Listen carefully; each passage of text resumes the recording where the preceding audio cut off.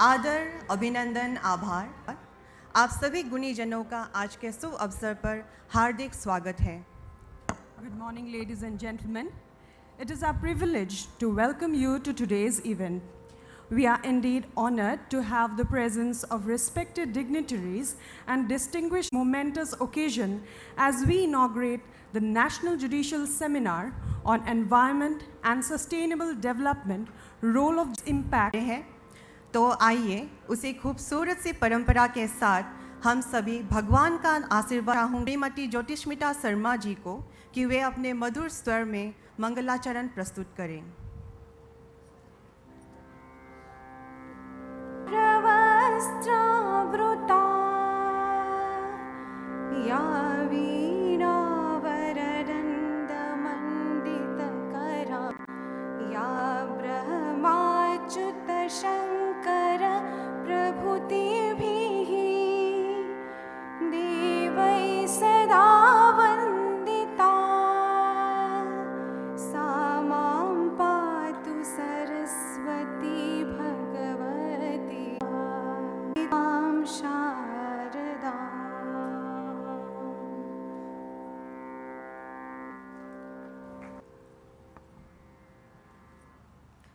धन्यवाद। मैं अभी मंच पे उपस्थित गणमान्य अतिथि गणों को विनती करती हूँ कि वे आगे आए और दीप प्रज्वलित कर इस महान सम्मेलन का शुभारंभ करें।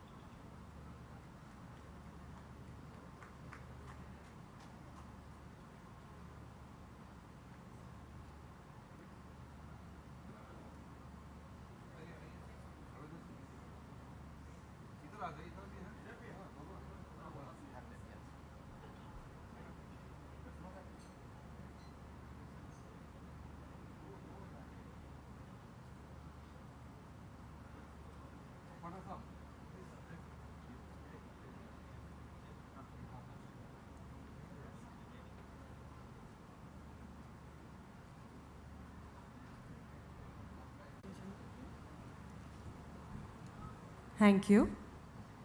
May I now request Honorable Mr. Justice Rashmin Manharbhai Chaya, Chief Justice Gauhati High Court, to kindly deliver.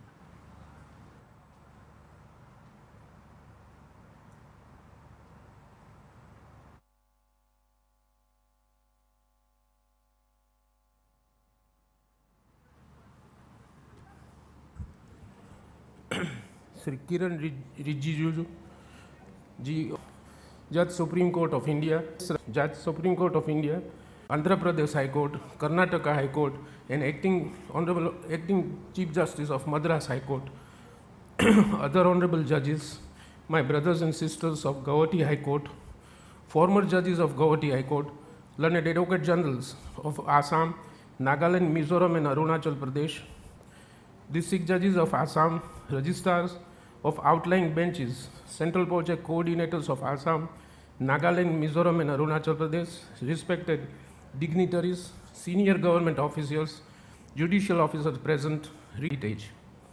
The mighty Brahmaputra that runs across the state like the backbone has molded the entire civilization and turned it into a lush green valley with a wide spectrum of flora and fauna, beautiful green carpets of tea gardens spread across on either sides of the national highway. While coming to this place, you might have enjoyed the beauty of this place. Today would certainly evolve great ideas and notions on these subjects, and it would set a new roadmap for our judiciary. I offer my sincere thanks to all the legal luminaries and delegates who have traveled all the way to attend this National Judicial Seminar and made the event a grand success. I, on my own High Court, warmly welcome one and all. Thank you. Jai Hind.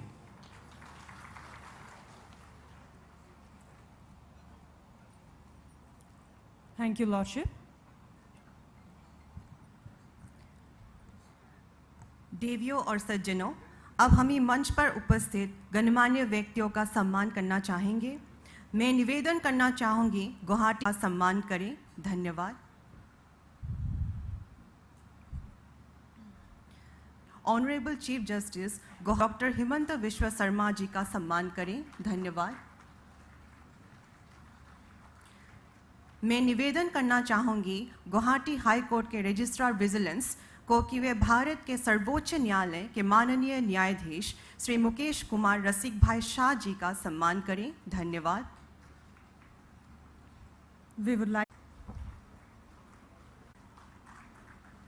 मैं निवेदन करना चाहूँगी additional district and sessions जज सर्वोच्च न्यायालय के माननीय मुख्य न्यायाधीश श्री रश्मिन मनर भाई छाया जी का सम्मान करें।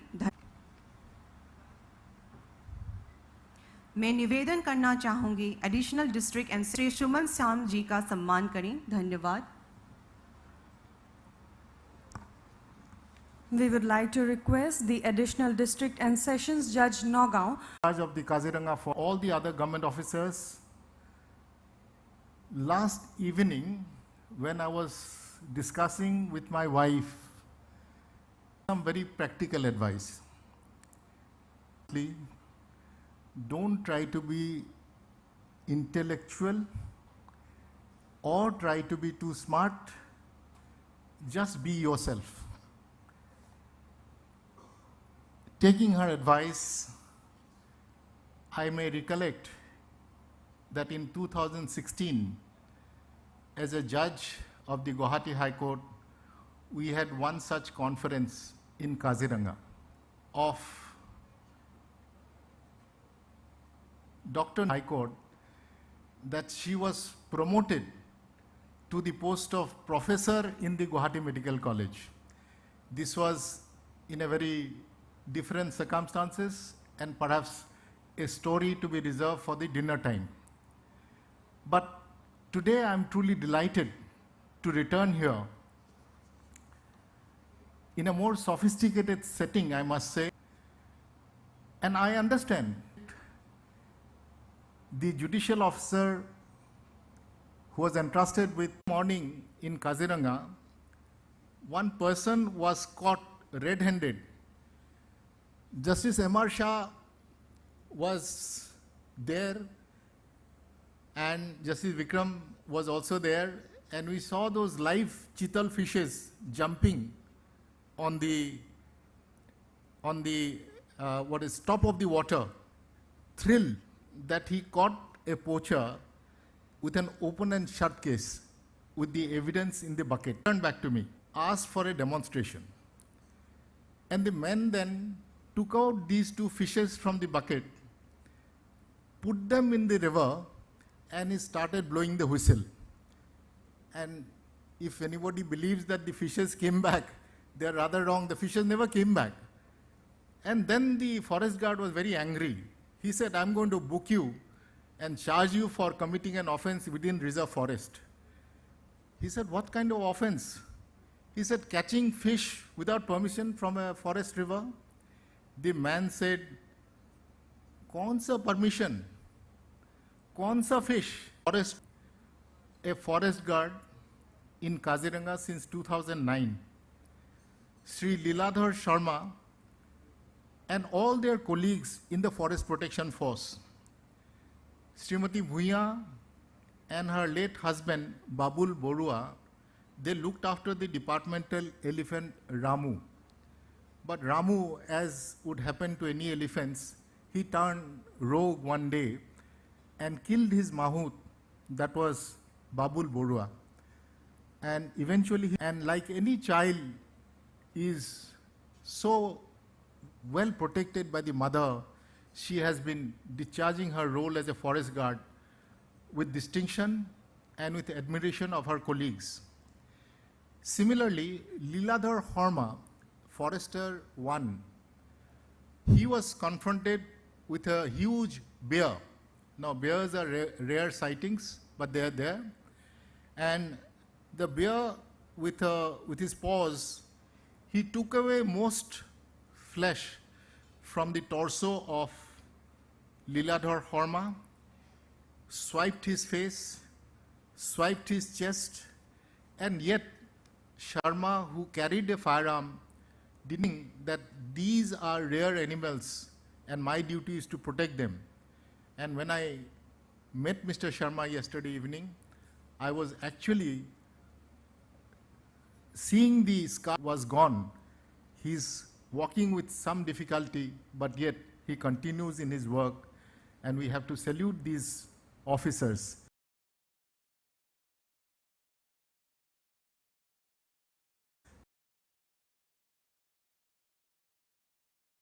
And all the others whose names I have not taken today.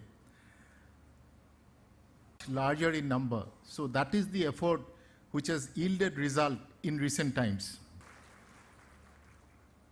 As we meet amidst the Kaziranga wilderness with Ikora, those who are familiar with the Assamese term, Ikora, Nolkhagori, these are the tall elephant grasses that you see on which the animals they feed,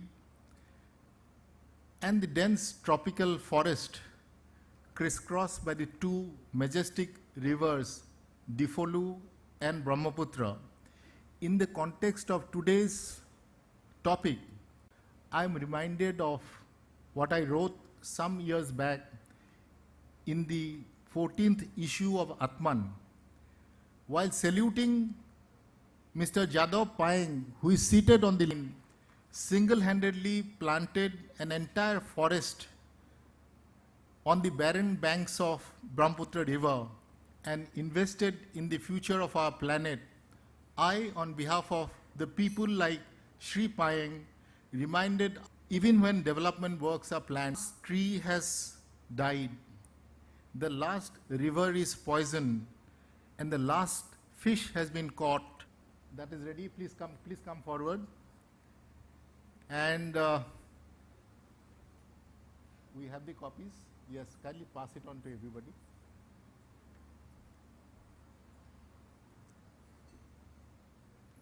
We'll inaugurate the special issue of Atman, and while it is being unwrapped, Atman, which those who are seated on the dais and the gracious ladies in the morning breakfast time, you had the occasion to sign that. We'll present these 4 special copies to 4 special people. May I bring the autograph one? Yes, please come. First, we formally say that Atman is released, and this is the special edition of Atman. I handed over the baton to Justice Arup Goswami, and Justice Suryakant साहब, एक copy आपको देना है to Srimati Swarnalata Bhuiya, who is a forest guard here. I'll request Swarnalata Bhuiya to please come ahead and take it from the hands of Justice Suryakant. She is the one who has been fighting and protecting the forest animals. Gauhati High Court, and my dear friend Justice A.S. Bopanna, to give the next one to Mr. Liladhar Sharma, who had an encounter with the bear. He has difficulty in walking because the bear took away most flesh from his torso, and yet he felt that he needs to protect what is there in the animal. Please come, Mr. Sharma.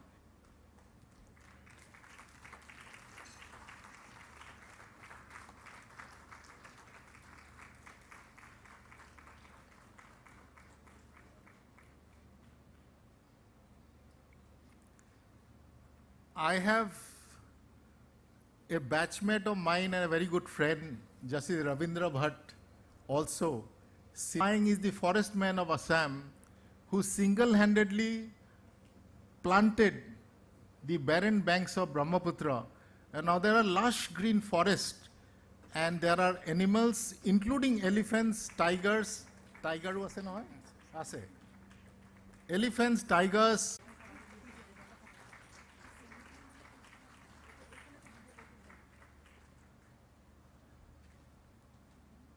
Mr. Dharanidhar Boro, Dhanyabad Dey. Dharanidhar Boro, is he seated somewhere? First, Justice Banerjee, who is graciously present here to, and this is an autograph book, Mr. Boro, Mr. Kharma, Shrimati Bhuiya.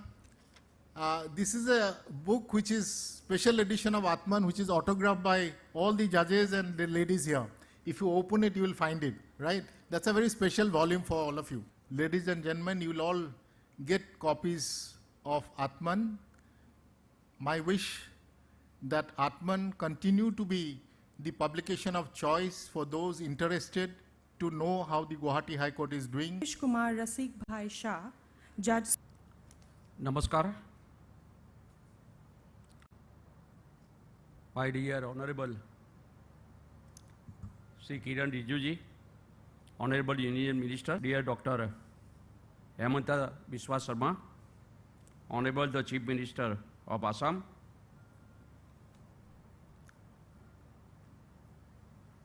Kiran Rijiju and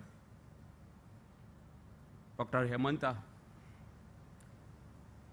Akha Koru, Apun Lokur Bal,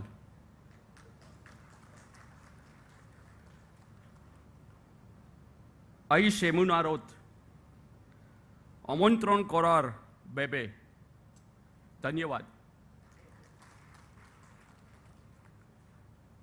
First of all, dear Chief Minister and all judges, Justice M.M. Sundaresh of the Gauhati High Court, other distinguished guests, participants, members of media, both electronic and print, ladies and gentlemen, and digitalization of Indian judiciary, its impact in dispensation of justice. A right to live, Article 21. Why should it to protect the environment? Right to pollution-free environment has been declared to be a part of right to life under Article 21 of the Constitution of India. Thus, through judicial pronouncements, the judiciary has protected the environment. The difficulty is poor implementation and lack of awareness. Many times, there are violation of statutory provisions and the policies related to environment life, namely land, forest, water, wildlife, plants and birds are very much present in the Constitution. Ever since the constitutional commitments to protect and improve environment and to safeguard natural resources, there have been several important enactments of Indian Parliament, followed by the executive endeavors in the form of rules, regulations and other notifications issued from time to time.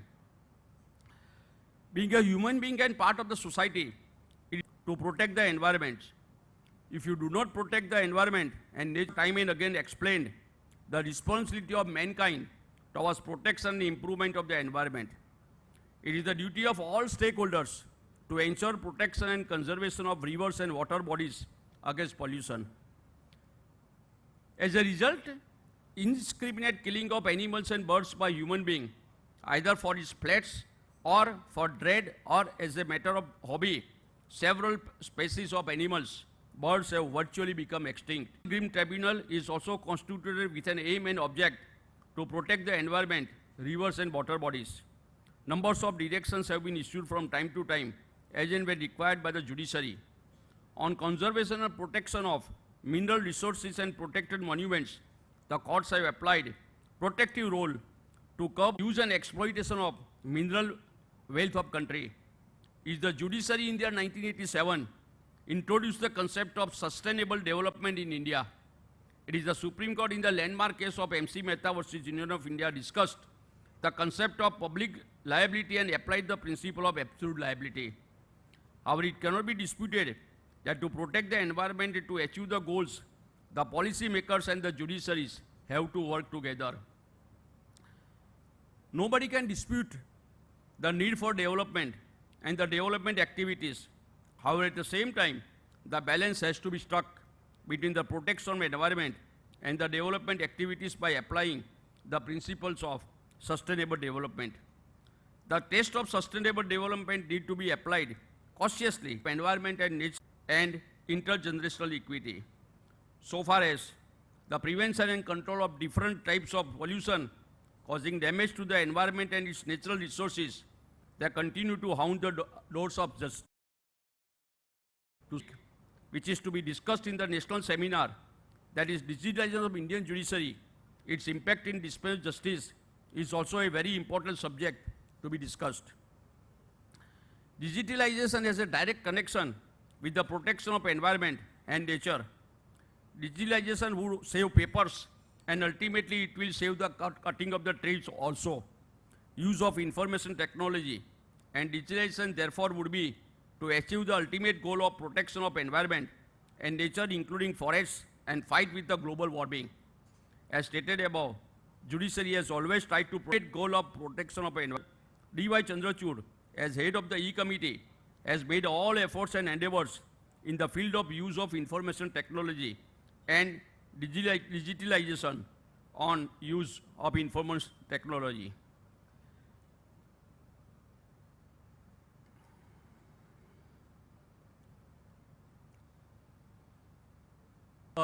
Ultimate goal of the dispensing with the justice delivery system. In the today's topic seminar, both these important aspects will be discussed thoroughly. देवियों और सज्जनों,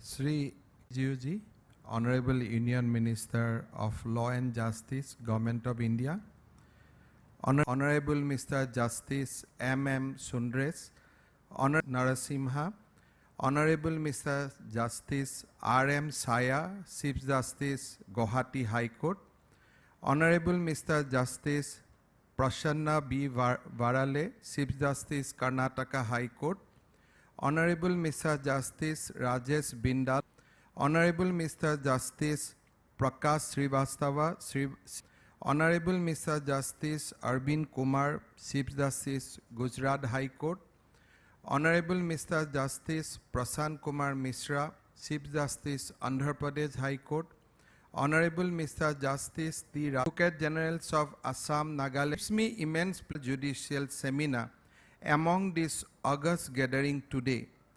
I take this opportunity to thank Honorable Union Minister means the beautiful surroundings of Kaziranga. As the seminar will deliberate on judiciary's role in relation to environment and sustainable development, as of urgency to environmental conscious lifestyle and 5 commitments to deal with the challenges of climate change. If we look back, we find that traditional practice of our great nation always reflected a sustainable lifestyle.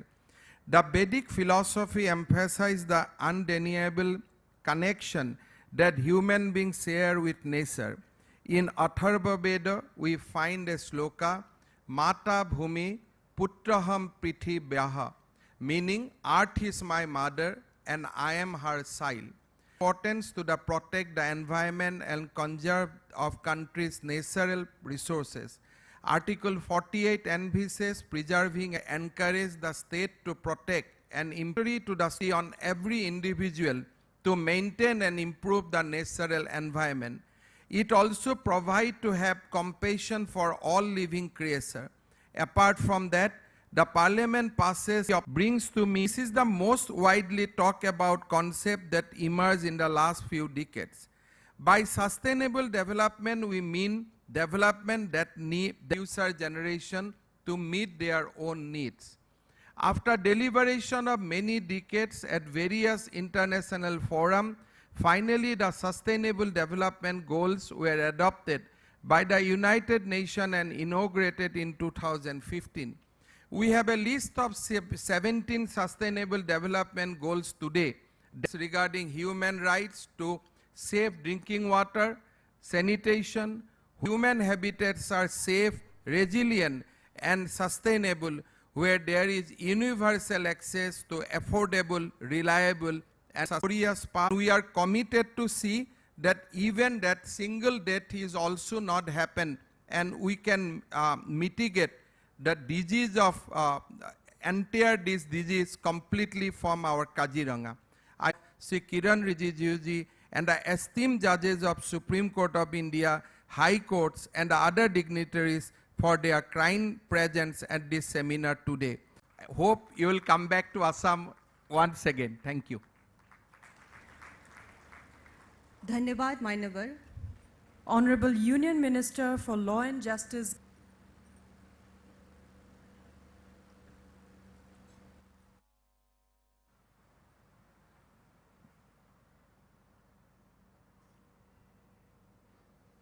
Namaskar. First of all, better Assamese pronunciation and ability to speak than mine. Justice A.S. Bopanna, Justice S. Ravindra Bhatt, Justice Rishikesh Roy, Justice Vikram Nath, Justice C.T. Ravi Kumar, Justice M.M. Sundaresh, Justice P.S. Narasimha, and Honorable Chief Justice of Gauhati High Court, Justice R.M. Chaya, and all the Honorable Chief Justices of the High Courts.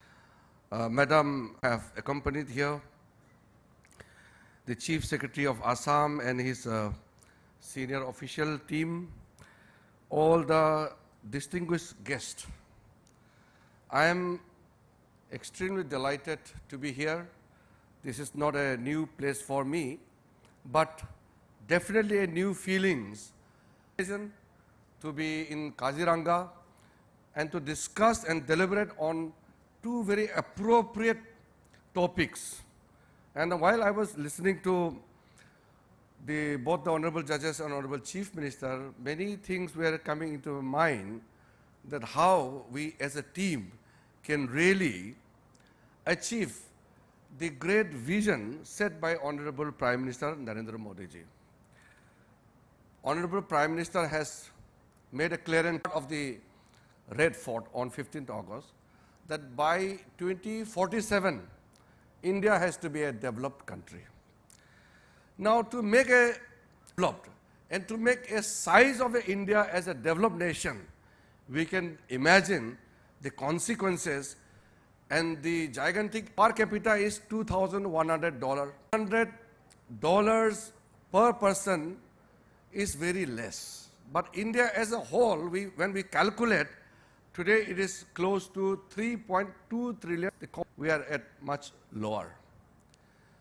So when we talk about bringing up the income level of every Indian, economists have set up a standard that where we have to be above $12,000 per capita income to be leveled, which is something which we have to reach before we attain a developed nation status. Went to the border areas. There were some important things which came up to. They said there's a blanket ban by the NGT. Thereby, the people, the local people are jobless. Now, when we talk about the growth of the economy, we are talking about protection of environment, but economist, you will get to hear one point of view which are very crucial. When you listen to the environmentalists correctly. So when I came back, I told the environment minister that time, I think the environment minister those days was Prakash Javadekar. I said, this is what I have seen, can you talk to NGT? This is happening. I've dealt it, meet the pro-dem people, they say, sir, development to kuch ho nahi raha state mein, our resources are going. Because of that hydropower project, the ecosystem, the flora, there were photographs, they said, before the coming up of dam, this was the situation of this locality, and after the reservoir was created, floods are controlled. That is why I said this is a perfect platform where the senior judges of the Honorable Supreme Court, senior judges of the High Court, we come together with the government, the Honorable Chief Minister being here, we deliberate on these issues and we come up with a solution. After all, when the young people come to me saying that there is no job, definitely not by destroying the environment. Commitment in the global forum, and in some cases we are outstripping the goals which we had set. And I feel very happy when honorable colleagues that this is the thing we had committed in the... Now, lastly about the environmental. As a small young boy, one particular factor, but there are many factors. And more so, the development has taken place, so there is a less space. But what I'm saying is, supporting area, this is town proper urban area, this area is a reserve area, this area is a farming area, then you feel nice. Where is the space for the animals? Where is the space for the trees? If the planet Earth spins off 1 degree also, we are gone. Or even if the sun stops giving the energy or the heat, life is gone. So the existence of the earth depends on all planetary construction, so it's not in our hand. But the survival of the lives within this system definitely is in our hand. Now the planet doesn't belong to human beings alone. Water body, there has to be butterflies, there has to be insects, there has to be everything. Then only we survive. But sometimes human beings think that the earth belongs to us, we should do and carry forward in a manner which suits us, but without knowing that this is actually leading towards the destruction. Now, this topic which has been given here, digitization of the Indian judiciary, its impact in dispensation of justice. When I took over the role of the Minister for Law and Justice, the first thing which could make, and I gathered certain information, I'm also happy to learn that Supreme Court and Department of Justice are working in tandem. And you know this e-court which Justice Amar Shah had mentioned about, the e-court mission the Chief Justice of India designate. So I told him you would be taking over on 9th of November. So before you give up this post to another senior judge, you must fulfill certain things which I feel is pending. So we are in agreement that around the Constitution Day, we would be having a very important sit-together, get-together, and Honorable Prime Minister will have, and Honorable Chief Minister pointed out the interoperability of the systems and everything. We have to work out in details. And when I visited individual high courts, I'm deeply impressed. Recently, I was in Odisha High Court. I was so impressed with the manner in which the Chief Justice of Odisha High Court had handled the entire changes. And many high courts are doing many things. We just need to share those important, which case, which court, district court, high court, Supreme Court. No, everything is robust. But I don't seem to be very satisfied. What I'm saying is, it is very satisfying, but we have to move much more in the terms of achieving the targets. So same way, I'm impressed with some of the efforts done by the government. Recently, I just held a Law Ministers Conference in Kevadia. I think most of honorable judges have been to Kevadia. That is where the highest statue in the world is located, the statue of each other's experiences, good practices, and to learn from each other. Now, today's gathering is very, very important, very powerful. The 2 sessions which we are going to have, I am very sure Honorable Chief Minister and I would be going because I have to reach. It's always better to listen from the honorable judges and experts and sit through in the technical session. Inaugural session is okay, you lay out your visions, concerns and all, but solutions are found during the technical sessions. So the recommendations which would be coming out of the technical sessions are going to be definitely very, very consequential, and I'm very hopeful. So honorable judges will be there, the senior officials will be probably part of that, some experts probably are going to be there. I'm just requesting to sessions or the agreement which goes at a fast rate, but environment also is protected equally, and this is what is the wish of everybody. And once again, I would like to thank the Honorable Chief Minister, Dr. Beautiful and very important event here in the Kaziranga. Thank you very much. Jai Hind. Thank you. Dais, distinguished guests, ladies started showing its wonders and the effect of the pandemic was receding. that the Honorable Chief Justice of the Gauhati High Court, many contemporary topics. Immediately, me and my brothers responded to it, and keeping in mind the importance of the two topics, that is environment and sustainable development, as well as digitization of India, these would be the two topics which could be the subject matter of discussions in the technical sessions. When the idea was shared by the government of Assam, the state government under the leadership of the Honorable Chief Minister not only responded promptly but in a very, very positive manner. As you are aware that holding a conference in Kaziranga at this scale was never an easy task. But since we had chosen environmentalism, we thought that there would be no better place than Kaziranga to host the conference. Within a short time, we received the confirmation that the conference can be held, and thereafter we went ahead. We have participants we have here today. At the very outset, Chief Minister Assam for settlement infrastructure in Kaziranga. In fact, we were told that in order to ensure that this program has taken personal care and gone into every details possible, and that is how our Honorable Mr. Justice M.M. Sundaresh, Honorable Mr. Justice P.S. Narasimha, for their Lordship's kind gesture in coming over to this far corner of the north, for their Lordship's kind presence in this conference, and we bid you travel. I quote William Wordsworth, "The music in my heart I bore, long after it was heard no more."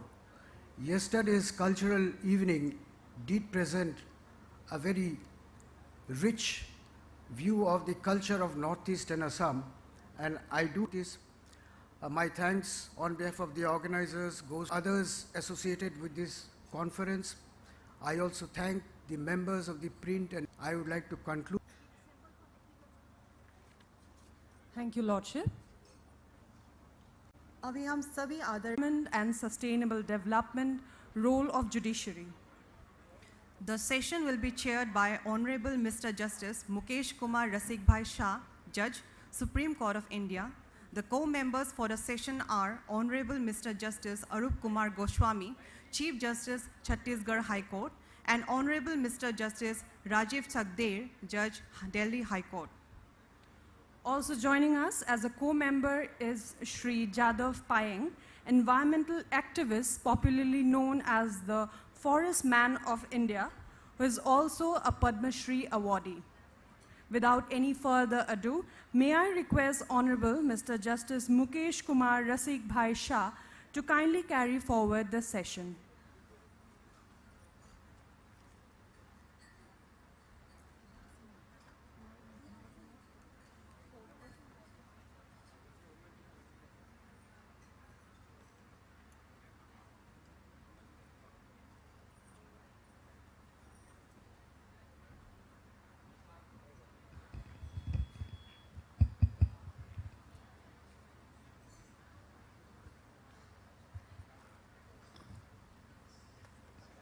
Namaskar. Welcome to the first session on environment and sustainable development, role of judiciary. We are having with us Justice Arup Kumar Goswami, Chief Justice Chhattisgarh High Court, who also belong to this place. We are also having with us Justice Rajiv Chakder, Judge, Delhi High Court. We are having a distinguished personality, Padma Shri Sri Jadav Payeng, environmentalist, forest man, as a resource person. Now I'll request Padma Shri Sri Jadav Payeng first to deliver his speech and I think he's having some 20 minutes video. आपका 20 minutes का video है ना पयंग जी, आपका video है ना, पहले आप start करिए. There I'll request Justice Arup Goswami to speak on the subject. Thereafter Justice Rajiv Sagdar, and concluding portion will be me. Over to Jadhav Payeng ji.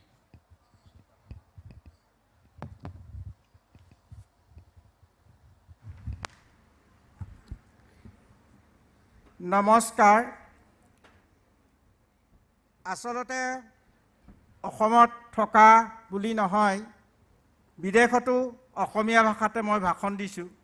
সেইকাৰণে প্ৰথমতে সকলোলৈ নমস্কাৰ জনাই ভাৰতীয় হাইকোৰ্ট, সুপ্ৰিম কোৰ্ট সকলোলৈ মোৰ শ্ৰদ্ধা আৰু সংবাদ মাধ্যমৰ মোৰ শ্ৰদ্ধা থাকিল। আসলতে মই যিবোৰ কাম কৰিছোঁ, ধৰ্ম, ৰাজনীতি, अर्थनीति, हमारे एटाए ऊपर प्रकृति, थोड़ा बारे में हिंदी में बोलेगा, थोड़ा बड़ा आसामीज में बोलेगा। तो मैं जो काम कर रहा है, ये धर्म, राजनीति, अर्थनीति, सबसे ऊपर प्रकृति, नेचर। इसके लिए मैं राजनीति, अर्थनीति, धर्मनीति आदि से मैं प्रकृति के काम कर रहा है। मैं जो फॉरेस्ट बनाया वो बहुत हिस्ट्रिकल एरिया, इंडिया के अंतिम लड़ाई ब्रिटिश और मानव का मेरा फॉरेस्ट के अंदर हुआ था मोगल सिटी पर 1826-24 नॉर्थ ईस्ट ब्रिटिश को दिन गया था। तो उधर ही मेरा जन्म है। मैं बचपन से दिखाया ब्रिटिशों के दिन के जहाज घाट, ढाका होके कलकत्ता होके सामान लेके कोकिलामुख बरगुप घाट में सामान, अपर असम के पहले रेलवे के स्टेशन जोरहाट जेपीआर उधर ही सामान अपर असम में डिस्ट्रीब्यूशन करा है। लेकिन 1965 से यूरोप के 10 किलोमीटर हमारे गांव, हमारे रेलवे के लाइन और जहाज का तो 10 किलोमीटर यूरोप के चला गया। मैं गया था जोरहाट जसकोट के पेशकर अनिल बर ठाकुर के घर में, रुक के उधर क्लास 3 तक पढ़ा है। जो पढ़ाए 90 नंग बालीगांव प्राथमिक विद्यालय में, उधर एक साइंटिस्ट है, वो एग्रीकल्चर साइंटिस्ट लेकिन बोटानिकल के है। हम लोग का बचपन से सिखाया पेड़ पौधा लगाने से भी नहीं होगा, पेड़ पौधा लगा के प्रतिपालन करके बड़ा करने पड़ेगा, पेड़ का गुनागुन, पेड़ का नाम जानने पड़ेगा। ऐसे ही प्रैक्टिकल नॉलेज हम लोग को सिखाया। वो सीखने के बाद 1979 में ओवरफ्लड हुआ, चाइना अरुणाचल प्रदेश से बहुत जबरा बड़ा आके हमारे जो 10 किलोमीटर यूरोप के गया, उधर ही जबरा बड़ा के रुक गया सेंट एरिया में। तब जून जुलाई में वही दिन भी 12 दिन ज़्यादा धूप हुआ था, लेकिन वही दिन 23 दिन ज़्यादा धूप हुआ था। मैं उधर गया था, देख के देखा कि 27 स्नेक डाइट हुआ बाली का उत्ताप पर। तब मेरा उम्र 14-15 ईयर्स है, तो मेरा ऐसे ही लगा कि एक दिन तो हम ऐसे ही मर जाएगा, साथ नहीं मरने से क्या करने पड़ेगा। तब 5 किलोमीटर डिस्टेंस डेयरी कम्युनिटी, वो चाचा चाची के साथ बातचीत हुआ, साथ नहीं मरने से क्या करने पड़ेगा। वो लोग बुलाया विश्व से सब उष्णा ग्रास रूपो, मेरा मालूम नहीं है विश्व से उष्णा ग्रास क्या। वो बोला कि बैम्बो रुकने से भी सांस हुई और तो पेड़ पौधा लगा के जाओ। वो लोग 50 बैम्बो का बीज, 25 बैम्बो दे के सांप मरने वाला जमीन पर घेरा करके मिट्टी का कलची 50 ले लिया, लेकर फुटा करके 5 दिन के अंतर पानी दे के बैम्बो भी जल्दी जल्दी हुआ। जो बीज आया था वो भी फरा, पेड़ रुकते रुकते 30 ईयर्स में बड़ा फॉरेस्ट हो गया। शताधिक डियर आ गया, डियर आने के बाद रॉयल बंगाल टाइगर आ गया, रॉयल बंगाल टाइगर राइनो आ गया, राइनो आने के बाद एलिफेंट आ गया। तब एलिफेंट जब तक आया था, आसपास 2 गांव हैं, वो एलिफेंट आके मकान उखान तोड़ दिया। और तो वो लोग हजारों लोग कमिटी करा कि वो फॉरेस्ट बनाने में एलिफेंट आके हमारे मकानों का तोड़ दिया था। एक दिन हजारों लोग दाव लेके आया था पेड़ काटने के लिए, तब मेरे साथ आया था। तब मैं बुलाया पेड़ काट के आगे मैं के काटो, उसके बाद पेड़ काटो। मेरा पेड़ में आप लोग का मकानों का तोड़ा नहीं।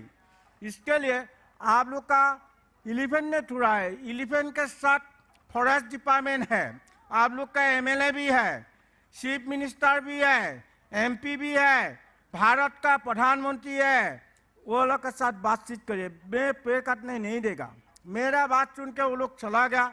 चलने के बाद हमारे पत्रकार को धन्यवाद ऐसे ही देता है। फर्स्ट जब आया था मेरा साथ में जंगल में फॉरेस्ट में आया था, वो लोग को मैं क्या जाना ही पूछा है। जो दिन आया था 9 का को टाइगर ने मार दिया, 3 राइनो है, 150 एलिफेंट है। वो लोग को अंदर ढुकाने नहीं देता है। तब वो लोग चला गया। चलने के बाद दूसरा दिन मकर क्रांति है। वही दिन आके एक आसामीज गामूसा, एक चैलेंज चादर 500 रुपया और एक प्रमाण पत्र दे के बोला कि आप बहुत अच्छा काम करा है, आपके साथ हम लोग है। ये आर्टिकल लिखने में 2 साल लगा। सदिया तक धुबरी फॉरेस्ट डिपार्टमेंट से बातचीत होकर वो पत्रकारों ने फॉरेस्ट डिपार्टमेंट बोल दिया ना, हमारे रेवेन्यू में नहीं है, वो अपन खुद से बनाया। तब 2010 25 जनवरी में जीतू कलिता जब दैनिक जनरल में आर्टिकल लिखा, उसके बारे में DY-T65 दूरदर्शन और टाइम्स ऑफ इंडिया आ गया। टाइम्स ऑफ इंडिया जब आर्टिकल लिखा, लिखने के बाद जवाहरलाल ने यूनिवर्सिटी ने धरती दिवस ने 3 दिन 3 रात हर पेड़ का ऊपर, हर जानवर के ऊपर, हर पंछी का ऊपर अध्ययन करके रात 3:30 बजे में मेरे को फॉरेस्ट मैन ऑफ इंडिया सम्मान दिया था। देने के बाद मैं असम आया था। असम आने के बाद फिर 3 दिन के बाद बुलाया कि चंद्र मुखानन hall, APJ Abdul Kalam sir Bombay, मेरे को मुड़ में हाथ दे के बुलाया। विश्व से सब अच्छी काम आप कराया, इसके लिए आपको 60 kg डायमंड से और 2.5 लाख रुपया चेक देता है। विश्ववासी के लिए कह जाओ, आपका सब्जेक्ट है स्कूल एंड कॉलेज यूनिवर्सिटी, बड़ा बड़ा मीटिंग में मौत चाहिए। ये नहीं इंडिया में इन्वाइट करेगा जाने पड़ेगा, ऐसे ही नहीं, ऑल ओवर वर्ल्ड जब इन्वाइट करेगा आप जाने पड़ेगा। तब मेरे को जब तब तो अवार्ड दिया था। मेरा फॉरेस्ट में एक राइनो पोस्टर ने मार दिया 2012 1 अगस्त में। मारने के बाद मैं फिर आ गया। आने के बाद फिर आया इवेंट ग्लोबल पर पेरिस। मेरा तो पासपोर्ट वीसा नहीं, मैं कैसे जाऊँगा। तो ईमेल ने लिख दिया था। तब भारत सरकार को इवेंट से निर्देशना जारी करा, तो उसको हम लोग का जरूरत है। इसके लिए भारतीय प्रशासन आपका उसका वीसा पासपोर्ट बना के भेजा दो। तब जोरहाट कमिश्नर ने सब ठीक ठाक करके दिया। कमिश्नर बुलाया कि आपको पासपोर्ट वीसा कलकत्ता में मिलेगा। 2 दिन का आगे गया था। 2 दिन भारत बंद दे दिया था। 2 दिन का आगे जाके उधर जब पासपोर्ट वीसा मिला, तब तो मैं कोई दिन फ्लाइट में नहीं उतरा, कोई दिन बाहर नहीं गया था। डर लगता है क्या होगा, मरेगा के बसेगा कोई पत्ता नहीं है। तब फीता मार के बैठाया, तब दिखाया फॉरेनर लोग, वो फ्लाइट में 550 सीट है, तो फॉरेनर लोग है। तब तो वो लोग तो वहीं बहुत ज़्यादा पीता है। तो मैं देखा तो कलकत्ता का अरब के दोहा तक 3 बोतल पी लिया, अरब के दोहा तक स्विट्जरलैंड जेनेवा तक 2 बोतल पी के फ्रांस पहुंच गया। तब उधर मेरा साथ जीतू कलिता गया था जर्नलिस्ट, उसको बोला देखिए पेड़ ने मेरे को कपड़ा पहनाया, पंछी ने 7 समुद्र 13 नदी पार करके सूरज उठने देश से सूरज मारने देश में लेके आया था। दूसरा तो नहीं लेके आया था। दूसरा दिन जब इवेंट हुआ, इवेंट में 195 देशों का साइंटिस्टों लोग घोषणा करा है, अभी पेड़ ने धरती को बसाएगा, पेड़ के बाद कोई नहीं धरती बसा नहीं सकता। समस्त विश्ववासी ने प्रकृति को ध्वंस करने के बाद एक आदमी सृष्टि करने के लिए मेरे को एक पौधा लगाने और उधर इवेंट में बुला के ले गया। तब पौधा बैठा दिया था। विश्व से जितने भी धर्म का लोग है, थोड़ा थोड़ा मिट्टी दे के पेड़ को बसाने के लिए कोई डांस देता है, कोई गाना गाता है, ऐसे ही करके उपासना करता है। तब बारिश आ गया हुर, तब मेरा अंतर में बहुत अच्छा लगा, विश्ववासी ने अवेयरनेस हुआ था। तब इंडिया में आ गया मैं। इंडिया में आके 1972 स्वीडन का स्टॉकहोम में 113 देशों ने घोषणा करा वही भी क्लाइमेट चेंज। इंडिया में 1973 में बुक में है और 5 जून में विश्व परिवेश दिवस पालन करा। इंडिया का हर स्कूल कॉलेज यूनिवर्सिटी में जाके दिखाया एक गाटा पर विश्व परिवेश दिवस पालन करा है, एक भी पेड़ नहीं है। न इंडिया का शिक्षा ऐसे ही नहीं, बड़ा लोग पेड़ कटा है, छोटा लड़का बच्चा को उखाड़ के जान मारता है। वही दिन से नहीं उखाड़ने से भी एक जमीन पर रहने से भी इतनी क्लाइमेट चेंज नहीं हुआ था। लेकिन उसके बारे में अभी शिक्षा को अग्राधिकार देके एनवायरमेंटल साइंस परिवेश विज्ञान एलपी स्कूल में से देने पड़ेगा।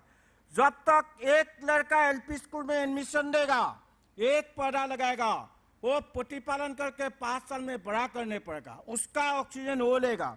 दूसरा 5 साल और एक पेड़ रुपेगा, विश्ववासी को देगा। तब साल भर कितने इंडिया का स्टूडेंट एडमिशन देता है, 2 साल में कितना हुआ, 3 साल में कितना, 4 साल में, 5 साल में, 10 साल में all over India all over world green हो जाएगा। वो बच्चों लोग भी आदिम युगों से जो संरक्षण कर नहीं पाया वो लोग करेगा। वो लोग का पेड़ काटने नहीं देगा, पेड़ के ऊपर पंछी बैठेगा मारने नहीं देगा, पेड़ के नीचे जानवर बैठेगा वो लोग मारने नहीं देगा। आदिम युगों से जो सुरक्षा नहीं किया वो लोग करेगा। उसके बारे में फिर बोला economical from climate change 2015 India से इकोनॉमिकल लेक्चर और मेरे को बुलाया। मैं तो पूछाया तो विश्व से 195 देशों का वो लोग को पूछा कि आप लोग इकोनॉमिकल का ऊपर इतनी जरूरत है, 1 मिनट उषा बंद करो, ऑक्सीजन कितनी जरूरत है, कौन ऑक्सीजन देता है, पेड़ नहीं देता है। वहाँ को 20,000 people all over world conference में जो है अपन जिंदगी के लिए एक पौधा लगाओ और all over world 780 crore people एक पौधा लो तब धरती बचा सका। नहीं तो धरती बचाने से बहुत गलती है। धरती नहीं रहेगा किसके साथ बातचीत करेगा, पहले धरती बचाओ। इसके लिए हमारे भारतीय सामूहिक बहनी, चाइना का सामूहिक बहनी, वो लोग क्या है उधर जियो में जाके तो बुलाया कि आप धरती ही नहीं रहेगा देश कैसे रुकेगा, पहले धरती बचा उसके बाद देश रुको। आप लोग का स्टीम पर भी प्लांटेशन करने पड़ेगा। आजकल भारत का आर्मी लोग, भारतीय सामूहिक बहन लोग का वो प्लांटेशन है आप कर रहा है और चाइना को भी बोल दिया इंडिया को। इसके लिए जब तक धरती रहेगा तब तक लड़ाई करेगा, नहीं तो किसके साथ लड़ाई करेगा। इसके लिए सब लोग करने वाला, ये नहीं है मैं अकेला करा, ऐसे ही नहीं है। All over world 780 crore people ने धरती माँ के लिए कर सका। धरती माँ के थोड़ा बुखार हुआ, जब संपूर्ण बुखार हो जाएगा हम यहाँ से चला जाएगा, धरती सूर के चला जाएगा। इसके लिए कोविड के अंदर जब 2020 11 अप्रैल में मैं क्वीन एलिजाबेथ अवार्ड दिया था। अवार्ड देने के बाद वो लोग तो कोई प्यार करने के लिए जब घूर के आया था मेरा बुखार हुआ, तब घर में घुमाने नहीं था। वो चाइना इंग्लैंड अमेरिका वो तो कोविड ज़्यादा है तो बीमार लेके आया था, अब घर में मत ढुकाओ, तो गांव में रहने दे देता। तो फॉरेस्ट में गया था, फॉरेस्ट में जोड़ा उड़ा बांध के लेके गया था, फॉरेस्ट में लेके जो गवेषणा कराए। तब मैं देखा 3 राइनो है, 150 एलिफेंट है। तब काजीरंगा डीएफओ, माजुली डीएफओ, जोड़ा डीएफओ को बुलाया, वो लोग तो सब इधर ही है। वाइल्ड एनिमल को लॉकडाउन नहीं मनाया, लेकिन जब काजीरंगा से एलिफेंट सफारी और माजुली से डीएफओ, जोड़ा से डीएफओ आके जो था उधर रहता है 1 महीना। तो मेरा जब 60 उम्र हुआ था तो भारतीय पर्सन ने मेरा जन्मदिन पालन कराया और गिफ्ट देता है कि कितने 5000 फल का पेड़, तब वो प्लांटेशन करके खत्म कर दिया। तब मैं दिखाया वहाँ का जो पेड़ है लॉकडाउन के समय पर ज़्यादा से ज़्यादा ग्रीन हो गया। वहाँ के जानवर से मुक्त विचरण भूमि, वहाँ के जो पंछी है मुक्त विचरण में, वहाँ का लेक जो पानी है सफ़ेद हो गया। इसके लिए पुतुकुल के अंदाज में मेक्सिको गया था, 3 साल का उधर एग्रीमेंट है, वीसा है, वो जाके यूनेस्को बेनेमेस को बुलाया। मैं जो मेरा अभिज्ञता से, मेरा फॉरेस्ट के अंदाज से, तब यूनेस्को बेनेमेस को बोलिया समस्त विश्ववासी 7 डेज लॉकडाउन देने से भी तब धरती माँ बचा सकेगा, नहीं तो नहीं बचेगा। आप लोग क्या करें? और मानव संपद गढ़ाने के लिए महिलाओं को 60% संरक्षण करने पड़ेगा। मेरा बेटा बेटी 3 है ना, माँ भी 3 महीने से भी माँ मेरे को भात दो, मैं 1 महीने से घर से बाहर निकल जाता है, तो मानव संपद कौन करेगा? महिला लोग करेगा। तो महिला लोग को अग्रणी करेगा, जल्दी जल्दी माँ धरती को बचा सकेगा। नहीं तो हमारे ऑल ओवर वर्ल्ड के लिए बहुत कंडीशन है। जैसे ही है ऑल ओवर, इसके लिए महाराष्ट्र संघ सभा ने मेरे को पूछाया, आपको भारत सरकार स्टेट गवर्नमेंट क्या देता है? देश क्या देगा मेरा जरूरत नहीं है, देश के लिए मैं क्या करूँगा यही मेरे काम, इसके लिए कर रहा है, दूसरा के लिए नहीं कर रहा है। तो वही दिन जब तक महाराष्ट्र से भी एजुकेशन मिनिस्टर 2014 में जब आया था एमजीएम में अवार्ड देने के लिए, तब एजुकेशन मिनिस्टर भारत का पहला महिलाओं को इंजीनियर एमजीएम में है, और Maharashtra governor, Maharashtra chief minister में बुलाया। जब तक भारतीय कला कृष्टि संस्कृति विकास नहीं होगा तब तक इंडिया डेवलप नहीं होगा। हमारे इंडिया का शिक्षा जो है ब्रेन एंड ड्रेन, इंडिया के पैसा में पढ़ाए दूसरा देश डेवलप का मरने के टाइम में आ रहा है। विश्व ने दिखाया, विश्व से 100 से 30% साइंटिस्ट इंडिया, सब आउट ऑफ इंडिया, भालो भालो डॉक्टर, भालो भालो इंजीनियर सब आउट ऑफ इंडिया। क्या है ये एजुकेशन सिस्टम? क्या है हमारे? तो इसके लिए इंडिया डेवलप नहीं हुआ। अभी एजुकेशन सिस्टम 2023 जो आया है प्रैक्टिकल नॉलेज होगा। प्रैक्टिकल नॉलेज होने से भी हमारे देश और डेवलप होगा। और तो एपीजे अब्दुल कलाम साहब मेरे को अवार्ड देने से भी नहीं बुलाया, वो हमारे इंडिया को बहुत ऊपर में छोड़ के गया था। इसके लिए ऑल ओवर वर्ल्ड इंडिया के लिए डर लगता है, इंडिया के आदर्श लेने के आया था। इसके लिए 2030 तक इंडिया के आदर्श में आ रहेगा। ये जब एजुकेशन सिस्टम चेंज करा तो 24 इयर्स लगेगा, वो नया बच्चों लोग पर नया धरती बसा सका, ऑल ओवर वर्ल्ड को नेतृत्व वो लोग देगा। इसके लिए हमारे शिक्षा यही है। मेरा फॉरेस्ट में बोटानिकल का जितने भी इंडिया के आ रहा है, साइंटिस्टों लोग आ रहा है, वो लोग का थियोरिकल पेड़ का नाम जाना है, पेड़ सीना नहीं है। और हमारे बच्चों लोग का कितने शिक्षा गलती से दिया था। तब इसके लिए मैं सोचा कि भारत का संविधान जो आप लोग का विचारक है, जो हमारे एजुकेशन सिस्टम फॉरेस्ट डिपार्टमेंट को जब तक रेंजर तक शिक्षा देता है, वो लोग प्रैक्टिकल नॉलेज है, और हर क्लास में प्रैक्टिकल नॉलेज देके पेड़ पौधा बचाने के लिए वो लोग को शिक्षा देने से प्रैक्टिकल नॉलेज होने चाहिए। तब हम लोग का देश सुख है। इंडिया का बहुत करप्शन है, 2030 तक विश्व से पॉपुलेशन बहुत ज़्यादा हो जाएगा, तब तो कितने क्लाइमेट चेंज होगा। इसके लिए मेरा सोचा कि वही दिन तमिलनाडु 5 देशों के सम्मेलन हुआ था, तो साइंटिस्ट लोग घोषणा करा है समुद्र के आसपास देश पानी में 6 फीट नीचे चला जाएगा, और वो नॉर्थ ईस्ट पानी नहीं मिलेगा। आजकल 3 साल हो गया ब्रह्मपुत्र में पानी कम हो गया, और उसके जब तक फरवरी मार्च में क्या हुआ, उधर आगे 20 फीट में वह पानी निकलता, अभी तो 25 दिन से पानी निकलने नहीं होता।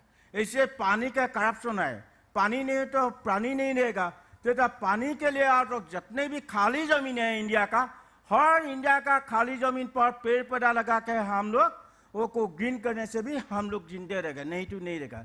जय भारत माता की जय। जय, वेरी गुड, खूब खूब धन्यवाद आपका। आपने बहुत अच्छा बोला कि आप देश ने आपके लिए क्या किया वो मत सोचो, आपने देश के लिए क्या किया है। और एक बहुत सीख अच्छी आई कि प्लांटेशन है, अगर प्लांटेशन एवरीडे एक प्लांटेशन करेंगे तो आप अपनी भूमि को बचा सकेंगे, अपने देश को बचा सकेंगे। Thank you very much. आपका कोई वीडियो है अभी? डॉक्यूमेंटेशन कुछ है करना? अच्छा okay Guys, I have never seen anyone more impressive than this guy. Hi, my name is Jadap Paeng. I am a farmer. Because this guy, with his bare hands, planted a forest. But first, let me tell you his story from the beginning. Jadav is a 60-year-old farmer. He has a family of 5 and he lives in a modest home in northern India. But next to his home, he saw trees were dying. The river was flooding, the animals were fleeing, and the land was disappearing. He saw deforestation. But instead of doing nothing, this farmer did something very simple. He planted a tree. Every day, he cut a branch from his trees, walked for 20 minutes, took a boat, crossed a river, and walked for 2 hours more to get to an empty piece of land with nothing in it and planted a tree. This is amazing! He did that day after day after day for 3 months a year, year after year, for 40 years, until his trees turned into a forest. A real, green, beautiful forest that went from this to this.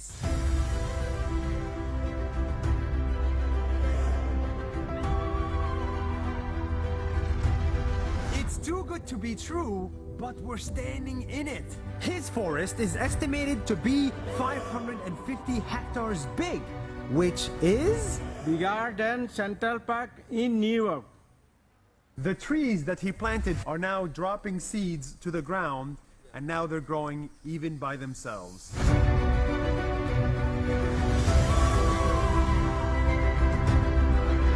And after many years, animals started showing up at his forest. Elephant, tiger, rhino, deer. His forest attracted wildlife and greenery, and it has become possible for him to farm in it and make a living. One day, this farmer was discovered by the local media, and he turned into a sensation in his country. People called him Forest Man of India.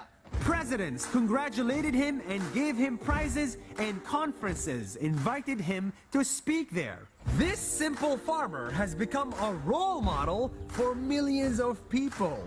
He's an inspiration for all of us, as he's planting many more trees and he's making a desert into a forest. 40 years after he started, Jadiv still plants trees on a regular basis. But his next goal now is a little bit different. We want to write a book on how to plant trees. He wants to write a book with his friend, because they believe that if we educate kids, just like his kids, on the importance of nature from a very young age, we can fix today's problems. And he wants to spread that message as wide as possible. And I will never stop.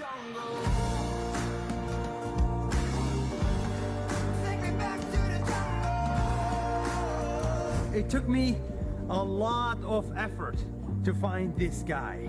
I had to cross oceans and drive to the middle of nowhere and walk in the middle of a swamp. Where are we?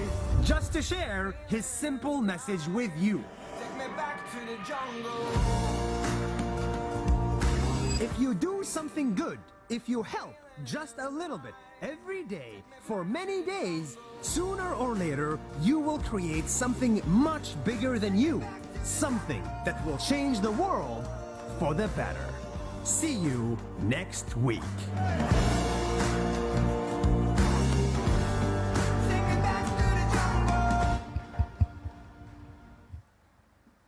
Now I request Justice Goswami.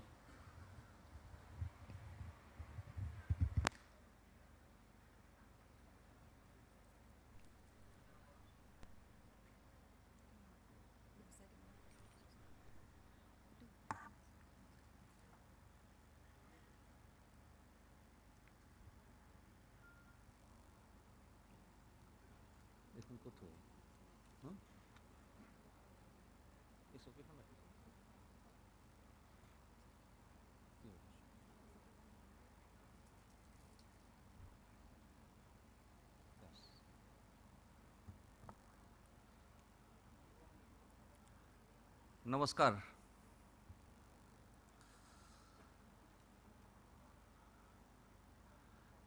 I was a small-time cricketer. And in those days when I used to play cricket, we were told to build innings. And the same pattern has developed into my speaking occasions.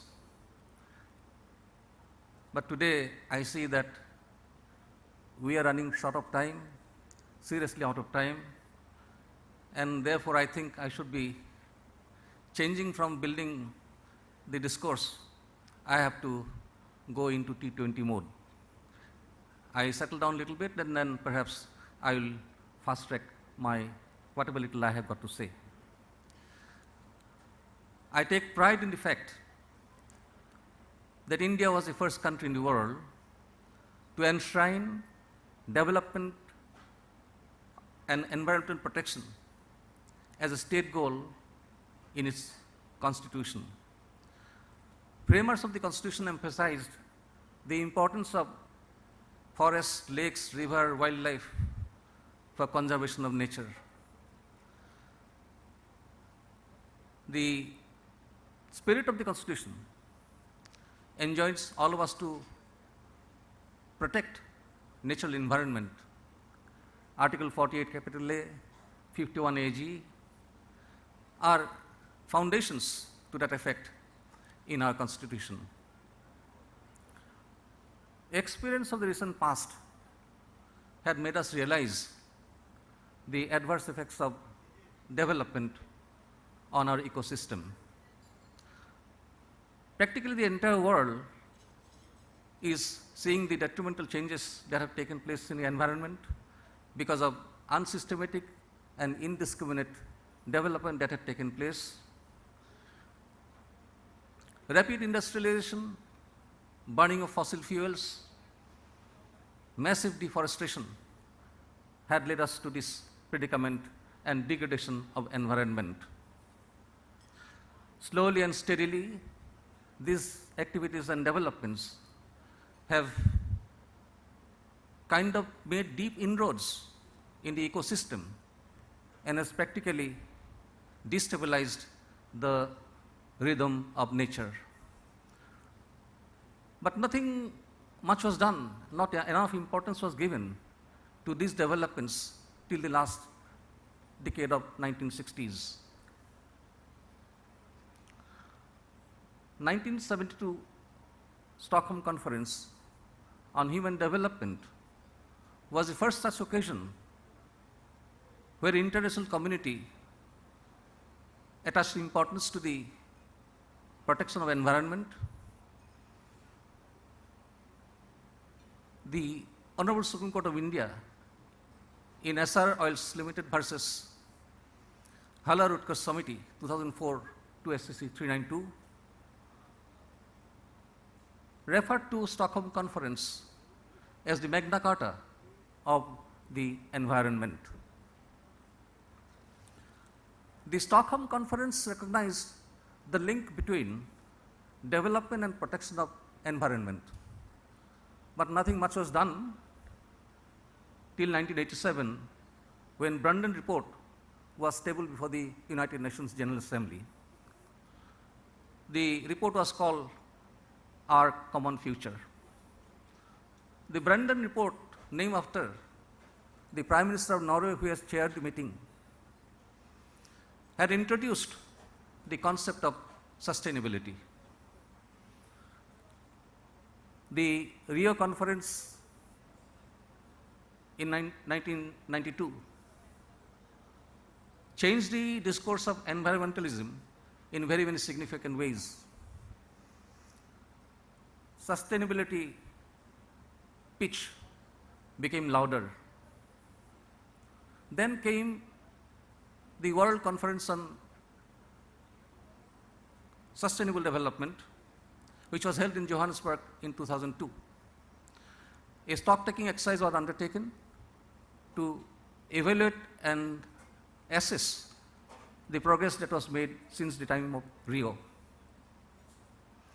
A major dimension was added when it moved on from isolated individual environmental problems to socio-economic and development shifts in its perspectives. Concept of sustainable development was put on a high pedestal, placed on a firm footing, and sustainable development became a code word, so to say, a mantra for development. The question that comes to mind is, what is this sustainable development, or what are its objectives? Philip Sands, in his celebrated book, International Law in the Field of Sustainable Development, had listed 4 objectives. Commitment to preserve natural resources for the present and for the future. Sustainable development refers to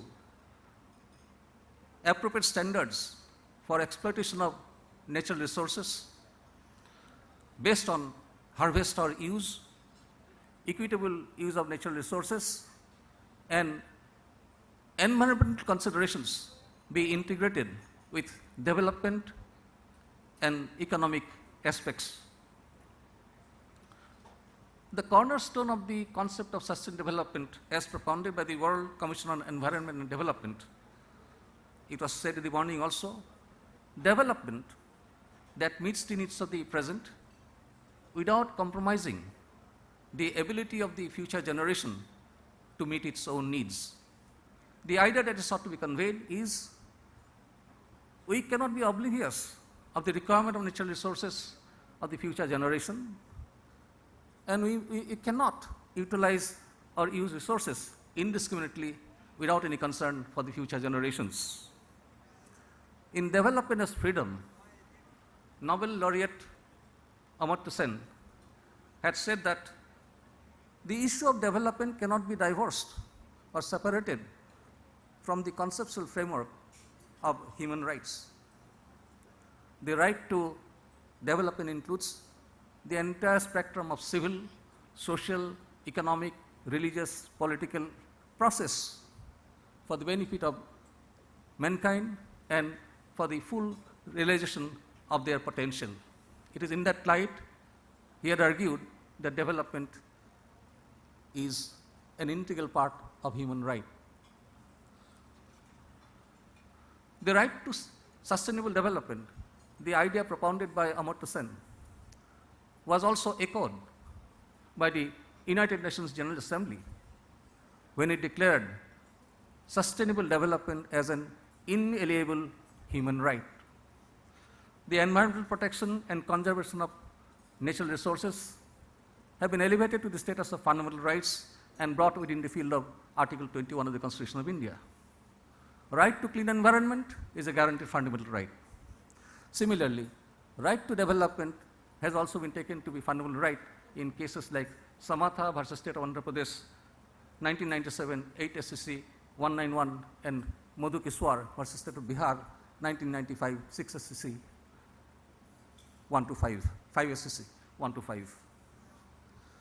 In the United Nations General Assembly, the international community in the year 2015 adopted 17 Sustainable Development Goals, SDGs, to transform the world in a period of 15 years commencing from 1st of January 2015.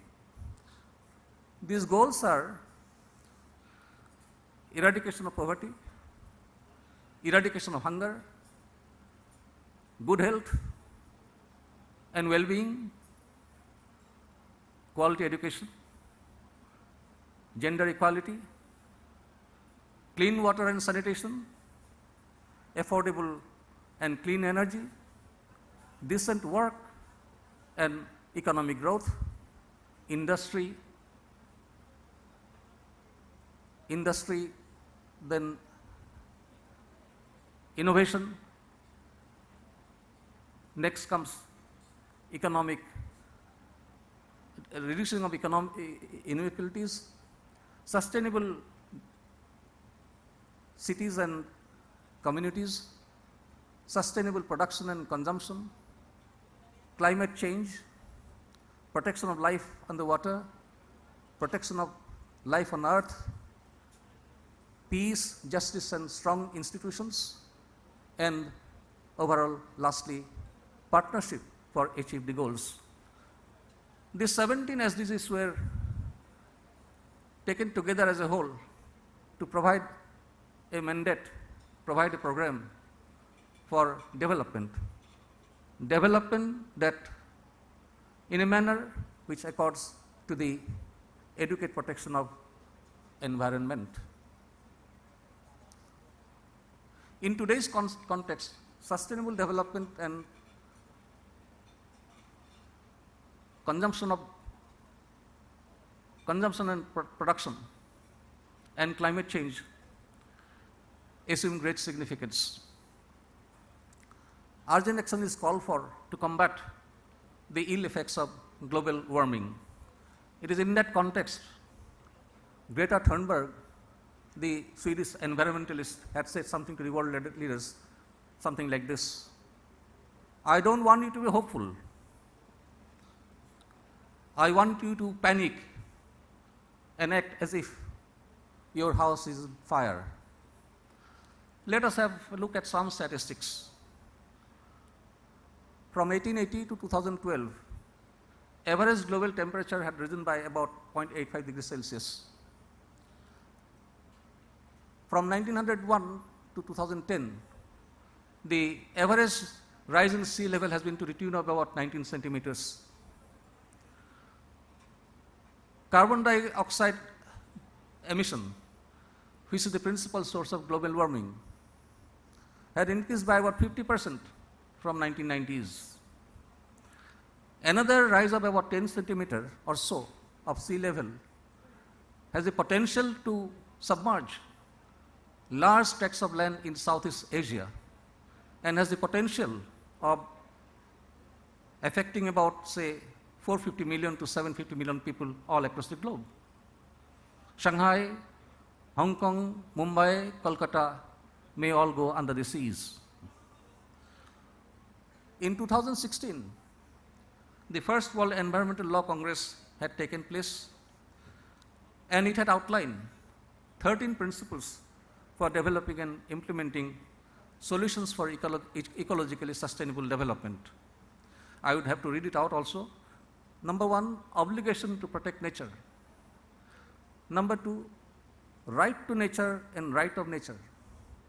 Right to environment, ecological sustainability and resilience. In dubio pro natura. When in doubt, act in favor of nature. Ecological functions of property. Intragenerational equity. Intergenerational equity. Gender equality. Participation of minority and vulnerable people.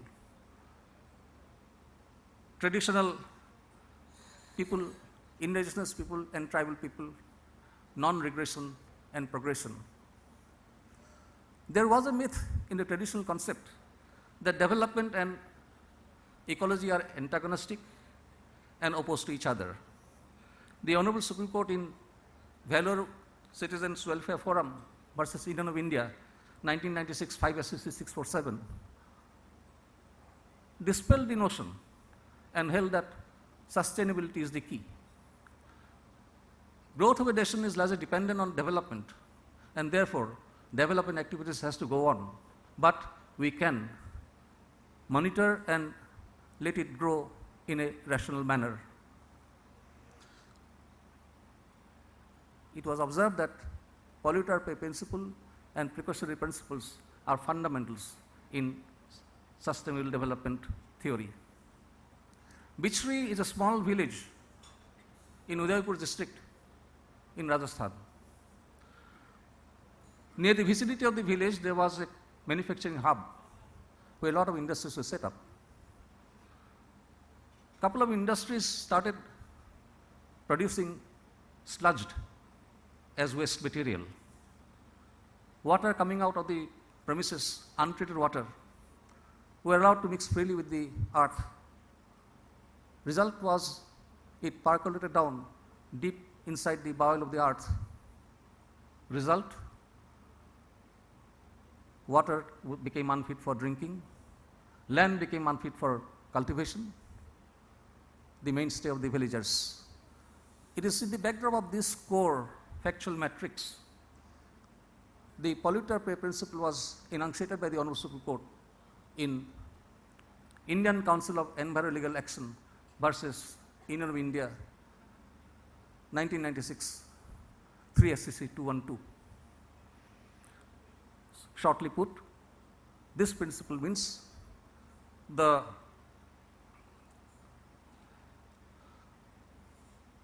absolute liability for harm and damage caused to the environment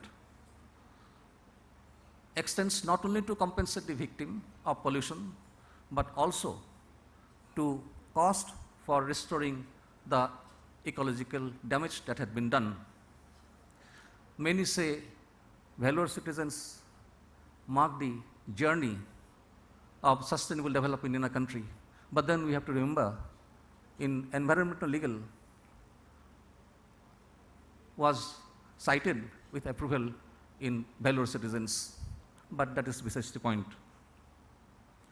A concept called public trust doctrine also generally grew up. The concept essentially means that air, water, forests, rivers, etc., being gifts of nature, the government is enjoined to protect them for the beneficial use of the general public on the premise that they are being so important for the existence of life, it will be unjustified to allow them to be subject of private ownership. This concept was employed in MC Mehta versus Kamal Nath, 1997, 1 SCC 388. The issue there was whether a private company could block the flow of water and create a channel to divert water downstream.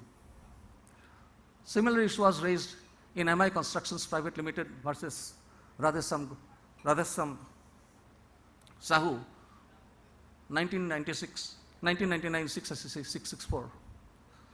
Sorry, 464.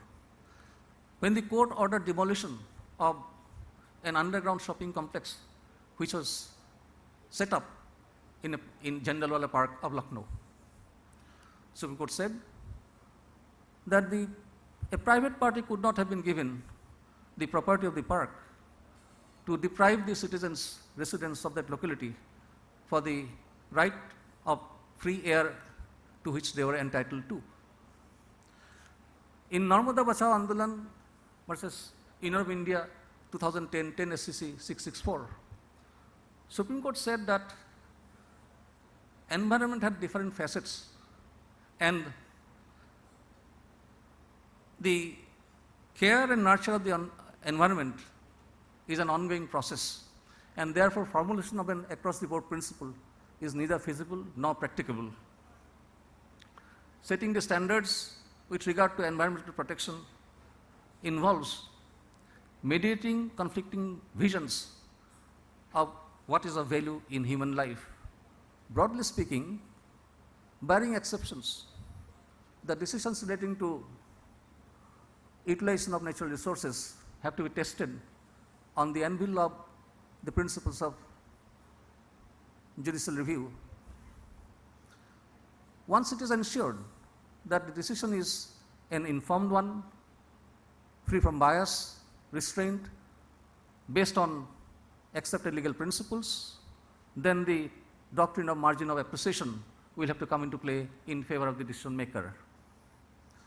In N.D. Jayal versus Union of India, 2004, 9 SCC 362, which is popularly known as Teredam case, the Honorable Supreme Court held that construction of a dam or a mega project can very well be said to be part of the development process. In MC Mehta versus Union of India, 2004, 12 SCC 108, the Supreme Court said that development and protection of environment are not enemies. And if without degrading the environment, development activities can go on by following the principles of sustainable development, in that context, it will be permissible for the development activities to go on, because such activities generate employment opportunities besides augmenting revenue. there need not be a standoff or deadlock between development and protection of environment. It is in this context environmental laws have a pivotal role to play. The objective of all environmental laws should be to create a harmony between the two, as neither of them can be sacrificed at the altar of the other. Please.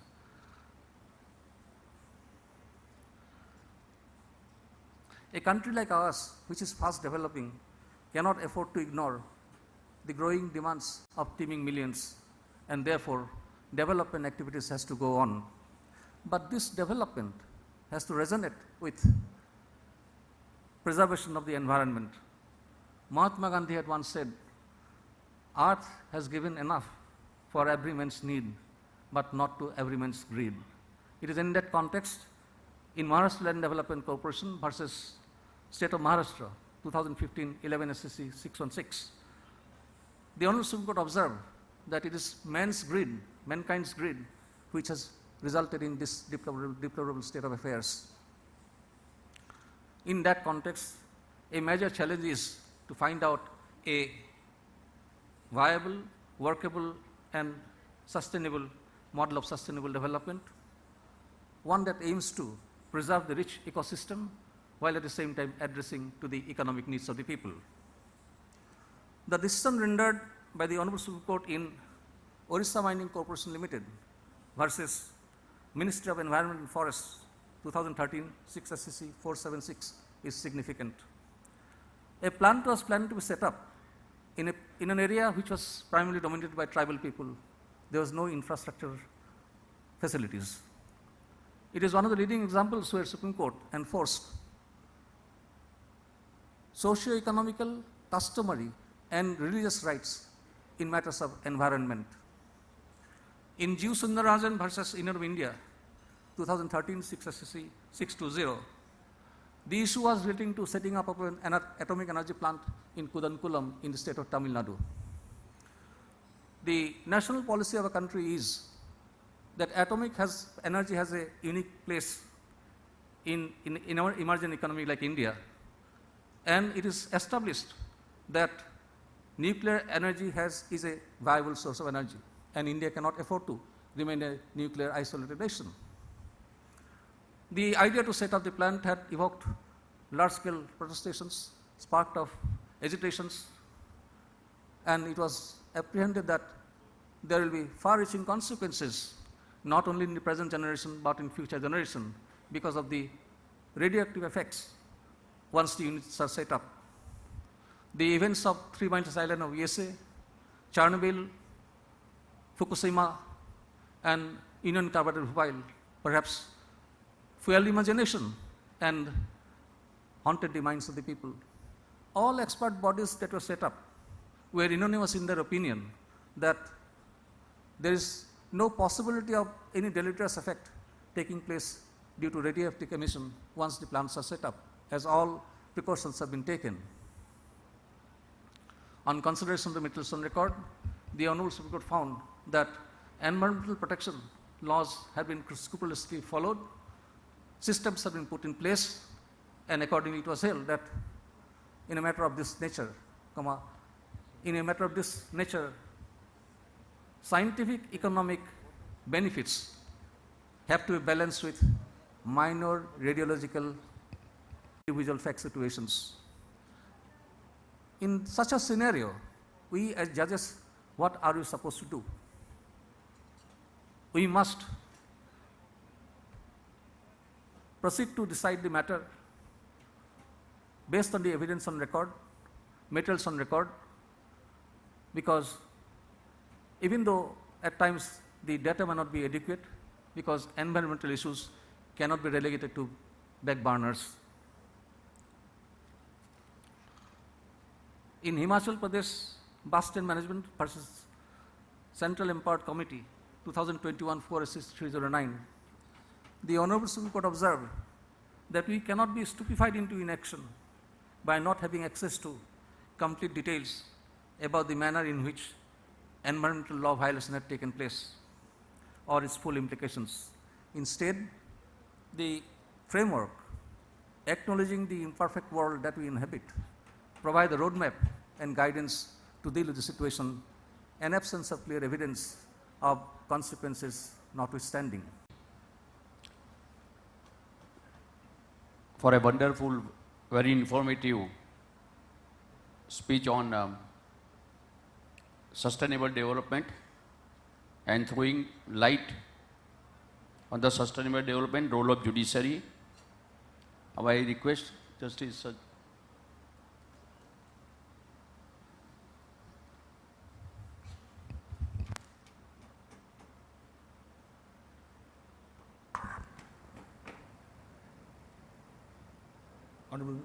Honorable Mr. Justice M.R. Shah, Mr. Arup Goswami, Mr. Jaidev Payang, Honorable Mr. Justice Bopna, Honorable Mr. Justice Vikram Nath, Chief Justices of various high courts, my colleagues from other high courts, Justice Indra Banerjee, my Chief Justice in Madras, Mrs. Nath. I'm making a special mention of Mrs. Nath because during tea break, I got to know that Mrs. Nath is an academic who deals in environment, and I think next time around, Justice Shah, when we have a conference on environment, we must call academics, and some of our better halves are having better expertise in this. But having said that, let me change the gear because I think between Mr. Jaidev and Justice Goswami, the T20 match is already over. So I have to just run across and do the, let's say, the ceremonial finish up. Besides that, I don't want Justice Shah from the dressing room to signal and say it's time for you to sit down. So let me just change the gear, as I said. You know, when I was coming to this venue yesterday, it was a long journey. All of us have undertaken that, most of us have undertaken that by road. And one of the dominant sights that I saw was the color green. And that made me pause, and I was thinking, doesn't color play a very important part in our life? Because when we talk about colors, we talk about human behavior, actors, you know, your characteristics, etc. So the expression goes, you're red with anger, you're blue in the face, and if you're a judge, these are facts which are in black and white. Sometimes we have a little bit of gray as well. People who come from my generation would have heard the Michael Jackson song, Black and White. Of course, he was trying to make a very point over there, which was, you know, this racial differentiation between people, racism, is problematic. But today, people are saying it doesn't matter whether you're black and white. What matters is, are you green? So, this conference today, which is being held at Kaziranga, emphasizes that we are in what is unarguably in the world the most sensitive zone ecologically. And what amazed me today when I went in the morning for the safari was that it has some 2,601 single-horned rhinos, which perhaps is the world's largest population of rhinos over here, apart from the fact that it has about 550 species, birds, rich in flora and fauna. The point is, are we going in the right direction?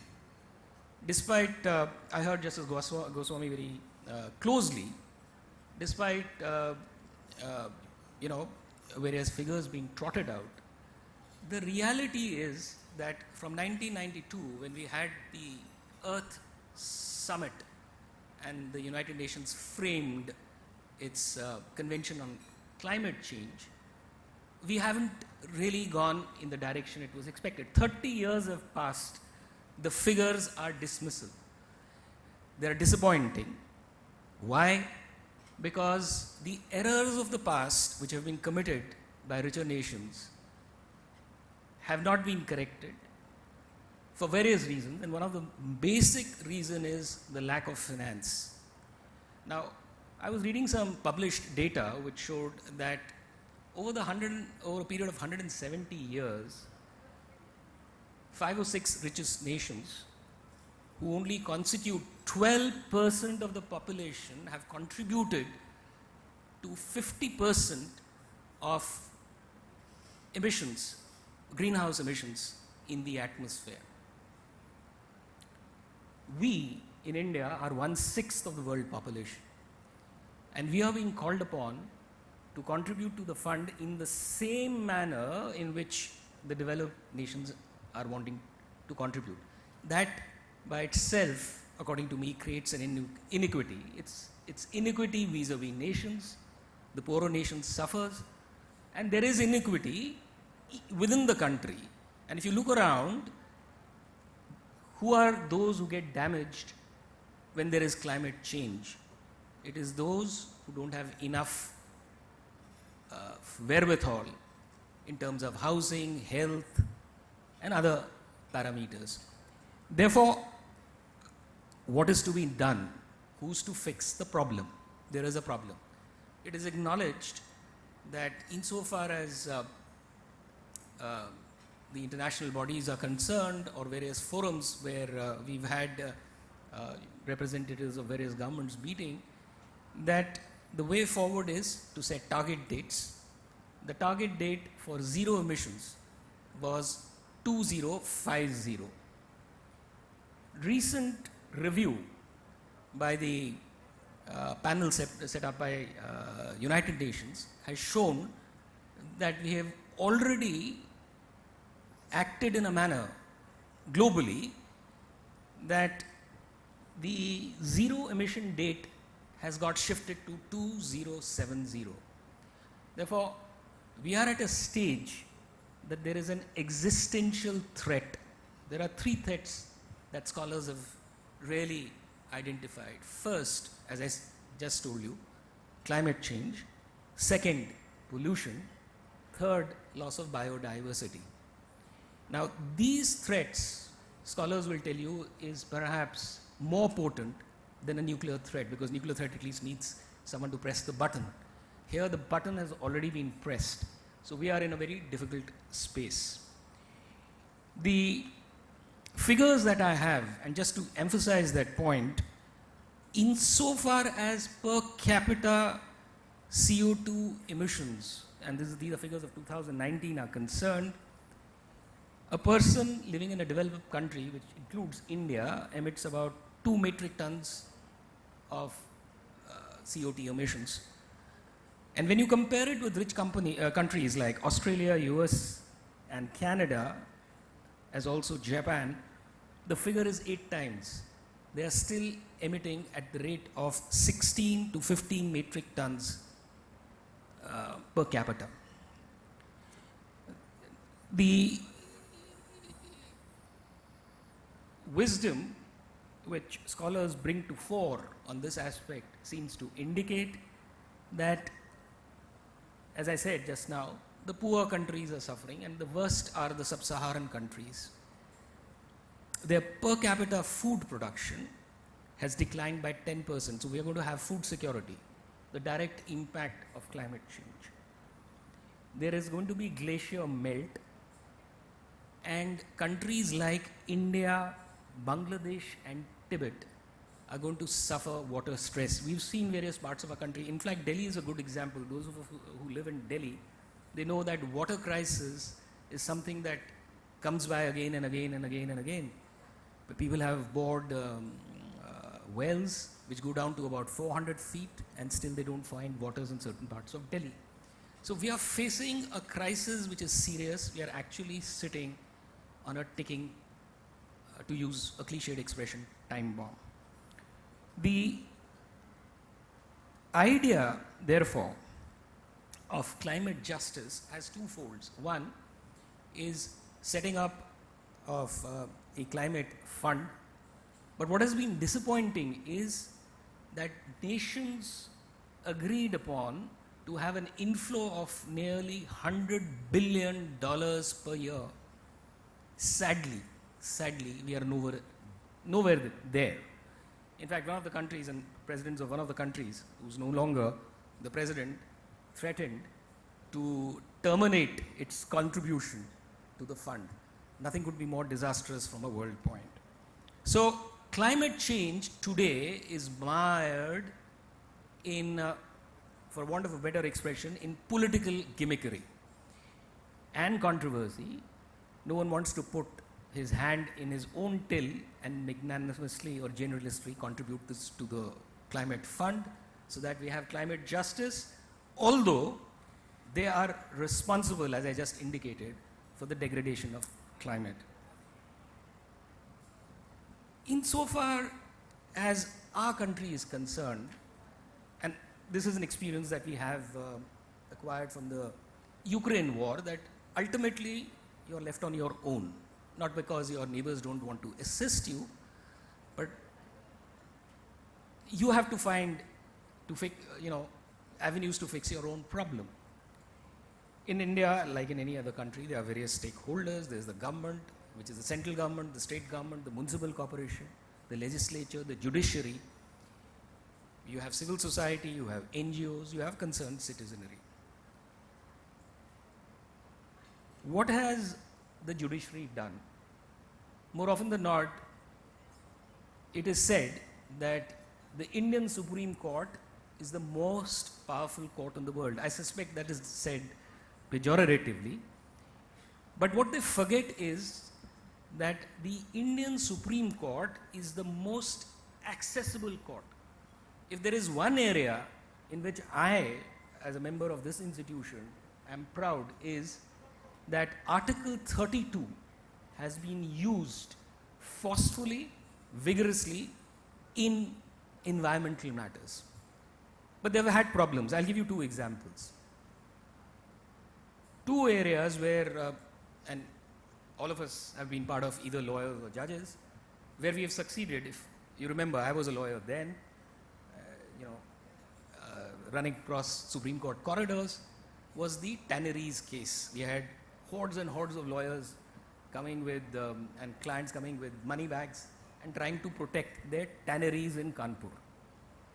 The Supreme Court said nothing doing, and it actually removed a lot many tanneries, in fact enforced a regime whereby effluent treatment plants were put. The other, which is closer home in Delhi, is cleaning up the air in Delhi. When we had a crisis and it was almost like a gas chamber, a writ petition, a PIL, was filed in Delhi with regard to ban on vehicles running on diesel. The Supreme Court, once again, as they say, stepped up to the plate and clearly put down its foot. Slews of orders were issued. In fact, often we are told, don't cross the so-called Lakshman Rekha, but the Supreme Court did what was right by generations that were to follow. It issued slew of directions between 91 and 98, and I remember Justice Kripal was holding that bench when it almost stepped into the shoes of the administrator and enforced that vehicles which are run by state authorities or by commercial transporters would use compressed natural gas. The result was that there was a certain amount of, let's say, improvement in the quality of the environment. But does it always happen in that fashion?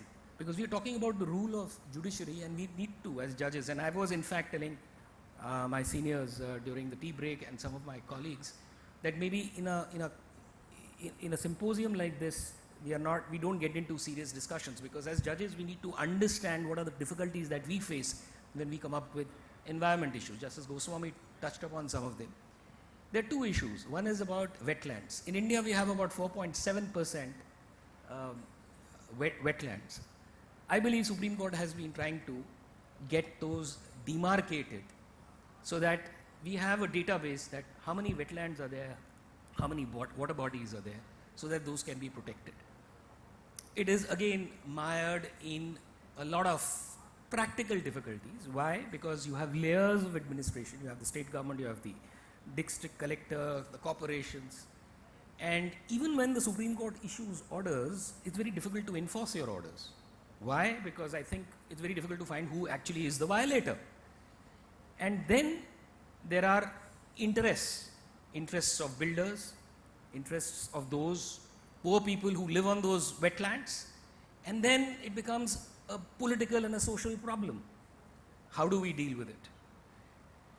We have, in this context, we've seen pictures on television where flames have caught fire. If it was not known to us why in Karnataka and Bangalore, where Justice Arvind comes from, that this was happening because of pollution, you would have thought this is some, divine intervention where flames, lakes are catching fire. It's a sad situation. The other is, and which is literally a burning problem, which is stubble burning. We are living in Delhi, and we are not able to find a solution to that. Why? Because there are 3 states involved. There is Punjab, there is Haryana, and then there is Uttar Pradesh. It is, and whenever it is going to, I'm sure it's going to come to the court, it is a difficult problem to handle.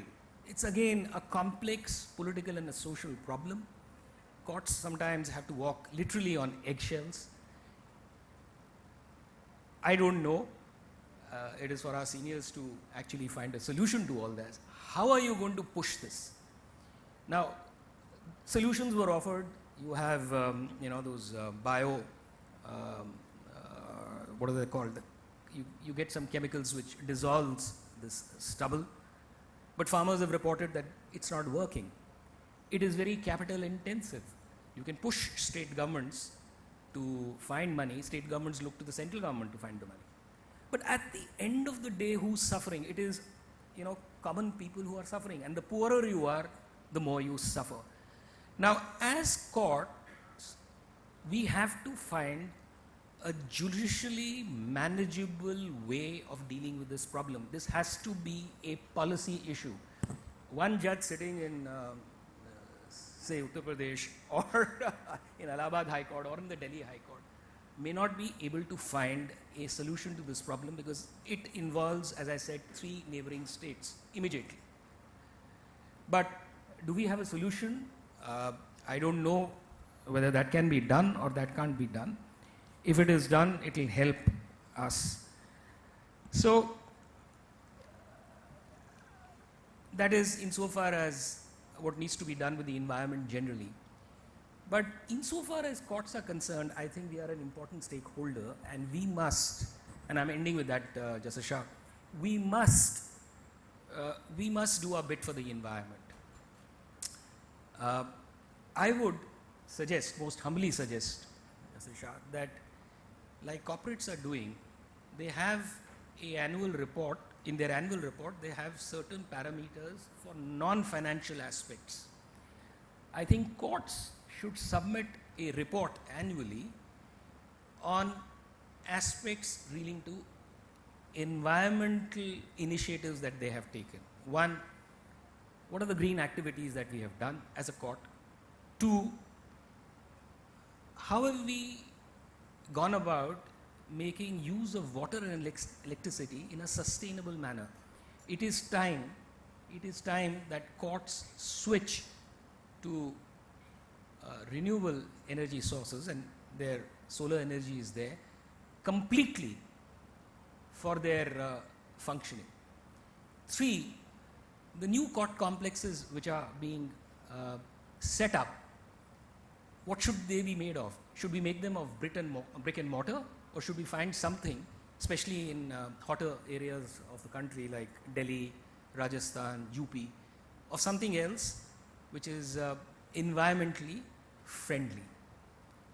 And 4th, which I know is a little bit of a touchy issue with some because of, is to switch completely to paperless courts. But I must put a caveat there. When we say paperless courts, there is enough and more study to show that your online activity is also generating a carbon footprint. It generates, as it's been found, nearly 4% of the global carbon footprint. Now, this has been brought up. Google, Facebook, others, Apple have decided to use, again, renewable energy sources to run their giant data centers, because if you go in there, they are energy guzzlers. And if you do not find a solution, they themselves will add to the crisis in the environment, apart from the e-waste that is generated. So, as far as the courts are concerned, we could make this beginning and have some kind of an annual report, and there's no harm in being competitive, that the Madras High Court has done better in this sense. So, ladies and gentlemen, according to me, as Christine Pelosi said, and she's a political strategist, I completely agree with her, that the time to think green or to aspire for green is over. It's time to act green. Thank you very much, ladies and gentlemen.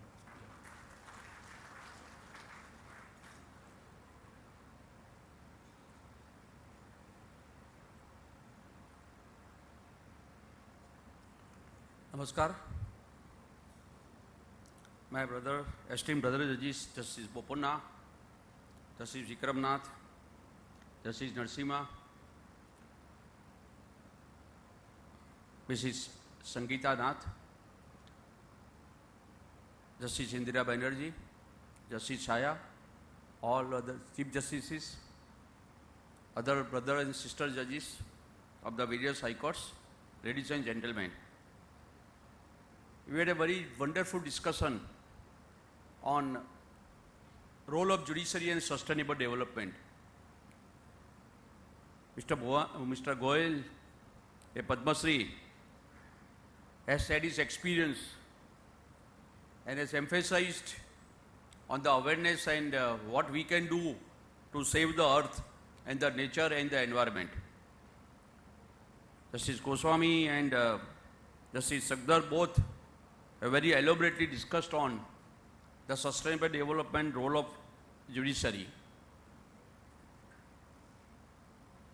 So far as the role of judiciary is concerned, according to me, there is a heavy burden on the shoulders of the judiciary, because people look at you, people have faith in the judiciary, and therefore they come to the court to protect the environment, the nature. When there is no hope, they come to the high court, to the courts. Article 32 is there, Article 226 of the Constitution of India is there. Therefore, we have a very, heavy burden on the judiciary. People have trust in the judiciary and therefore they come to the court. Number of statutes are there by the union government as well as the respective state governments relating to environment. Number of components of natural environment, namely land, forest, water, wildlife, plants and birds are very much present in the Constitution.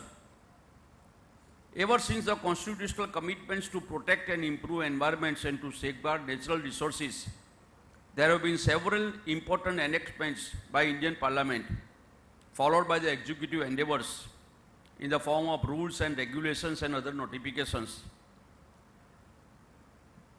The citizens of this country has made immense contributions in safeguarding the nature, natural resources and the environment. Whatever and wherever required, the judiciary has stood for conservation of environment and various components of the environment, namely conservation of water resources, forest resources, welfare of wildlife, plants and birds, illegal mining, environmental pollution, and the conservation of natural resources and so on. But what is important is implementation of the law and the awareness. For implementation of law to protect the environment, judiciary plays a very important role. My suggestion to all of you, and I had an experience also, that there should be a constant monitoring and supervision by the courts for implementation. please do not dispose of the matters whenever it comes to you. Ask for the reports 1 month, 2 months, 3 months, because whenever the reports are called for, then they will do something to show to the court also that we have done this. So constant monitoring by the courts is very important so far as the role of judiciary is concerned. Mere directions are inconsequential unless a rigid implementation mechanism is laid down. At the same time, the defaulters, which may include polluters, the area government officials, must be brought to the books by law and be punished as per the provisions of the relevant statutes. It is said that polluters pay, but at the same time, paying the penalty by the polluters or erring officials is not enough. It is our duty as a judiciary also, we have to see that the fund which is collected by your penalty is used for restoring the environment and the nature. So far as the sustainable development is concerned, number of discussion is there on sustainable development. What is sustainable development? Sustainable development, the word itself is sustain. Sustain both the protection of the environment, at the same time the right to development also. Article 21 says right to life, means right to have a fresh air, right to have a clean water, etc. At the same time, right to development is also a fundamental right, because right to job, right to employment, right to live, etc. are also part of Article 21. Therefore, to sustain both, the sustainable development concept was developed by the Honorable Supreme Court in 1987 itself. And thereafter the talks are going on, and the things are doing very well. Sustainable development means to protect the environment, as at the same time to have the development. They are both two sides of the same coin. So that is called the sustainable development. But at the same time, under the guise of sustainable development, there should not be any compromise so far as the environment is concerned, nature is concerned.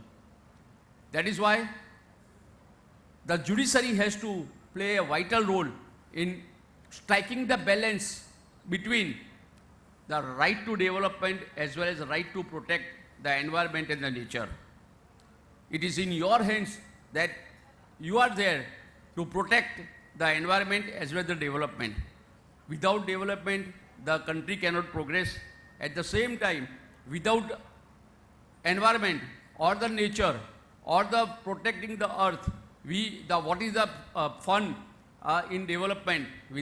When we are not there, everybody is saying, celebrating the Environment Day. According to me, one should have every day as an Environment Day. Why only one day we should celebrate the Environment Day? Why can't we celebrate every day as a Environment Day? Charity begins from home. Have a plantation every day. Wherever occasion comes, don't give the bouquet. At the same time, give the saplers, give the trees, a plantation, and see to it that only doing plantation is not enough, but the tree grows is also important for the purpose of environment. It is said, life is an echo. What you give, you will get back. If you protect the earth, if you protect the environment, if you protect the nature, then certainly the earth, nature will protect you and your life. One seed today is the gift for the next generation. Grow the tree and and learn the experience from a person like Mr. Goel. Every day we should try our best to see that all efforts are made to protect the environment and the nature.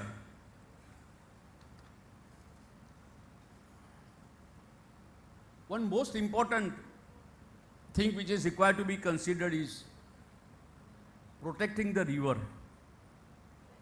Because of the industrialization, we have seen the rivers are polluted. Because of untreated effluent waters being thrown in the river, ultimately it affects the hygiene, it affects the health, it affects the nature, it affects the environment, everything. Therefore, it is the duty of the judiciary to protect, to see that the river is clean. If the water is clean, correct, then it can be used for the other purposes also. It will ultimately help the protecting the health of the citizen also. We had a very wonderful discussion on this. Everybody has said that we have played 2020. Mr. Justice Goswami has said, Justice Sagdar has said that now 2020 is over. But sir, now my recent experience is that last over, no ball can also have the sixer and we can succeed and we can win. I pray the God and that God may give us the strength to protect the environment.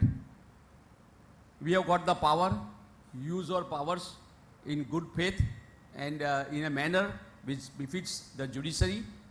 And we have to try our best to see that the faith which is reposed by the people and the commonwealth in the judiciary, correct, is maintained by all of us. Today's seminar will certainly help in protecting the environment, in thinking towards the protection of the environment. I am thankful and congratulate Justice Shaya, Chief Justice Shaya, and the government and the Chief Minister of the government of Assam to have a wonderful seminar on a very important topic. I don't take much time between you and the lunch, because all of you, including me, by patiently hearing a very important subject, have earned the today's lunch. Thank you very much. Jai Hind, Bharat Mata Ki Jai.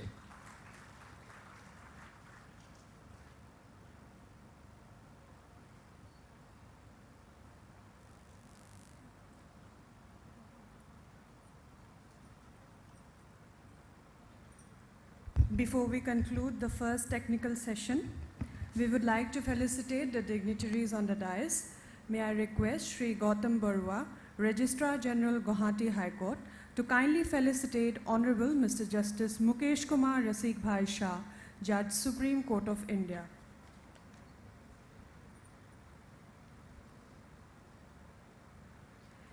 May I also request Sri Raktim Dwara, the District and Sessions Judge, Nagaon, to kindly felicitate Honorable Mr. Justice Arup Kumar Goswami, Chief Justice, Chhattisgarh High Court.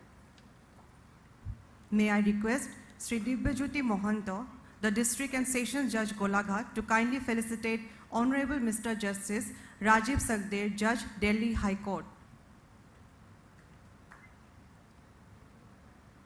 May I request Srimati Aparna Ajit Sarya, the District and Session Judge, Dibrugarh, to kindly felicitate Sri Jadav Paing, environmental activist.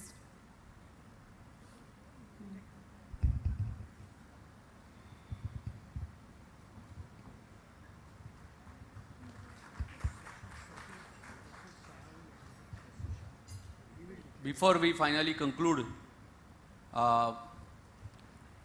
any question to any of us from the audience?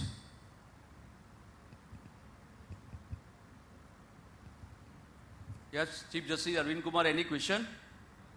What is your experience in so far as the PIL is concerned? You tell us, say something or ask something.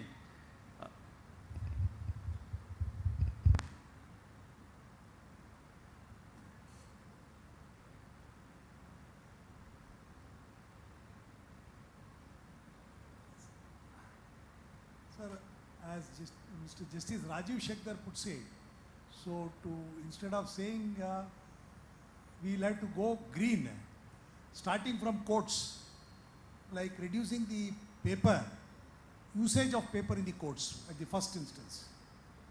And of course, we'll have to have a a very deep deliberation with regard to what Justice Rajiv said, just now said, with regard to carbon emission on the even usage of e-courts. This has to be looked into, and so far as High Court of Gujarat is concerned, I can say, candidly confess that we have been not only going green, we have also been implementing the green projects. And we have the first, as we started in Karnataka, we started what is known as medicinal and herbal garden in the court premises, which about 250 medicinal plants, for which we have now made the visit of the children to the court premises in the weekends, so that an awareness can be created with regard to the environmental upgradation. You are absolutely right, Justice Arvind Kumar, that if we go paperless court, then we will save the tree, we will save the time also, and we will have a green court. I will request Mrs. Nath to say something or ask some question.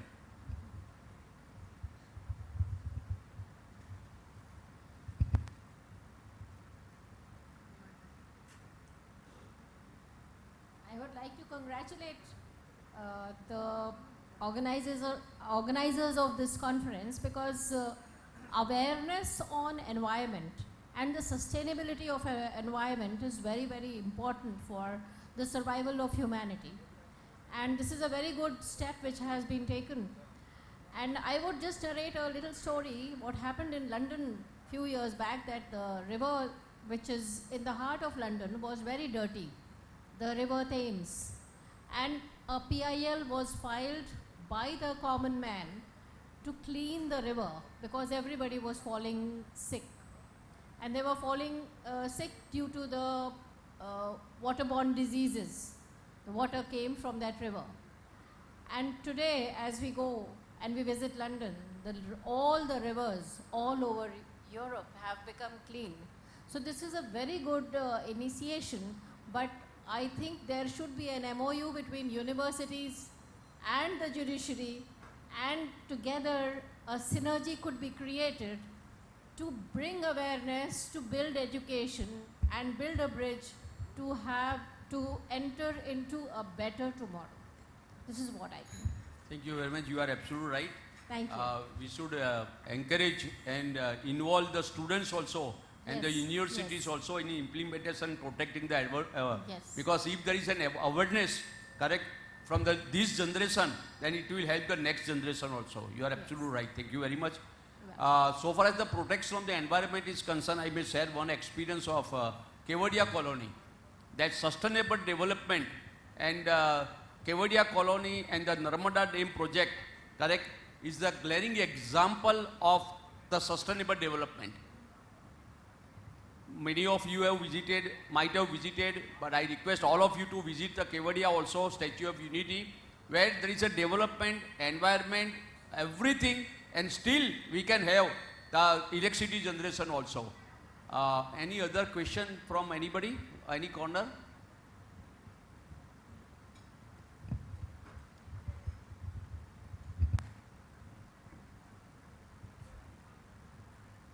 Hello sir, I'm Vijay Lakshmi. My question is actually a dilemma, and the dilemma is that since morning we are having this deliberation, and it seems like that sustainability and development are binary opposites. When you talk about environment, you are presumed to be talking anti-development, and when you're talking about development, the environmentalists think that you are being a capitalistic development. So in that process, I don't know what is the role of judiciary here, but in the policy-making institutions, we need alternative scientists and very multidisciplinary people to get involved and to merge the two issues of sustainability and development. Right now, they are binary opposites, and it's not leading anywhere. So I would like to have your take on this. It's not a opposite at all. I have said that it is the same, you see, two sides of the same coin. So far as the role of judiciary is concerned, the role of judiciary is to see that the balance is struck between the development as well as at the same time protecting the environment. There, the role of the judiciary is there. Judiciary can by issuing the writ of mandamus or other prohibitory orders also at the same time, correct, molding the relief also, correct, can protect the environment as well as at the same time to have the development also. As I said, there cannot be development without protecting the environment. There cannot be protection of the environment only, correct, at the cost of the development. So there the judiciary plays a vital and important role in striking the balance between the two.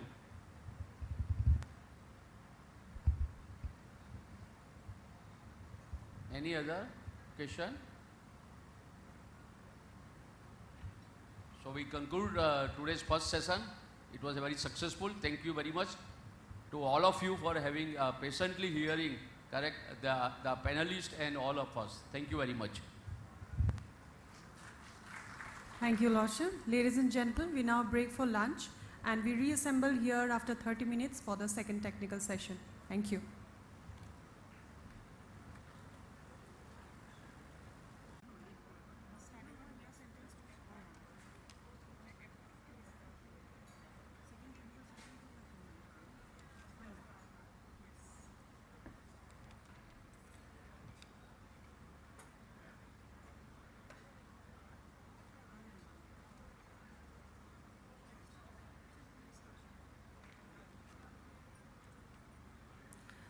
Ladies and gentlemen, we meet once again to start with the second technical session.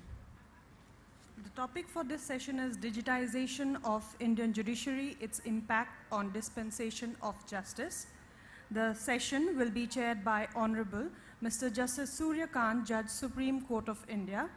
The co-members for this session are Honorable Mr. Justice Rajesh Bindal, Chief Justice, Allahabad High Court, and Honorable Mr. Justice Subhashish Talapatra, Judge, High Court of Orissa.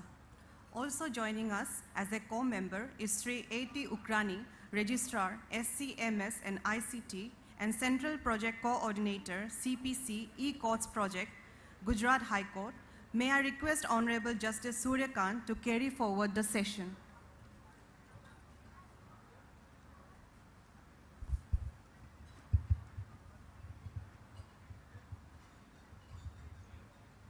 My brother judges from the Supreme Court, Honorable the Chief Justice is representing various high courts, and my brother and sister judges who are representing 23 high courts as told to us in the inaugural session. The other dignitaries, subject experts, dear judicial officers, officers from the Registry of the Gauhati High Court, ladies and gentlemen. The first announcement in this session is that we have decided not to speak formally and not to address you with kind of speeches, reason being the very peculiar nature of this technical session. We have to discuss the digitization of Indian judiciary, and as the subject and the theme says, its impact in dispensation of justice.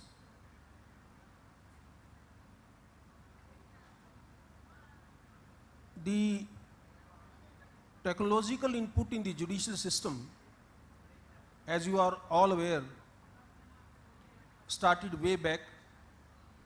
Actually, it's a beginning which started in late 90s, and different kind of reforms have been brought from time to time.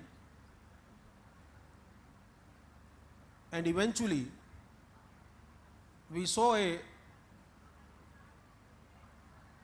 complete kind of transformation when we faced the pandemic 19 challenges and introduced e-courts, virtual courts.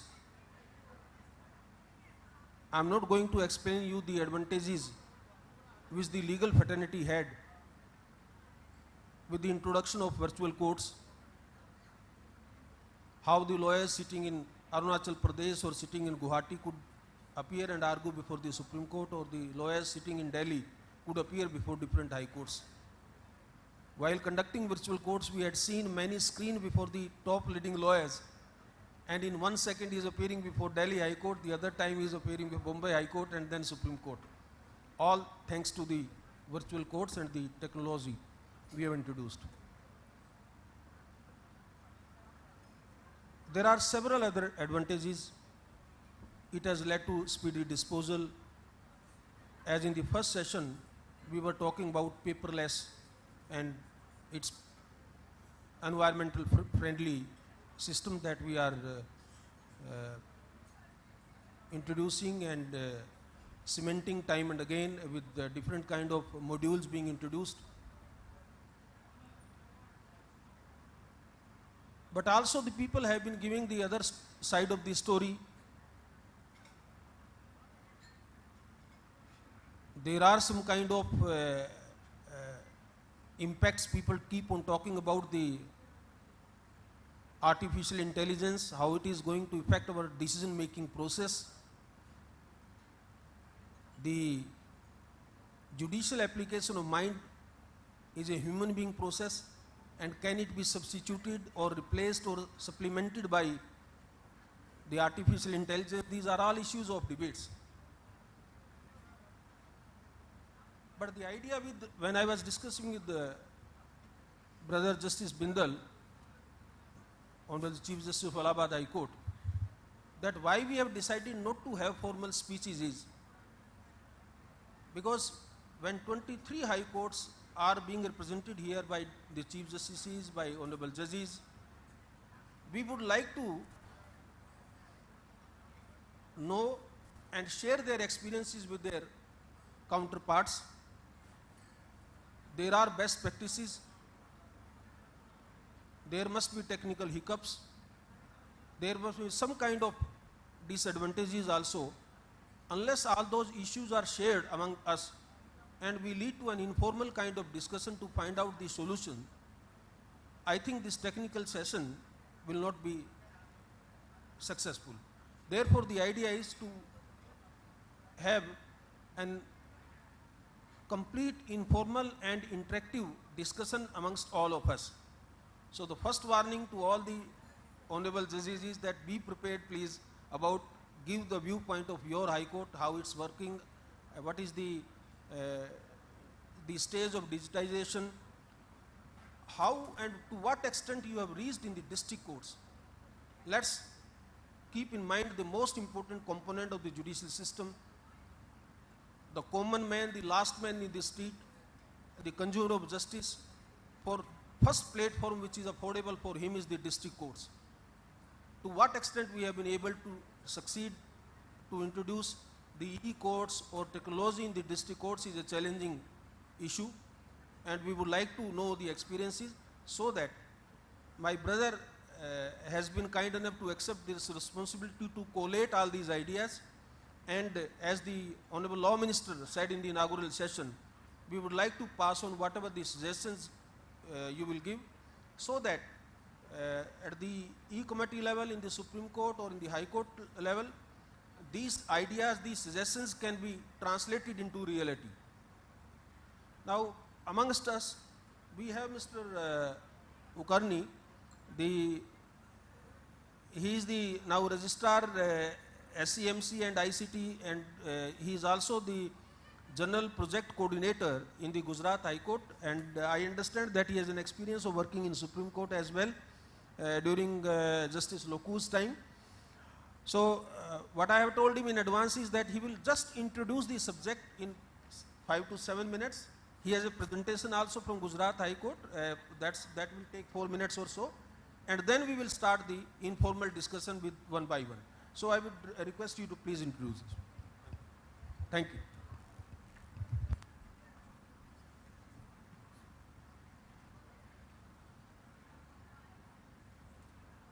Sorry, you monitor slide change.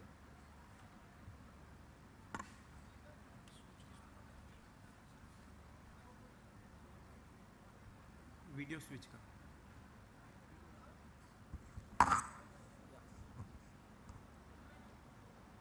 Thanks, my lord. As lordship has already put the preface of the conference and the subject of the conference. By computerization or digitization, if we are not able to analyze the information of our pendency and areas, I feel that the computerization project may just remain a causeless project. So I'm just putting forth one scenario where a Honorable Chief Justice Saab or Honorable Administrative Judge of a district wants to ask some questions, very pertinent questions. For example, our Honorable CJ Saab, when has to visit a district, a lot of information we need to generate. So the questions can be kind of that if I'll be meeting 50 judicial officers, what is their performance of last 1 year, 2 years, 3 years, 4 years? That is one probable question we may get. And then we may also get a question about pendency of the stage, not in total, the way NJDG shows. Pendency of each judicial officer with since when a case is lying at that same stage and for what time. The stage of the case has not changed. This can be a question. A question can be that High Court has stayed a large number of matters of subordinate judiciary, and now Honorable the Chief Justice wants the cases of High Courts correlated with district judiciary and the age of district judiciary case and current status of district judiciary case to be mapped with High Court, then roster-wise or bench-wise information of High Court to be generated. This is a scenario I am placing. Similarly, some cases which can be kind of unattended cases in district judiciary, large number of cases could be in CIS, but not before a court or a judge. That happens. CIS has it across the country. So that is called unattended cases. Then how to generate such a situation? For example, after one Lok Adalat, our Honorable the Chief Justice Saab wanted to know that whether there is actual impact of a Lok Adalat on arrears. Total number is, by evening we come to know, the arrears. So age of the disposed cases, analysis-wise, district-wise, that can be one question, one scenario which High Court may want to know. POCSO cases, one Supreme Court direction had come that as per the age of the victim, the High Court should prioritize the cases pending in the High Court. In this case, vertical integration of two databases will be required, that whatever age of the victim the district court people are updating, that age should automatically reflect in the High Court, and then High Court case should be prioritized accordingly. That is also one situation. Gujarat State Legal Services Authority recently wanted an information that if there are lakhs of cases of Negotiable Instruments Act pending, then please give us a report bank-wise pendency. How many cases HDFC has, how many cases ICICI has, or any other bank. Now the biggest challenge before the system is that our staff does not write the names of the parties uniformly. So we found that HDFC was written in 12 types, a dozen types. ICICI was written even 15 times. So accumulate all those and generate an information. Similarly, oldest cases report with proceeding. If Honorable CJ has a meeting with one district, after 3 months another meeting is there, then in between 3 months, what has happened in those cases with details of proceeding in a single paper report. So that can also be a scenario. And one scenario can be that ranking of court establishments in terms of area clearance, whether some districts are paying proper attention to 10-year-old cases or 20-year-old cases similarly. So this information, which we just saw as example, can be summarized like this. These are the scenarios. If we are able to give an affirmative answer to these questions, then we can say that it is not a causeless project, but a computerization project. So this situation would actually certify the reach of our information analysis. For this, one request I had made to the Honorable Chair, that a small video is there. A war room has been established in the High Court of Gujarat, and that war room works on reports like these only. This is the work of war room. So may I, my Lord, present a small 3-minute video which will show how it works.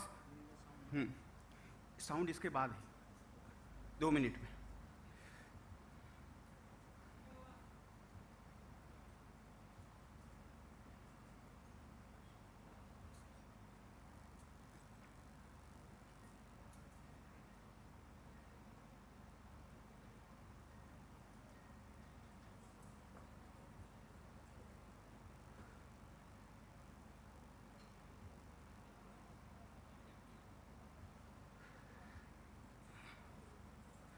This is a video prepared of the war room. War room is a special room behind the Honorable Chief Justice Sahab's court, where Honorable the CJ visits very often. There is a CCTV screen like this. The whole state of CCTV project is connected with this network, and whenever any Honorable Judge, Honorable Chief Justice Sahab visits, the current footage and footage of last 30 days can be viewed.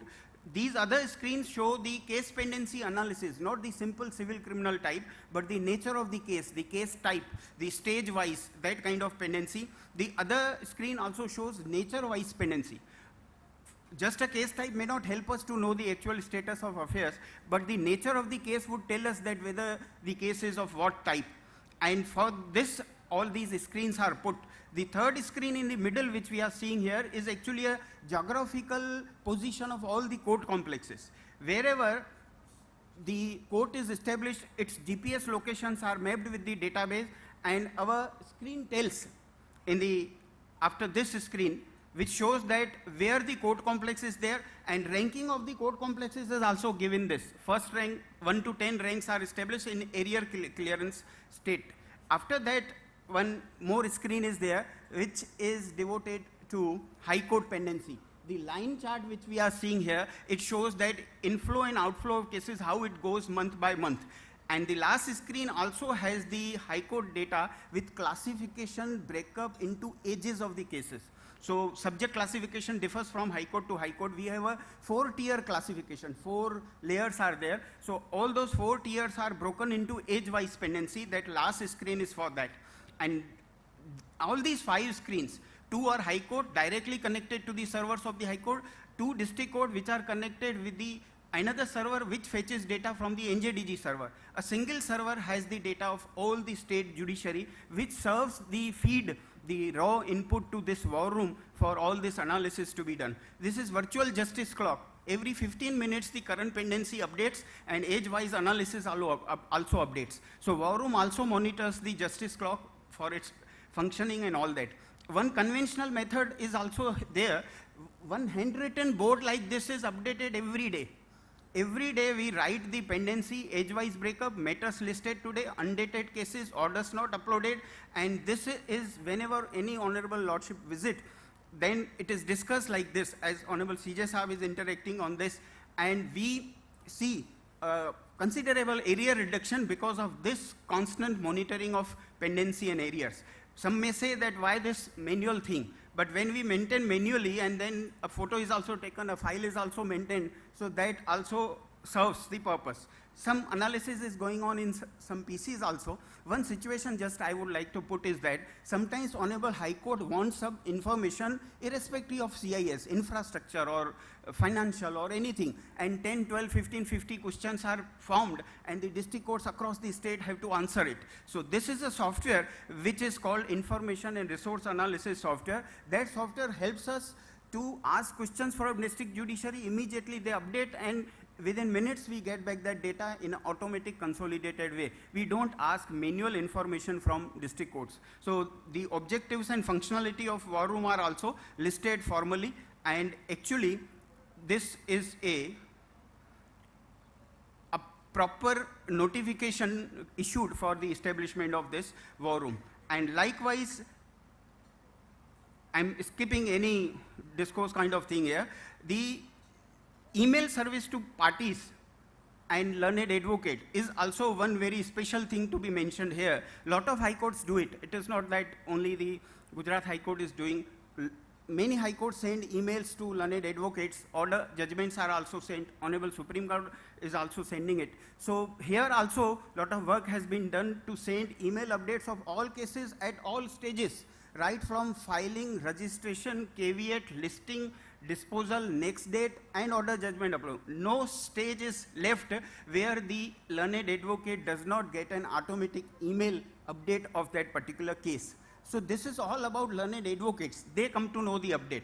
One major shift is this: when a litigant wants to know what has happened, if litigant would be informed. So during COVID period, as Lordship also mentioned, Honorable Mr. Justice Vikram Nath was there. So one unique concept, email my case status, was developed, where it was bypassed that only learned advocates would be sent the emails. any person, anyone and everyone would be able to get an email update, irrespective of asking any question that who are you. They have to subscribe one mobile number, one email address, and automatic email updates will start till the disposal of the particular case. This would be automatic, and thousands of people have subscribed. During the tenure of Honorable Mr. Justice Chhaya Sahab, it was extended to government departments also. And recently, Honorable Chief Justice Justice Arvind Kumar Sahab have extended it to police stations and DLSS. Now, DLSS also have started the facility of getting automatic email wherever legal aid has been extended. Similarly, police stations.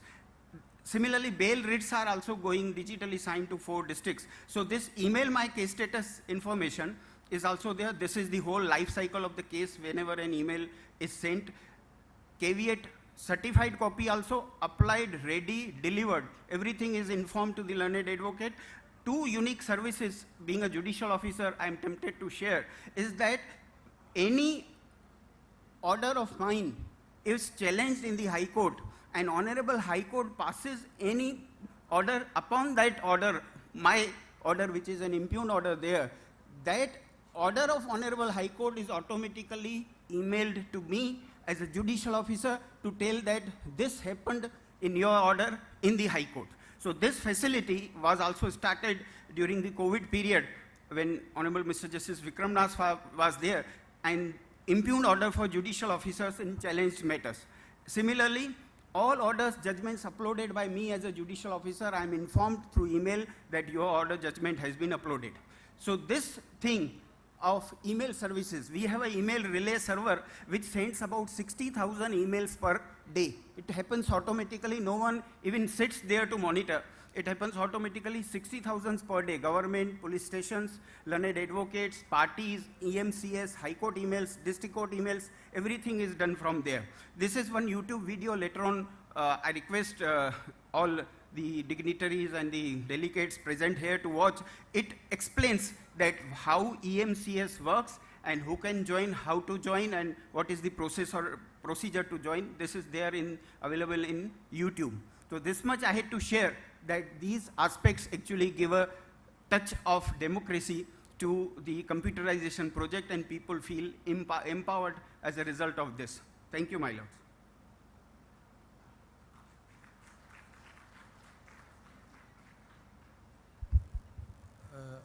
I think what Mr. Ukani has shared with us about the advancement of technology in Gujarat High Court, various other High Courts have also introduced this kind of systems, and I do recollect, and so is my brother. In Punjab and Haryana High Court also, we have done a lot of work in this direction. And some of the advantages of the digitization or the advancement of technology in the judicial system, I would request all of you that you must share your best practices with us. One small example I am giving. A couple of years back, many of the senior judges, when I was in High Court, we were told, and in fact when we went on our, as administrative judges, when we went on the annual inspection and when we visited certain jails, we came across in Punjab and Haryana, both the states, that because there were some exclusive jails for the women convicts and under trials. Main issue is of under trials prisoners, as you call them, UTP. Now,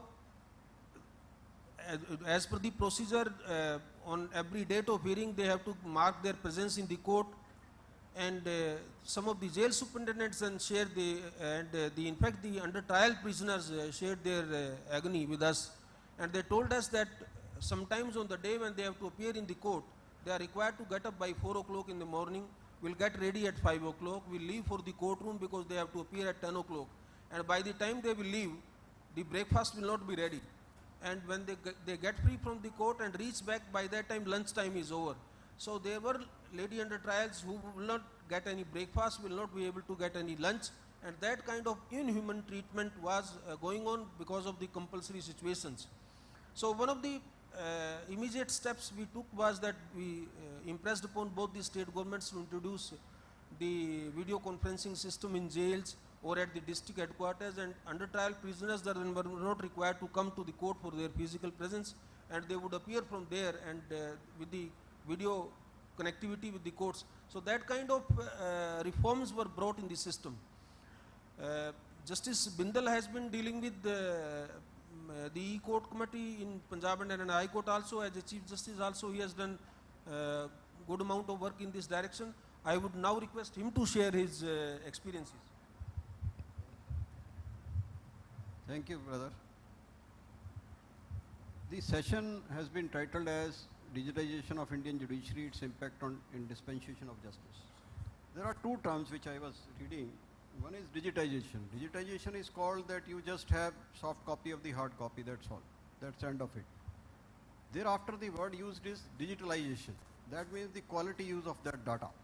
In fact, we have to move forward in that direction. Otherwise, it's all dump. We are only scanning the files, using them maybe for reference, and in some of the high courts, only the decided cases are being digitized.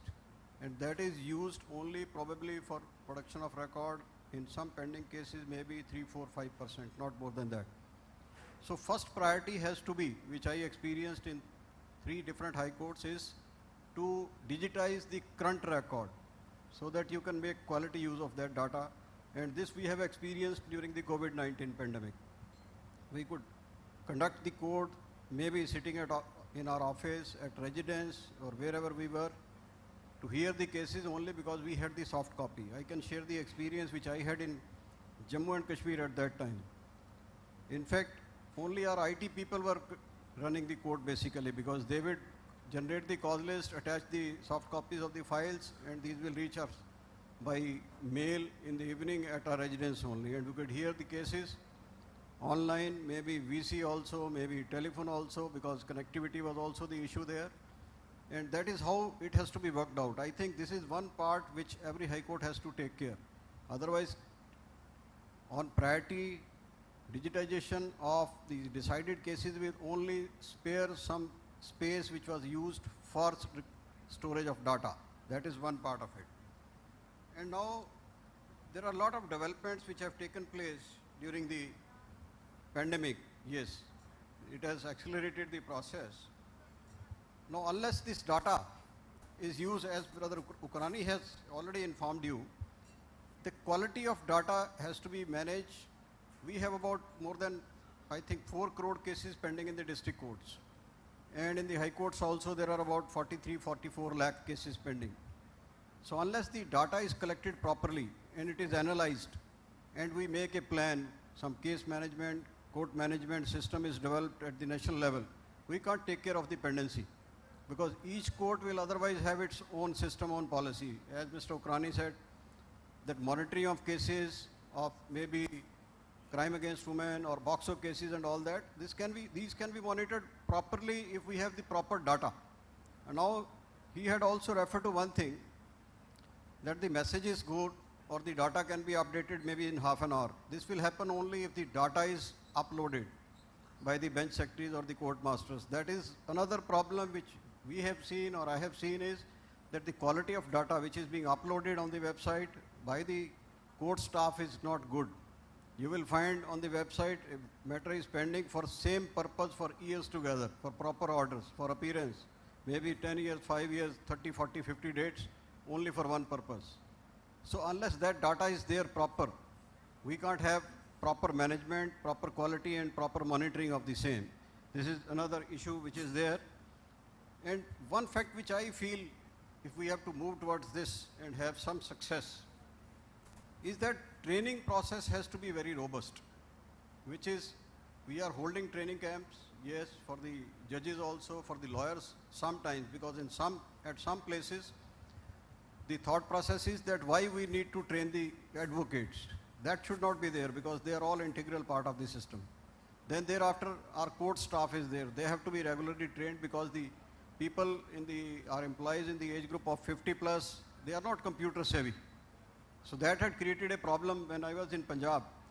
We had to motivate these employees who were 50 plus to use computers, because otherwise they were saying they will have to make one entry in the computer, one entry in the this register only, manual register. so their work will increase. So they were motivated for that, and gradually in 6-8 months, 1 year, they were saying that they are very happy because multiple work which was there, multiple entries in different registers, because we have same entry in many registers, starting from the date of filing or title of the case or other particulars. So that was taken care of with the computerization. So that is very important. With the court staff, there are other persons also who are connected. One is that the litigants also have to be made aware of it. We have e-seva kendras, but hardly the litigants know how to use them, how to make use of them. The lawyers normally don't guide the litigants properly. Issue of sending of emails and messages has been referred to. Yes, it is there, very good service. But the problem is that the lawyers are not ready to furnish the email ID or the mobile number of a litigant because they don't want him to be updated of the status of a case. So that also has to be worked out if we want to succeed in the project. And another area where the training is required is the staff working with the lawyers, because they are the persons who are filing the cases. It's not the lawyers. The young lawyers, yes, as young lawyers we used to complete the case file and file it ourselves. But gradually the senior counsels or the otherwise seniors in the profession, they don't file the cases themselves. Their staff does it. So their training is also more important so that they help streamline the system. And so is the typist and all that who are working in the court, because they will help you in proper filing, and then the system can be taken care of. And another issue where the training is required or information or education is required is regarding e-filing of cases. Gradually, what was done in Punjab also, we had requested the state government, in fact, to e-file all their cases which they were filing. By that mode only, some taxation matter to start with, then gradually it picked up to the bail applications, because these were very thin paper books, maybe 10, 20 pages only bail applications. So gradually it can pick up. But for that also, again, we have to guide them. And the jail staff is another area, because what we have experienced, we have seen in the NALSA also in the meetings, there are a lot of delay in filing of jail appeals by the convicts who can't engage the advocates. So they also have to be properly trained. Maybe you have the paralegal volunteers trained in the jails and all that, so that they can also have updated information about the case status in the courts and guide the convict there that his appeal is not delayed. Now, use of VC for the purpose of your remand is there, we are using it, and thereafter for recording of evidence also in many cases, because rules have already been framed by all the high courts now. But for that, we need to train the hospital staff also, because in lot of cases the doctors appear in evidence. In lot of cases the lab, the CFSL is there, or state laboratories are there. Their scientists or the persons appear in court in evidence. And the problem shared by one of the scientists in the lab was that we are short of staff.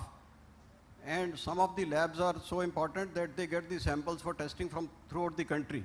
They say if our scientists go in one court, maybe it takes him 3-4 days from coming and going, and there the judge is on leave or the lawyer is not there, so his 3-4 days are wasted. So why can't have video conferencing in all the laboratories also? So that also is another area where we need to work if we want to streamline the working in different courts. There is another problem which was being faced, which has been faced, I think, we had been discussing it. A committee was also constituted for process re-engineering, because different high courts have their different processes, different type of data is maintained or the registers are maintained. So why can't we have something like uniform? Now recently one report has been submitted for district courts. So what has been suggested in that report is that all the possible columns which every state has for the district courts should be there in the system only, the main CIS. And whatever register the different states or the high courts want to generate can be generated from that only. So that is being worked out even for the high courts also. So that whatever record you want to maintain, you can maintain out of the system, data entered in the system only. Otherwise, maintenance of manual record and parallel the system, it is very difficult and time consuming. And then once the data properly is not available with us, we can't have proper planning, which is the most important part if we want to digitalize the entire system, seeing the number of cases filed and the management of it. But there are other issues also which I think we need to address is regarding the privacy of data or the security thereof. Now there are cases like crime against women or the matrimonial cases, there are already directions that the names of the parties have to be kept or the victim are to be kept. These are not to be uploaded. But there are criminal matters also. I can share that one of the emails received by me at Chandigarh was that some person said, why you have uploaded my information on the website? I was convicted in a case by the trial court, but finally I was acquitted. Somebody may use that data only. So they say it maligns their reputation also. So this also I think has to be seen sometime, because right to be forgotten and all that, this is also an area which is required because we are uploading the entire information. The era is gone when the judgments were there in the books only, which had the access with the lawyers only or some of the litigants. Now this information is available on the website for everyone. Digital divide, yes, that literacy level, about 50-60% people live in rural area, and so the percentage of litigation is also there. So how to educate them about all this, that they can get the information or they are updated or they can use this, because they are ultimately the consumers of justice. Unless we reach to them, we will not be able to succeed in this entire process. I can share with you that we had started some e-awareness program while I was in Punjab in 2017. We had stalls set up in different melas type. Surajkund Craft Mela is there, and there was, I think, at Kurukshetra also, Gita Mahotsav was there, 2, 3, and there were many more thereafter to follow. We got a lot of inputs from the litigants that how we should improve the system of information on the website. Because what we were doing, we were thinking that this is good enough. So unless we have some input from the users of justice, the consumers of justice, we will not be able to improve our system. Otherwise, as experts, we think this is all good, perfect. So we need to have their feedback also how to improve, because ultimately we have to reach to them. Another problem which I saw is the problem of availability of IT trained staff. Some of the high courts have some post-sanctioned. In some of the high courts, there are no post-sanctioned for that. So that is another problem. And with NIC also, I think most of the high courts have problem only. The kind of support they give, the kind of staff they have. In one of the court, I saw one of the this IT NIC person was there in the court for 17, 18 years and doing nothing. So this is the problem being faced. So that also has to be taken care of. And if you say to NIC people that yes, this person is not doing anything, you change him, they will bring some person who is working in some district in administrative job of NIC. So he will not have any domain knowledge of the court system. So ultimately he will have to be trained for first 5-6 months, and thereafter he may do little bit. So there is no chance of improvement in the system. It's only status quo or maybe minus also. So that is another area where we face the problems.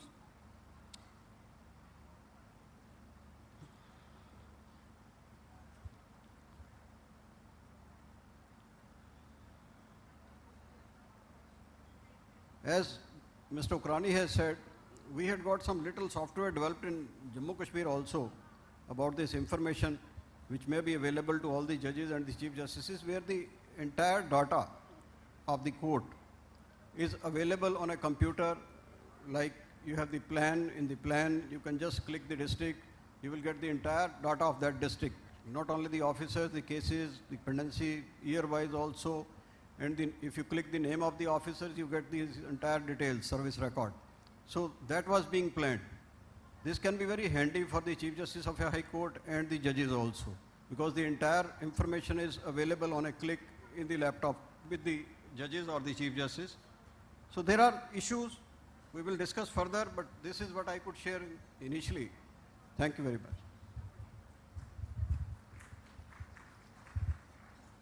I think a lot of the issues which are being faced by the different high courts and the problems which Justice Bindal has shared, I can perceive that that must be on pan-India basis, and all the high courts also, this kind of issues must be arising. But he is right, probably in pointing out that digitization is the first journey, is the first step, and then we have to lead our journey towards digitalization.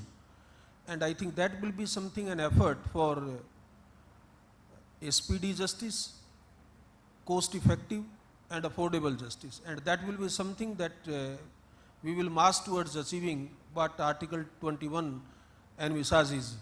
And that will be a great step on the part of the judicial system. We have with us Justice Talpatra from Odisha High Court. He has also done a commendable job, and I would request him now to share his experiences in Odisha High Court and the best practices, because Honorable Law Minister in his speech referred to his recent visit to Odisha High Court and the very good impression he gathered about the e-system or digitization or digitalization or the virtual forms or the other technological advancements introduced there. So I would request him to share his experiences with us.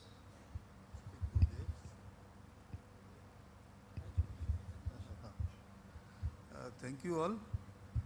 The Orissa High Court has been mentioned by the Honorable Law Minister, and that perhaps generated some interest in the process that is being followed in Orissa High Court.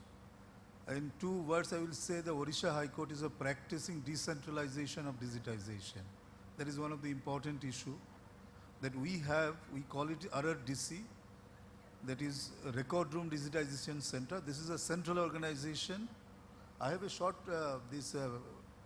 presentation, but for time I will not go for that. If time permits, I can show how it is done in Record Room Digitization Center. But recently we have started. This is a matter of the 6 months or less. Then in every district we are having such digitization center. Because first task of this digitization center of not to digitize the current records. It is the digitization center is a completely a different organization. They are only devoted to the digitization of the legacy records. Therefore, the 2 institutions have come up under the control of the Orissa High Court. They are completing in one way the RRDCs, the all legacy record for all these years. The Orissa High Court has the legacy records of 75 years. So they are completing this. And secondly, the district court, the digitization has been taken care of by the district court record rooms, digitization centers. And we have achieved a lot. And this digitization has nothing to do with the current record digitization. In Orissa High Court at present, like many other high courts, Delhi is a pioneer, then Punjab and Haryana High Court, Jammu Kashmir, and some in the Bombay High Court, Allahabad High Court. In Orissa High Court, out of there's 17 courts, including the division benches, 11 courts are paperless court.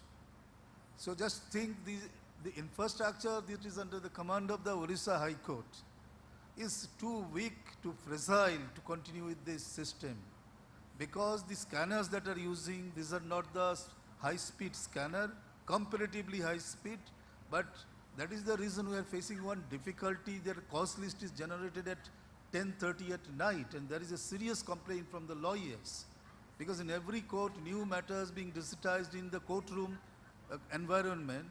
So we are just focusing on that part of that how it can be done. That is the first question, that we need to have a very robust process re-engineering.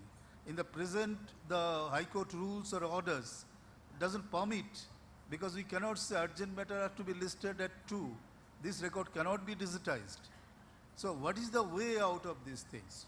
So much, Justice Bindal also pointing out that during the tenure of Justice Lokur, there was a committee, even this Law Commission of India was also approached. Mr. Utkarni does know it. They also later on did not do anything, that uniform process re-engineering scheme, so that every High Court on the basis of that model scheme can re-engineer their process. I would share, this is a very learned and erudite gathering, that this is not a matter of the 15 years. We have seen how the banking industry has digitized themselves. The huge ledgers and these various records Now everything that has obviated within 15 years' time. We started our mission mode project in 2005. We need to review that how far we have advanced. Now in every court in the district level, the registers, for one case, 7 registers are maintained. Those can be the electronic records and it will take 5 minutes per case. Just think of that. If you can do that, 15, 16 matters in the small subdivisional level courts are handled by a day, and for that 5 to 7 persons are looking after the record rooms. So the cost of this honorable judge was telling us the cost of the litigation will come down. But we need a robust re-engineering process. We are not that fast in re-engineering our process. I will just emphasize on the re-engineering part. We have to obviate all this old system. Now we are a hybrid system so far the records maintenance are concerned. We are keeping the old records, and we are also going on the digitization. That is, the work has been doubled in some courts, because for the both processes, 2 sets of people are working on that.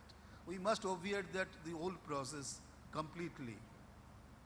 Then the other aspect in the Orissa High Court is that the Orissa High Court could motivate the lawyers, at least in the High Court level.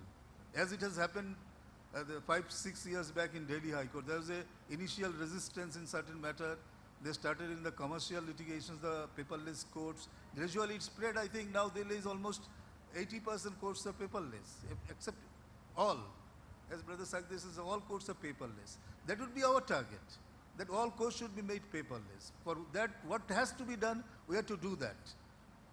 Some innovation from the judges may there, but if you take the completely an ecosystem approach, which is the core word in the draft, the policy that has been declared for the phase 3, I think as the pandemic has forced us by way of necessity to accept the technology, I think if ecosystem approach is taken, I think that system will be, within a very short time, will be totally changed to a new system.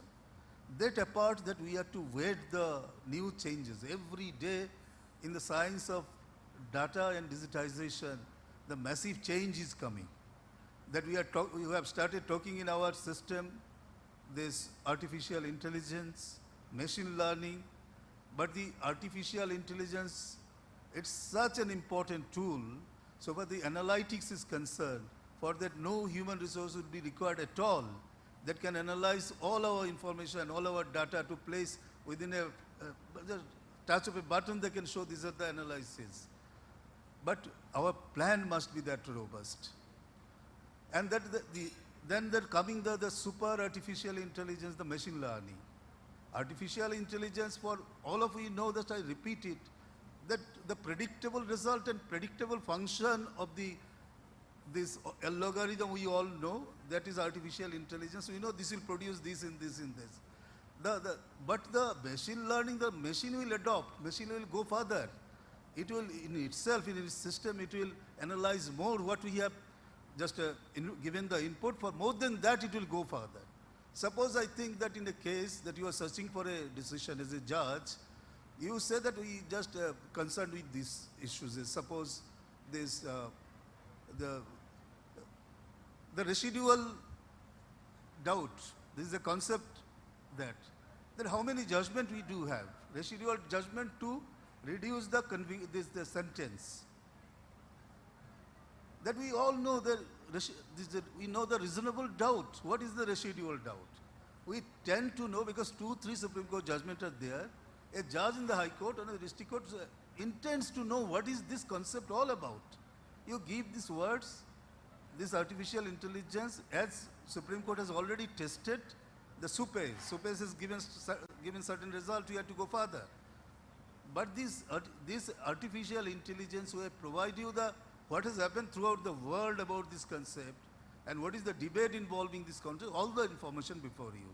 Then the question of that whether you will accept that information, the knowledge or not, this is still in our processes human. Few months back, National Judicial Academy was holding a conference that whether artificial intelligence reaches such level, they can write the judgment on the basis of information that is fed in the system. Then what is the role of the judges? So this system, what we see these robo judges, that is being used by, Google is using it for a long time, at least 5 years. For small dispute, their complaints are going to the robo judges determining the compensation. In China, in Mexico, in Austria, 3 countries I am naming, they are the small, which you call the Chalan cases as if. They are not judged by the human judges. All the artificial intelligence are processing that. Just think of that, if the small petty cases gone out of the record, then how many disposal will be there? And another aspect, that the issue of certain principles. If you look forward that artificial intelligence coming in a big way, machine learning is coming in a big way, a judge may question that whether my existence is at all required in the system. And this question perhaps, as we call in judgment, no more res integrata worldwide, particularly the Union Ethical Group, United Nations Ethical Group has come to a consensus that no, human judges cannot be excluded for so many reasons.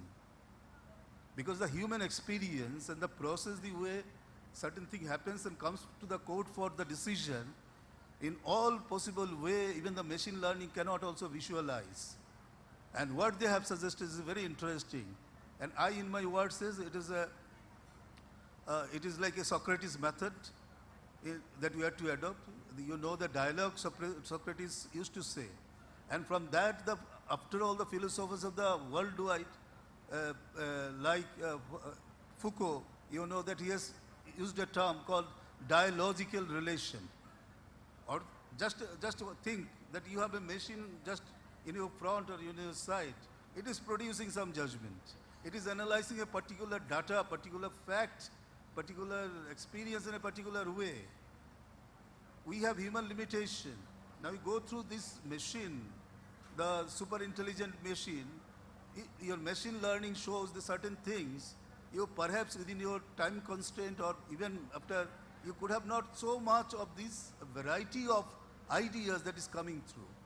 So you have to have a dialogical relation with the machine, not machine substitute us, because certain human issues are to be taken care of by us. So these are going on. But there are certain concerns that we must exercise. Concern relating to that Justice Bindal had tasked it, the judicial data going. As a recent case that was against Google, they started controlling the other people's data. How they analyze is more perfectly analyzed data they are controlling. Whether that role can be, because our data is your open data. Anybody can plug it and can reanalyze the data and can control those reanalyzed data in their comments.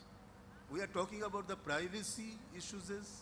We are talking about the collation of the ultimate result of the cases. So these are things we can, of course, think of. If some agencies become started the data controller of the judicial data, we need to have a very robust, I was talking to Justice Sagder, Supreme Court committee is on to how to protect this data in court level. These are the serious issues. Another issues are, of course, there. So where the machine learning is concerned, it is a danger. In Bangalore principles, you know, judge should decide independently. It is one of the important attribute of a judge, independently. How far the machine will keep you independent? Because algorithm 0101 is a pattern, and it is being put up by the certain very big corporations. You do not know when a particular software is coming to analyze, because we lack in that technical education. We cannot open and reread how the software application has been written. So they are on the basis of certain pattern. United Nations resolution says that the bias is being incorporated in those idea to look at the justice. That is an individual judge who can think so many things. They say in a particular way we would generate the result. So there is a serious issue of bias. That issues we are to address. So, but I feel for that we will not stop. We must go forward. And we should introduce an ecosystem. Somewhere we will be locating there is some deficit. We will immediately address that deficit. We go forward because this Indian judiciary doesn't have any other alternative but to digitize this for speedy and for its case management, for less costly justice to the people. But there is an apprehension always. The technology throughout the history and civilization has created divide. And this is bound to create the divide. Now this is a policy objective there, how to close that divide and do the substantive justice. We will continue to debate, but we have to go so far the technology is there. And we must keep a watch how the technology is going. If sir permits me, I can show a very funny video. This is a physicist of US. He was talking to a conference that about where we are going about this technology. It's a very small video. Yeah, sure.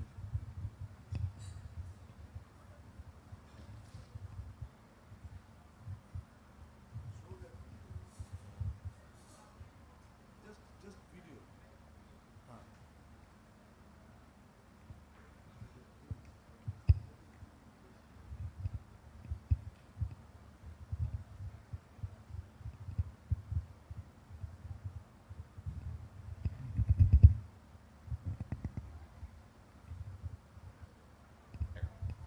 So let's.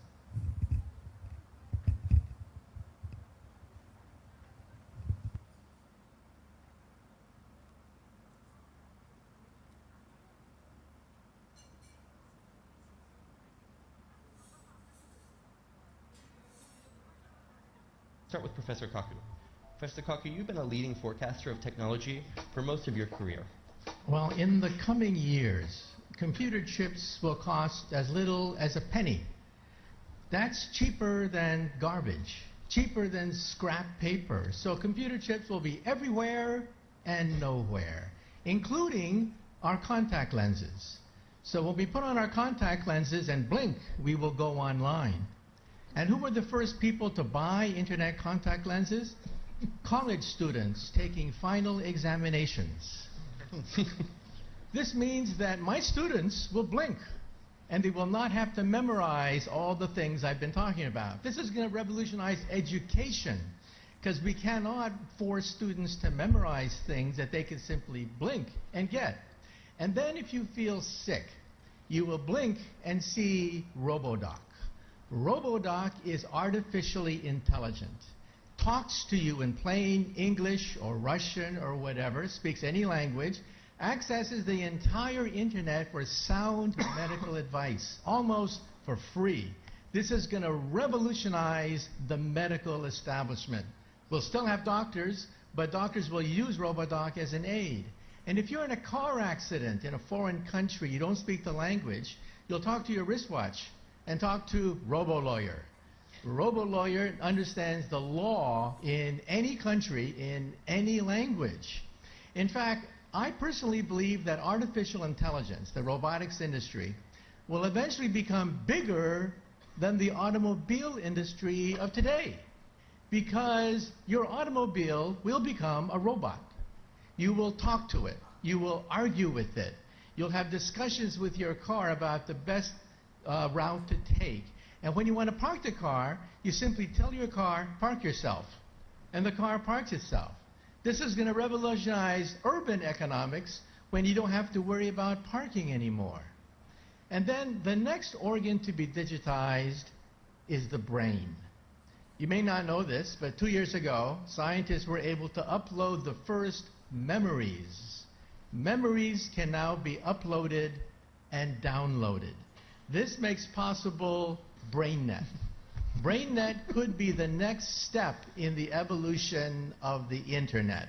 Instead of zeros and ones, instead of text, you'll put emotions, feelings, sensations, memories. Teenagers will go crazy. Teenagers put happy faces at the end of every sentence.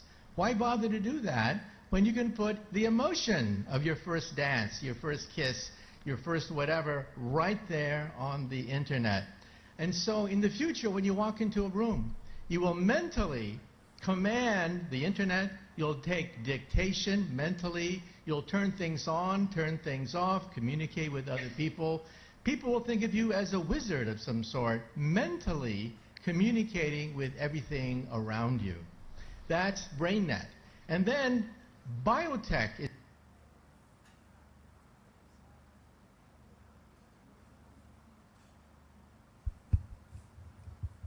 I think that gives another side of the picture, and the kind of advancement which we are fearing that we are marching towards, because this will have its own impact. And one example I was just when watching this clip was that there is a very strong perception or criticism in US that because of the software and this advancement of technology and the artificial intelligence which is being used in aid by the American courts, there is an inherent bias against the accused who are African American as compared to the white Americans. And the facts and figures of conviction, their release on parole, their release on bail, interim bails, that comparative data does indicate that there is this criticism is not without any basis. So these are also inbuilt dangers of the technology which is we are infusing in our system. But having said that, every new step or a new innovative idea has its own merits and demerits. I would request somebody from Bombay High Court, because that's one of the second largest High Court. What have they done? And I would also request that beside the High Court, if you could throw some light on the technological advancement in your district courts. Justice Thakur or Justice Kulkarni from Bombay, whosoever would like to share the ideas. Anyone? This?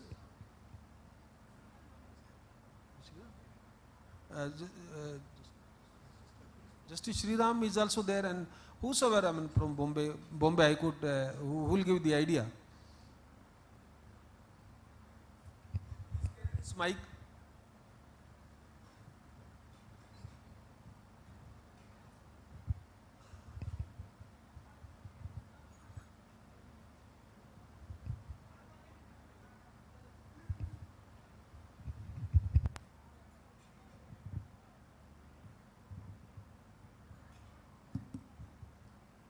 Sir, I would like to pass on the mic to Justice Shukre, who is one of the senior most judges in the Bombay High Court and who's heading the Nagpur bench, who's very much in the grip of things. I think he was here. Justice Shukre. Yes, he's there. Please, most welcome, brother. Just share your ideas.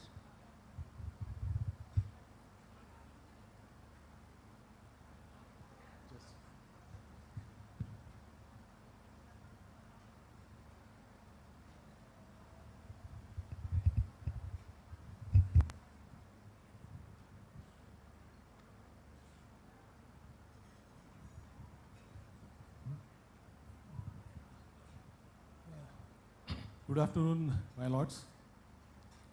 I am Justice Shukre from Bombay High Court, sitting at Nagpur. As a first step towards digitization, Bombay High Court has started the work of scanning of all the records. That was way back in the year 1996. And from that year onwards, the entire data of the district judiciary has been digitized. It has been by using the scanners, by big scanners, and today the district courts servers are also connected with the High Court server, and the result is with the on a click of button, the High Court is able to see at the end of the day the orders and the judgments delivered by the district court, and also access them. This entire data is also accessible by the litigants, the lawyers, the every day in the evening, by the end of the day, the clerks, the court clerks get on the job, and they enter the data in respect of the cases and what happened in those cases. So this updating goes on every day, and then in the High Court we have just email system.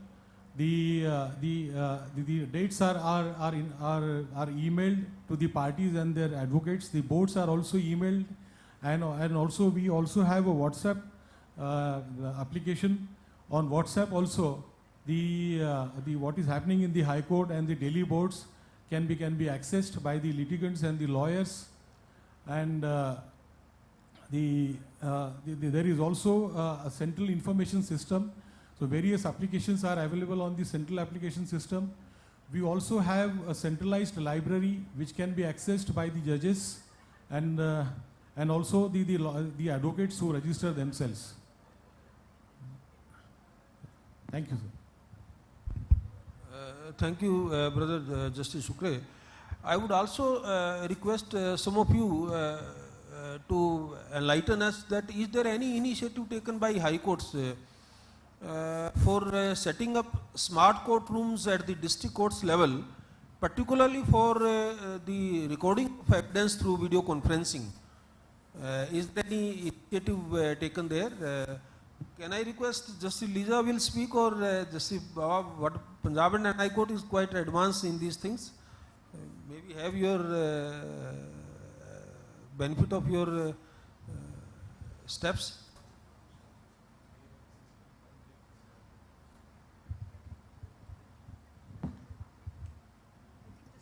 Valia was here, he had even prepared a note, but in any case, I think Chief Justice Bindal is very much aware. He has invested so much of time, energy into all this, and as far as the district courts are concerned, sir, video conferencing is being conducted there. Insofar as the doctors were concerned, this had started a long time ago. Firstly, it would save the time of the doctors also, and it leads to a speedier trial, because as had been said earlier, that the doctor would be wasting so much of time in any case. So that is being done, and now the rules are also in place for video conferencing. So those rules are also being followed. And another initiative which was taken recently was that a direction was given for the scanning of fresh filing in the district courts also, so that the process of the earlier scanning and fresh scanning, fresh filing being scanned now, that would freeze that period which would be taken for digitization of the earlier records. So from now on, the fresh filing would also be scanned. The difficulty which is being faced, and we feel in the High Court also at this stage, is that fresh filing, yes, the scanning of the documents is being done in the High Court also.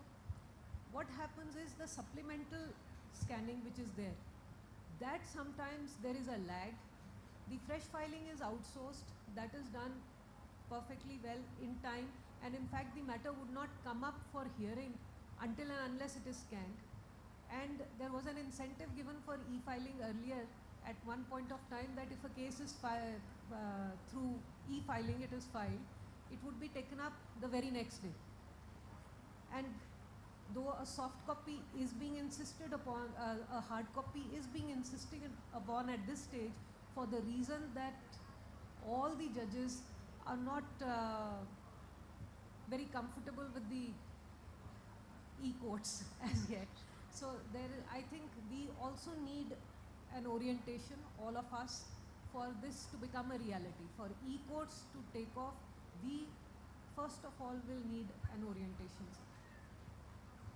Very right.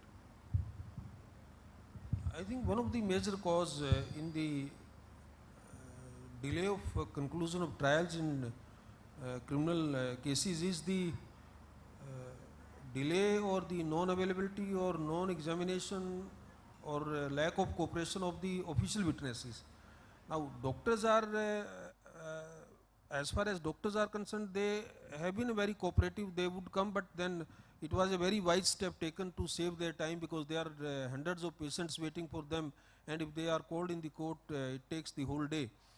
But likewise, the police officials, investigating officer, and some of the formal witnesses, I think they also need to be examined through video conferencing to expedite the trials. Can we have Justice Raja, would you enlighten us about the Madras High Court? Yes, Mr. Good afternoon to all of you. There are three interesting aspects from Madras High Court now we are going to say. One is a lawyer who is going to file his case has to mention his cell phone number in the Vakalatnama. Once he files his Vakalatnama either for the petitioner with a petition, or if he enters his appearance for the respondent with cell phone, he need not unnecessarily, yes, he has to give cell phone address and also email address. Once he files all these two things, he need not even subscribe to get the daily list. The moment 6:30 or 7 o'clock the daily list is ready, it will be uploaded. If he is there in 200 kilometers or 400 kilometers or 500 kilometers away from Chennai, from High Court, there are two High Courts we have, one at Madurai and another one at Chennai. So wherever he is, he will be able to see whether his case is going to be listed tomorrow, number one. Number two, we have High Court portals. In the High Court portals, if a lawyer, even a party in person also is entitled to register his name. A man from Pondicherry, a man from Tirunelveli, which is 700 kilometers from the Chennai, registers his name in the High Court portal, then the advantage is he can even file, he can make use of the e-filing to the Supreme Court also. So we have connected to the Supreme Court email facilities. A person in Tirunelveli, person from Madurai, Trichy will not only be able to get the advantage of getting the email filing from the High Court of Madras and also the Madurai High Court, but he is also entitled to get the benefit of e-filing in the Supreme Court also. Number two. Number three, today not only lawyers, even party in persons are also coming forward, they are registering in the Madras High Court portals. The advantage is they are able to file through e-filing, they are able to do it. And then whenever the order is pronounced in the open court, it will be uploaded. Immediately they are able to see, and they can also get it downloaded also. So therefore, not only the lawyers, today the litigants are also coming forward, they are registering their names in the e-filing, the Madras High Court Common High Court portal. So this is how we are all going forward. In fact, the COVID-19 pandemic situation has completely brought out a huge transformation. So therefore, we are just going in a way on the higher side. Thank you. Thank you. I would request that the kind of difficulties or challenges you are facing, please share those also, so that we can forward all those issues before the concerned quarters for their consideration. Can I request someone from Karnataka High Court?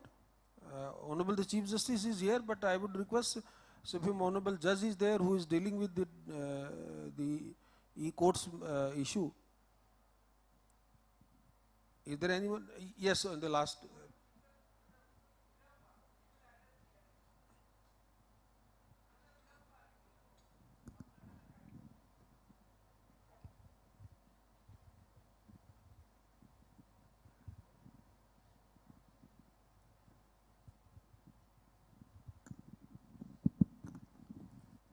Good evening, all the dignitaries on dais, off the dais, my brother, sister, judges. The pandemic taught us lessons. Not only in Karnataka, 126 lawyers died, some staffs died, but this pandemic forced us to adopt the computerized online process. At the inception, there was strong opposition from the lawyers as well as our brother judges. At the leadership of the then, my Lord, Justice Abhay Srinivas Voka, who was the Chief Justice, we adopted online process, all the High Court, trial courts, and we stood first in the entire country, disposal of online matters more. Even criminal appeals, I was heading criminal bench appeals, we disposed of criminal large appeals online process. And the filing of cases only on email. Now as on today, all freshly filed cases are scanned at the filing center itself. After digitally signing, the documents are uploaded on server of the High Court. Digitization of approximately 46.43 lakhs filed cases comprising of 17.64 crore pages has been completed as on 39/2022. And we are processing to the tapping all the district courts. The digitalization is very good. At the same time, government should support for computers, technical persons, government should forward. In the entire India, that is the problem. If that problem is solved, I think we can all adopt this process and ensure speedy access justice to all. Thank you, sir.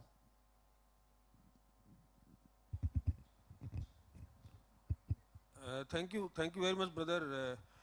Well, deciding criminal appeals through virtual mode is a difficult task, and we also faced it in Supreme Court also. And I do recollect in one of the criminal appeals which we heard through virtual mode, where I was to author the judgment, and the controversy pertained to the genuineness of a dying declaration. After hearing the matter, then when I started dictating the judgment, I very soon realized that unless I see the physical record, I won't be able to decide, take a view. So ultimately I had to call the record during those COVID times when you were afraid of touching any paper. But then I had to see the original dying declaration, which was in, probably it was a case of Karnataka or Tamil Nadu, so it was the Tamil language or Kannada. And then I had to see the original document, and then only it could be decided.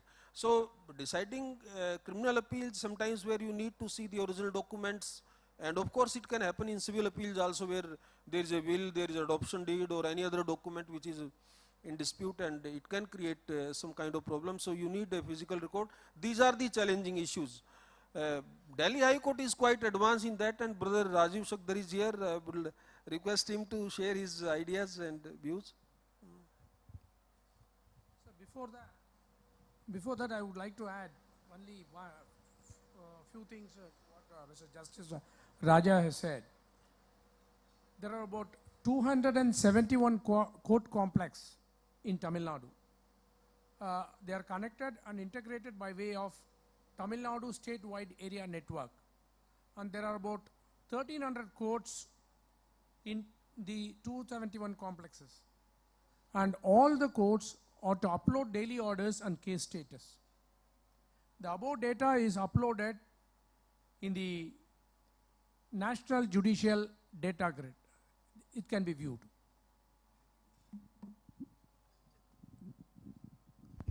Okay, thank you. Yeah, thank you, sir.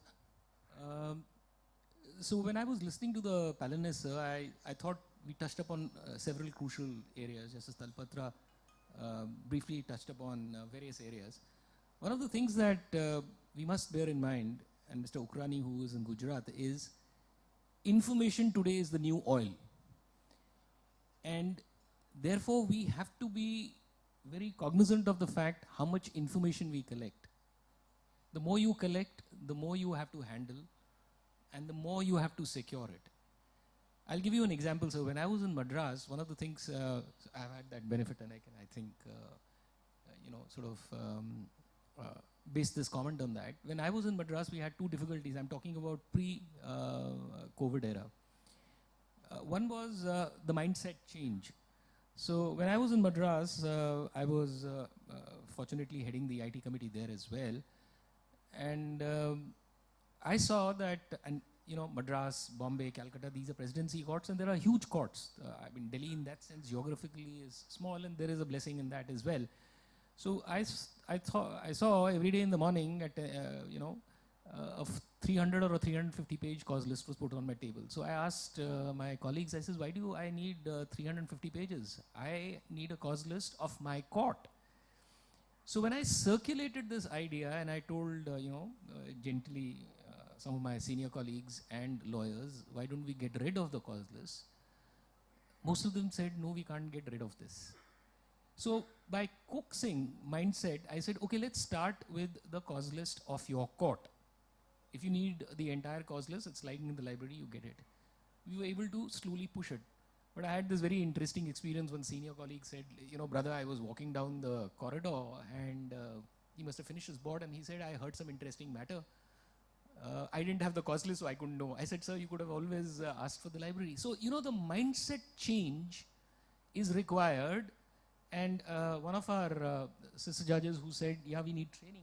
I think perhaps as a policy measure, you need to get judges in every court, and there is no shame in saying that I will go for a 2-week course. We go for conferences to only get exposed to IT. Because our children, but you don't need any literacy for IT. You can be an educated person, but you can be very good at, technology, especially these equipment that you handle. So I think that is one thing at a policy level that the Supreme Court should decide. This is something that there is there. Second, which is, and this is something that I'm addressing you, Justice Suryakantis, and I have also told the other Chief Justices, we need an IT cadre. See, judges double up as people who also deal with technology, but they need to write judgments. If they have specialist cadres, it is time that we have specialists coming in who we as consumers know what we want from technology, but someone should be able to do that job for us. Third is the other example which I have from Madras is when petitions were filed, sir, then they had affidavits, and in the affidavits they will say so-and-so Hindu aged so-and-so. According to me, unless it's a matter dealing with personal law, there is no reason why a litigant should say which religion he belongs. So going back to the issue that information is oil, and information aggregated can be devastating. Now, if you go abroad, this is especially true for most men and women now, in the affidavit they say, I am of legal age. As long as the person says I am of legal age, he doesn't have to say I am 50, 60, 75, irrelevant information. But that information, when collected and collated with other information, sometimes when it gets leaked, and we are supposed to be trustees of that information, can cause problems. So this is another issue that you need to look at. As far as innovations are concerned, 2 points that Delhi has done. Recently, I don't know whether you noticed, to really get people to access justice and lawyers, rich or poor, we've adopted neutral citations. So every judgment of the Delhi High Court will carry a neutral citations. So earlier when lawyers wanted, even today if lawyers want to have access to judgments of the Supreme Court or the High Courts, they have to invest in getting subscriptions, which is expensive. Everyone can't afford it. Litigants can't get it. So when you have neutral citations, you get the exact judgment, which is of the court. You don't have to invest in money.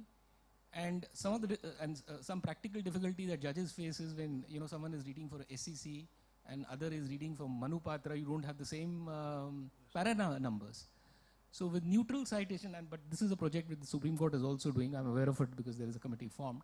So the last initiative that we are doing, which is on the annual, is online e-inspection. That means if you have a digitized file, we are ready with it. I will need to inaugurate it.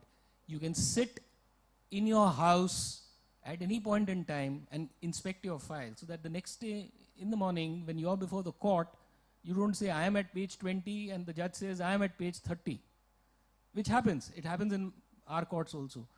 And the litigant can also do it. So, you know, these two things, as I said, information, we need to secure it properly. We need to be cognizant of the fact that privacy is an issue. We reveal a lot of information about the litigant in our judgments, which we need to be cognizant about. Thank you, sir. Thank you very much.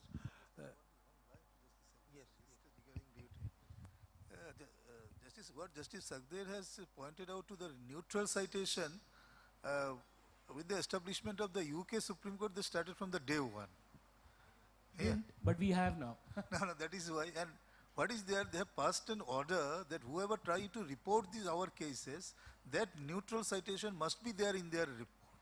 That should be the basis. Can we request from Kerala High Court, Justice Bhatti is there, anyone else, or any other honorable judge?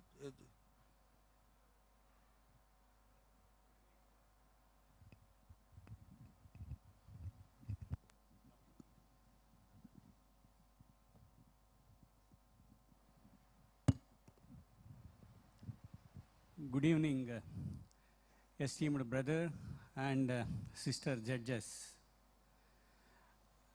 Two expressions of Justice Bindal, they have captured my attention, and as a matter of fact, since the litigation in Kerala is positioned in a very piquant situation, as part of reforms in the district judiciary, we have already taken a few steps, sir. I may briefly introduce the problem in Kerala, especially in district judiciary. High Court normally makes recommendations for establishment of court. As is the norm and so well known all over the country, in Kerala, they do not like to jump the queue. They go as per the order, even in establishment of courts. The result being, by the time the government takes up and establishes a court, which was recommended by the High Court in 2016, the pendency in that area is increasing. The pendency in the court from which a portion of it is taken away is also increasing. The net effect being, in spite of establishing a court, there is not going to be much difference when it comes to the other objective of disposing of old cases. Therefore, in our recent meeting with the Chief Minister, we have pressed for establishment of a sizable number of courts. As a matter of fact, there was some resistance from the government to say that this difficulty is there, etc., etc. In the bylines of our meeting, one of the bureaucrats has informed me that, Judge, don't mistake me, just let us do cost working of disposal by your officer per month. What is the cost the exchequer is involving for disposing of each one of the cases? You may take it a declaratory suit, injunction suit, sessions case, so on and so forth. For establishment of senior civil judges court, the requirement there is 24 staff, 1 judicial officer, building, so on and so forth. I calculated and asked him, supposing we, as Brother Justice Bindal said, collate digitization and digitalization and utilize automation, introduce reform, will you be with us? Then they said, give us a proposal, we will definitely consider. From that the proposal now we are mooting in state of Kerala is establishment of as many as 14 model digital courts in each one of the districts. What we are proposing to do, I may briefly say, sir, it is a long project. As one of the steps of reformation in the district judiciary, we are planning to do it. Now we have diaries in all the courts. Now we are going to introduce case-wise schedule or diary to each matter. We are going to establish a model digital court at a place where there is more than 1 senior civil judges court and relocate one of the existing courts to the recommended place, and from out of the available pool, we want to transfer oldest of old matters to the model digital court. As a first step, what we are proposing to do is digitize the entire record, digitalize the process, introduce automation. For example, OS 14 of 2015 is there. We adjourn it to 11th of November 2022. Neither the plaintiff knows nor the defendant knows what is going to be the next date. What we are now thinking is to give a schedule to this suit. Supposing it is taken up, a part of the trial goes forward, it is heard on 11th, next date is known even on that day. Like that, we are going to give dates to that matter till it arrives to the stage of argument, that is automation. Then when it comes to limiting the number of being posted each one of the days, we are also programming things in such a way that oldest of old matters do get earliest dates, latest matters are pushed beyond 3 months, 4 months, and the schedule is also spread over a period of 6 months. In most of the trial courts, where the learned judicial officers lose time is roll call or call work. It takes nearly 2.5 hours to 3 hours. For example, where I am the administrative judge, the family court has only 10,000 cases. The judge will sit around 10:15, up to 1:15, 1:30, you will be doing only the roll call. Even for that, we are introducing automation. These are all the broad peripheral reforms. By collating digitization and digitalization, we would like to impact dispensation of justice in state of Kerala, sir. Coming to paperless courts, in as many as 8 courts in Kerala, for the present they are being operated as paperless court, completely the paperless court, including the tax matters where I am presiding. Then automation we are introducing. As Sister Judge from Chandigarh has said, there is resistance from within the bench and from the opposite side, namely from the lawyers also, for paperless court. This is being gradually gained over, and the disagreement area is also reduced, sir. These are all the reforms we are introducing in the district judiciary, sir. Thank you. Thank you. Thank you, brother. Anyone from Rajasthan High Court?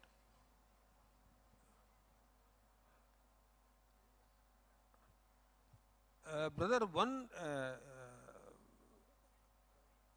issue which I would like to please share with you, of course informally, which as Justice Shakdar had pointed out.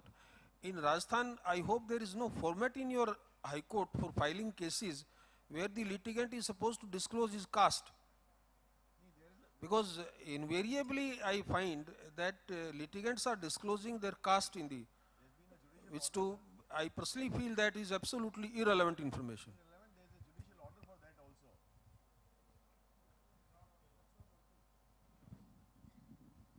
So there is a judicial order for that also, but these are all old cases where the caste is being reflected. Nowadays, the registry is not insisting upon, but as a matter of their practice, right since trial court, the people are disclosing their caste. And if the cause title doesn't match with the trial court's cause title, the registry people raise an objection. Even by my judicial order, I have passed that this objection will not be raised by the judiciary if the caste is not shown. Because the cause title doesn't match. Suppose in trial court, the caste is shown in the cause title. They'll say that the cause title doesn't match. So we are taking care of that. So coming to the efforts the Rajasthan E-Committee is taking, sir, we are following all the footsteps or which have been said by all other high courts. But we have taken one step which I don't know whether the other high courts have done or not. So suppose there is a division bench appeal. If somebody clicks on the division bench appeal, we have linked the division bench with single bench case numbers. So if somebody clicks at the case detail of the division bench, judgment of single bench will automatically reflect it. And if somebody downloads the judgment of the single bench, so there will be a red color highlighter showing that this is subject to appeal number such and such. Please refer to this. So similarly in 482 petitions and 227 petitions, in 487 and 227 petitions, we have collated with the data of the lower courts. So if the judge sitting in the lower court wants to know what is the, suppose the lawyers keep on taking adjournments. Sir, मैंने High Court में read कर दिया है, sir, I have filed a 480 petition. So the judge on his computer at the trial court can see what is the matter. All matters which are related to the particular case are reflected on the site. So he can see that this is the matter pending. And what is the status on the direct link has been given. So on the click of mouse, he can know what is the status of the case. So these are small steps we are taking, sir. Thank you, brother. Request is that whatever steps the other honorable judges have shared with, have been taken by their high courts and which you have also already initiated, you need not to point out. But if something new, innovative idea, or as we are repeating, the difficulties or kind of hiccups you are experiencing, please share that one. Anyone from Madhya Pradesh High Court, brother? Sister is there. Yeah.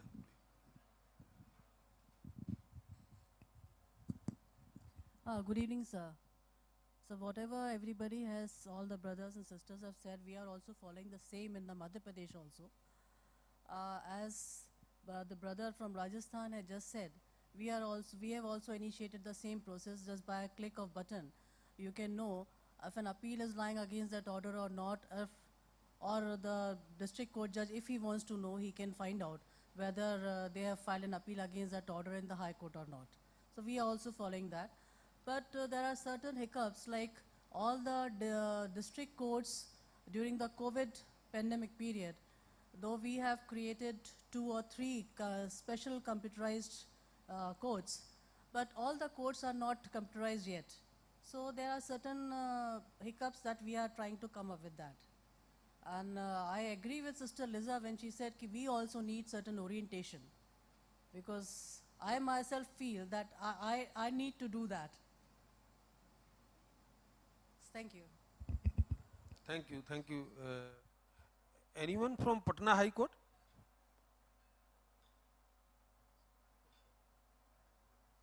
All right, I think Patna High Court is not represented. Otherwise, I thought like Rajasthan, I would say another problem with the representative of the Patna High Court, but that High Court is not there. And all right, coming towards from any other Northeast High Court, any brother, sister judge would like to share? Chief Justice, some other is there, and from Sikkim.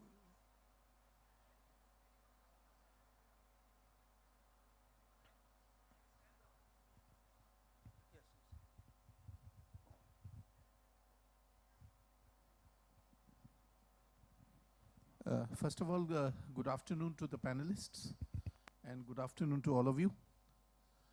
I have had the good fortune of heading 2 Northeast states in the last 2.5 years. 1.5 years in Meghalaya and 1 year in Sikkim. One issue I had flagged, that was during the height of pandemic, when the Honorable Chief Justice of India, Justice Ramanna, had a digital conference, virtual conference. It's an issue which is plaguing most of the hilly and mountainous region. And it has something to do with digitization and ultimately e-court system as a whole. And that is poor network connectivity other than the main cities. I'll give you an example. The main city in Meghalaya is Shillong, and the main city in Sikkim is Gangtok. But there are districts which are quite far away, and the network connectivity is very poor, sometimes non-existent.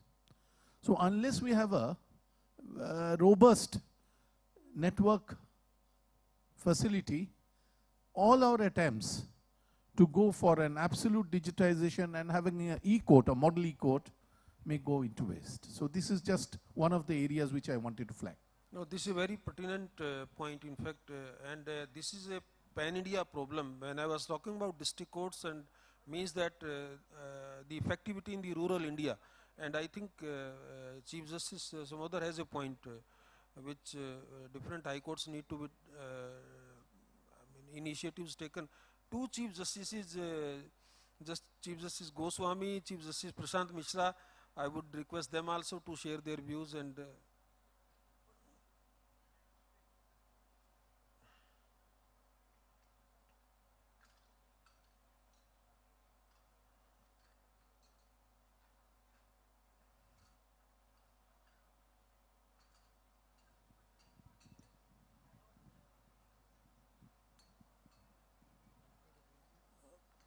Honorable Justice Surikant and other dignitaries on the dais. Of course, the Andhra Pradesh High Court is also following the mandate issued by the E-Committee in the matter of computerization. But one thing which I have found in Andhra Pradesh and which is much needed these days is issuance of online certified copy. There are several high courts where the applications are received online, but the actual issuance of certified copy through mail or through WhatsApp PDF is not happening in many high courts. And we are marching ahead in that direction, and very soon, in a 2 to 3 weeks time, we'll have that inauguration of that online certified copy system. The other thing which needs to be focused is that the digitization and its impact in dispensation of justice, we should move ahead to use this artificial intelligence in finding out classification of cases, the similar nature of cases from the very beginning at the stage of filing. Suppose first day of month one particular case is filed and similar cases are filed, there should be a mechanism at the filing stage where the CIS would identify all the cases and make a batch of its own without the court having an order on the judicial side. That will reduce the pendency at the final stage when the matters are decided. What happens when there are interim reliefs operative in similar cases? Lawyers don't list their cases even after the main matter is disposed of. And that has its effect in the system. It has its adverse impact on the government also when the interim order is operative against government, and at the same time it adds to the pendency of the court also. That are the two areas where we should work on. Thank you. Thank you, Chief. Thank you. Chief Justice Goswami would like to share any idea?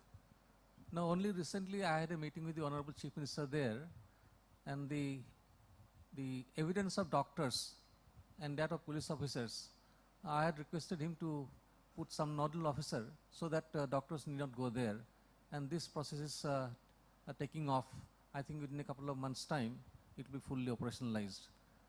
Sometimes we are online even now, although physical hearing also taking place.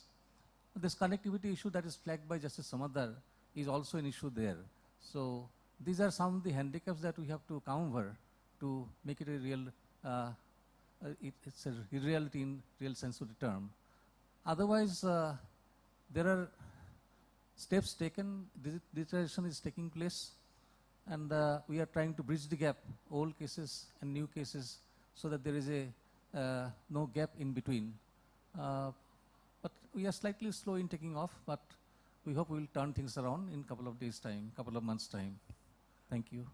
Thank you, Chief. Any brother or sister representing one of the oldest High Court, Calcutta High Court?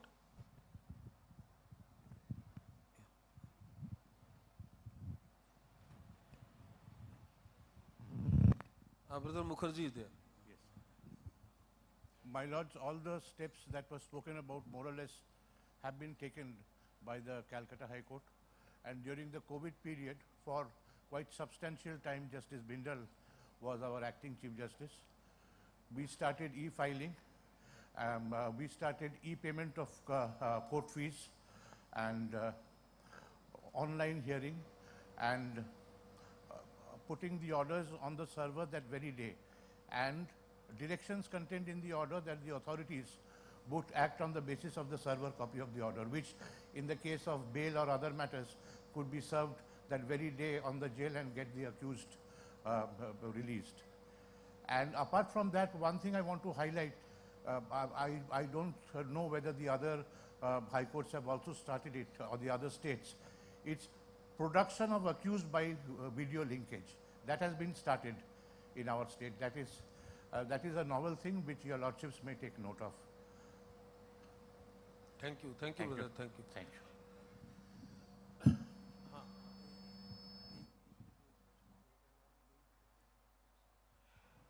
Any brother from the Technology Hub, Hyderabad, Telangana High Court? This is Naveen Rao from Telangana High Court. One serious concern that we have recently faced. We have developed 4 softwares. We wanted to put them in the public domain for receiving any objections.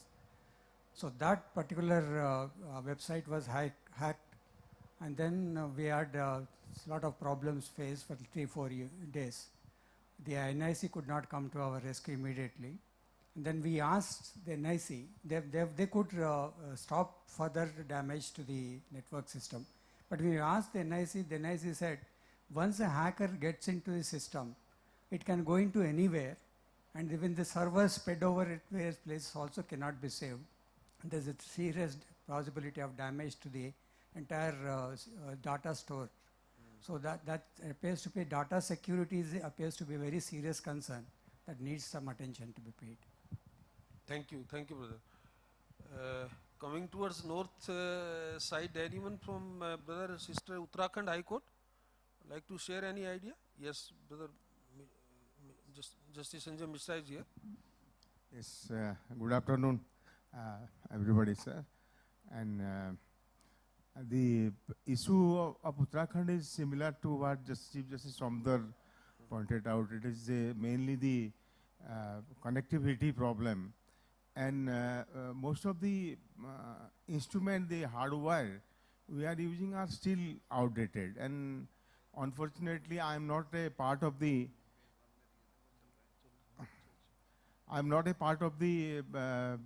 computer committee. I've been given other responsibility. But in this connection, I'd like to just share one small experience I had in Odisha High Court, sir. When the first phase of COVID pandemic struck us, I was given the assignment of hearing criminal appeals, division bench criminal appeals. And at the time, there was a need of thinking out of box, out of the mindset that we have. And in that process, we had created a email ID for that particular bench. And we were hearing arguments online, and we were also accepting written arguments and citations on the basis on the email address that was created for that particular bench. That was later on adopted by the entire High Court of Odisha. But after the physical hearing started, that was discontinued. So the experience I have in this connection, especially in computerization and also going online hearing and other things, that the concept of thinking out of the box is the catchword. Yeah. Thank you, Honorable. Thank you, Justice Mishra. Anything, Justice Sabina, in Himachal, anything new happening there? You being the most senior judge there. Good evening, all of you. In Himachal, we are still in an infancy stage because there again problem is connectivity. And so far we are just digitalizing our decided cases. So we have not even yet started with the fresh cases. And district judiciary is still a far off thing, you know. But anyway, I hope things will be done. And I'm not part of the committee, so I can't say much about that, sir. But well, let's hope that things will pick up soon. With connectivity issues, that is the main issue. Thank you, Justice Sabina. Of course, J&K High Court, any brother or sister would like to share anything? Of Justice Bindal is here. He knows. I think he has a fair idea about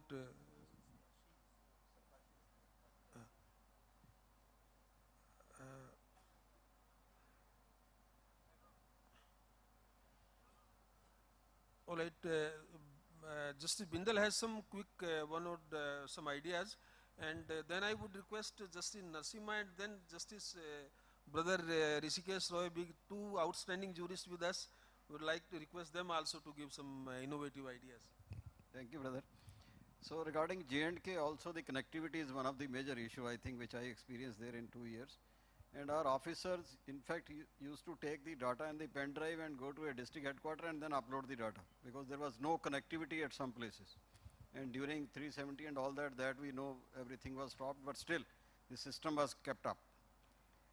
Now regarding hacking, I can share the experience in Chandigarh. We had tried to make a foolproof system. We had a main server and then a shadow server. No hit from outside to the main server because that was one-way traffic. So we were thinking that hacking may not be possible because nobody could hit the main server. So that is the problem. In fact, the NIC is not guiding properly. Data security is the major issue. Because unless you go to the main server, you can't hack. Shadow server, if somebody comes, doesn't matter to us because we can check it before it goes to the main server. Regarding bunching, Brother Mishra has told. In fact, the bunching is possible. There is no difficulty automatically. Like if you have a challenge to the same order, there has to be one field in the system. You are challenging the same order passed by a district court or by any authority. If the order is there, automatically the case will be bunched. If there are multiple appeals against the same order, maybe bunch of cases decided by the single judge or maybe any lower authority, those can automatically be bunched, but system has to be, data entry has to be proper because that is the main problem which we have faced. Regarding certified copy, Brother Shakdar has pointed out, no, I think that certified copy is Andhra. Andhra was pointed out online. Yes, Brother Mishra. That is one part, but what we had done in Punjab, Haryana is that you could apply for a certified copy online. The payment of fee online, but we will supply the certified copy to the residence of the person applicant by speed post. No intervention. And second amendment we made in the rules was that you can apply and get a certified copy of the High Court in the district court also. We authorized the person there to certify that to be a true copy. Rest was our internal system. He will apply there. Communication will come to the High Court. High Court will prepare a soft copy of that, transmit it, digitally signed, and he will just take a printout and supply it there and then only. So that was to ease out the difficulty of the litigant. And online copy application also, we were doing the automation. Basically, the number of pages in the system are counted, that the judgment contains 50 pages. And on the printing is there on a particular GSM paper. So weight is also calculated automatically. And then it was taken from the speed post that how much charges will be there for the post. That also weight-wise it will calculate and the party will be informed by SMS. Some initial fee, thereafter automation, he will be informed that you deposit so much amount more and the copy will be sent through speed post to him. And copies, we had also done one thing that there are e-Seva Kendras like the government. No, these are not e-Seva Kendras, these are the Seva Kendras set up by the government only at different places. These are, I think, per 3-4 villages there is one Seva Kendra by the government only. So certified copy of the High Court order could be applied there and then also. There also you deposit fee and we will supply the certified copy by post to the applicant. The problem is there in the incremental scanning, as I think Sister Lisa had pointed out, because for that also we need to train the staff. Otherwise, we don't know where they will put the document which is filed subsequently. Unless it is properly placed, the soft copy of the paperwork will not be complete and proper before us. And this also happens in case where the amendment to the parties is there, memo parties or some legal representatives come on record. Any additional memo parties filed is not put at the proper place, and in the certified copy the wrong memo parties is supplied. This is one major area. Or the amendment made in the pleadings, then the amended paperwork is not put at the proper place. So this is how we need to train the staff. Otherwise, this is creating a lot of difficulties. Regarding judicial officers, brother was saying that they have put a system that the officer is informed about the order passed by the High Court. Yes, we had that system in the Punjab. But in addition to that, what we were planning to do, this was not done. I had left the Punjab High Court about 4 years back. That we will have an account of the officer concerned, where all the orders passed by him will be uploaded, like his diary. So if an administrative judge or the portfolio judge wants to see what kind of orders the judicial officer under his jurisdiction is passing, he can just have to look at his account only, because all orders passed by him are there in that account. There is no need to call the copies from him. Second was that we could analyze the data of that officer, that in how much cases he decided finally, and thereafter how much cases the order was reversed by the next court. So we could see that how much work he is generating for the next courts, whether there is some problem or he needs training in some subject. So that could be there. We can analyze the data. This is how we can use the data more intelligently. And one of the, he is a vendor only basically. E-Lok Adalat is the system, I think in Rajasthan it was tested last time. There is a private person who was developing a software, he had utilized that in that. So I also had a discussion with him. He was sharing some idea. Then I also floated some idea to him. He said, we are hearing the arguments in the court. With the software like Dragon is there or any other software, the entire arguments will be text, because it will take the speech to text and all arguments will be typed basically in the software. Whatever judgments he is citing, that paragraph from that judgment, you can just copy that, it will come in your notes only. He wants to cite a pleading in the, any of the, means your petition is there or written statement or any kind of pleading or document, you just copy that, that will also come in your notes only. And thereafter, all judgments being cited by him, there is a software available there like SCC or any, immediately the judgment is cited, you can see whether this is an overruled judgment or not. Immediately will come because this is also linked with the software. And thereafter, from the arguments, this is yet to be developed. We were just discussing offhand that from the arguments, the AIE will catch that what kind of law points are involved, and automatically the judgments will be shortlisted and given you the list of all this. This is how it can help. Maybe to some extent, we don't know. We were just having a general discussion with him about it. So these were some of the issues. The transmission of orders in the jails, yes, it can be very fast, because that can be acted upon from the website also. They can verify so that the persons, if they need to give some, to be given some benefits, that should be given to him. So this is what I just wanted to share about it. Thank you. Yeah, thank you, brother. We have amongst us Justice Narasimha, Honorable Judge from the Supreme Court.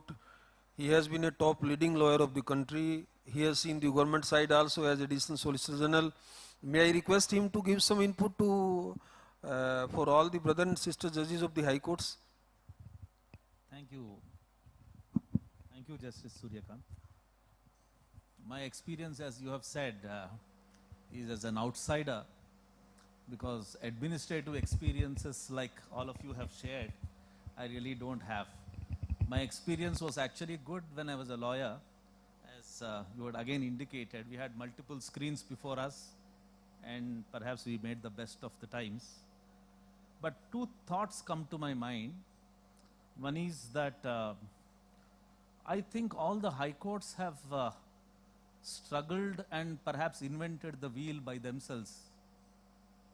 It is extraordinary that they have done it, but what is surprising to me is that is there a common platform where all of them sit together, discuss their problems? Because in this forum, much of the discussion which is happening, which is rather heartening, is there a regular forum where all of the persons who are in charge of the IT part of it coordinate regularly? If it is not there, I think it is high time that Supreme Court should set up something like that. That is one aspect. Another aspect of it which comes to my mind is there a standardization kind of software that they adopt, the method and manner in which the software is developed, if that is available at all?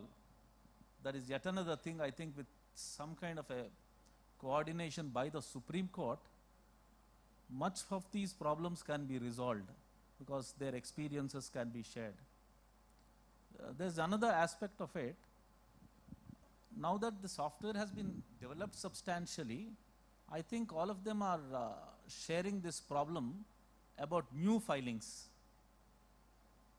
If new filings are made, where does the question of scanning arise is my question. Aren't the lawyers now prepared to file matters on a template which is available on the website straight away, the specially petitions or writs or something, which could straight away get integrated into the system that they have developed? Perhaps there seems to be some problem. I am not fully aware of it. Why isn't that happening? Because that should straight away happen, new matters, the moment you, it's not happening in some. some aspects.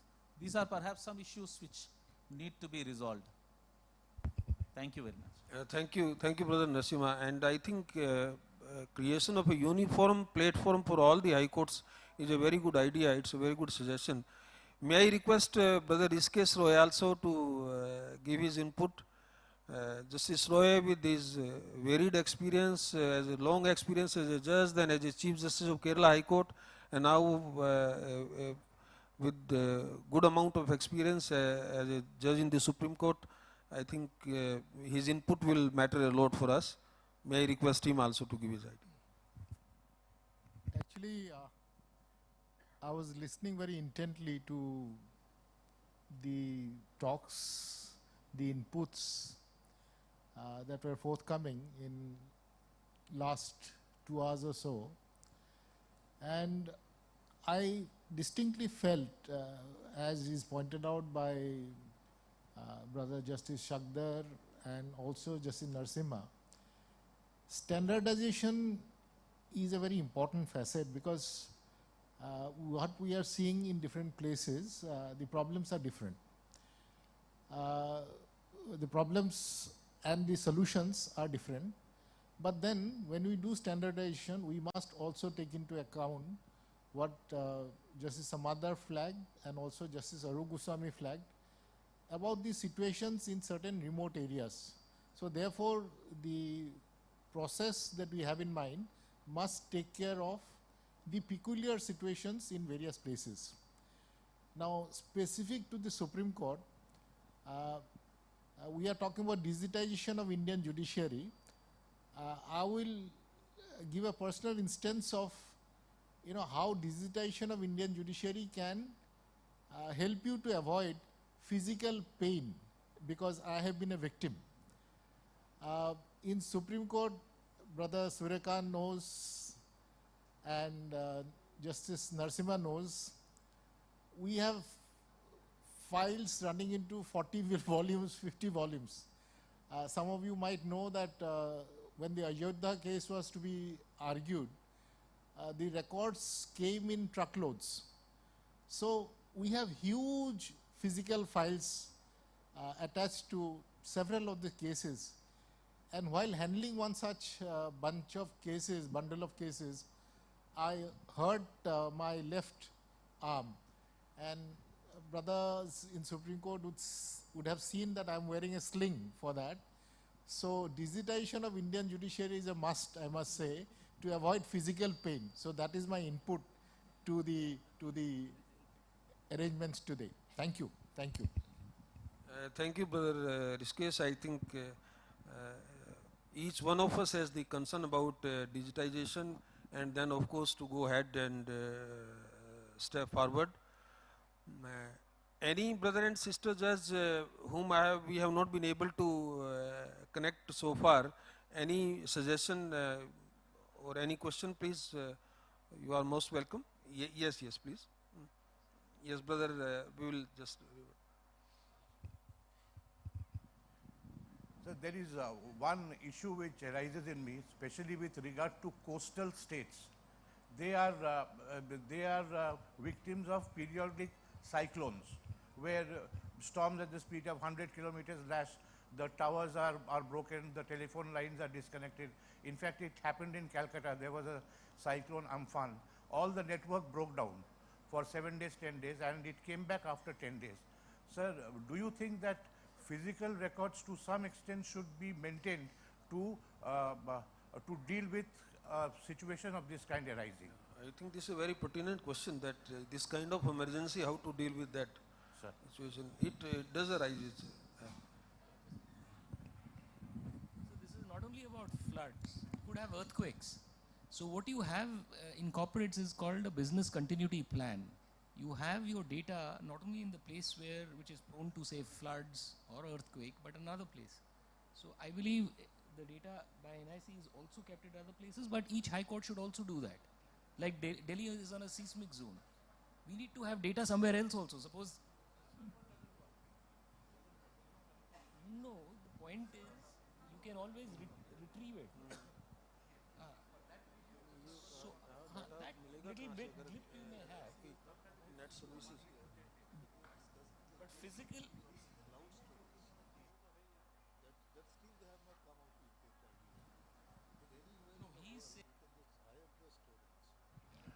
The server does not work for 7 or 10 days.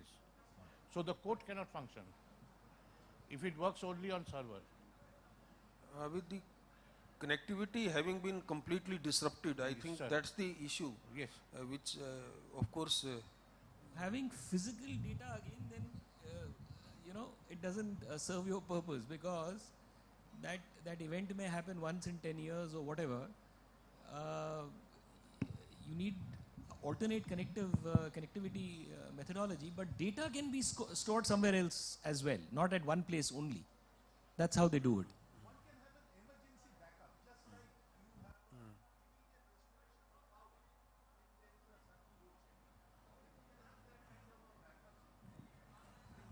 That can be taken care of by the technological team. What Justice Mukherjee is trying to flag, if I've been able to understand, is on one of those situations where there is an earthquake or something, some crisis, where data transmission gets interrupted. In those kind of situations, there can be emergency, just like today, even in this hall, if there is a sudden power failure, I'm sure there's an emergency backup. So that can be worked by the IT team, sort of. yes, brother. Excuse. Now let me explain the objective, why there is a topic of environmental and sustainable development and digitization.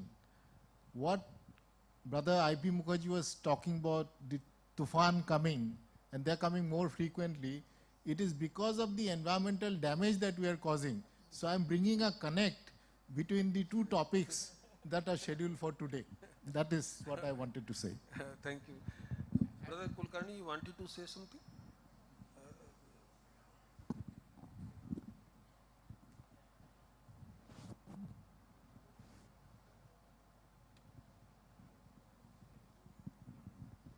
Thank you, sir. I'm Sriram. Yes, Brother Sriram.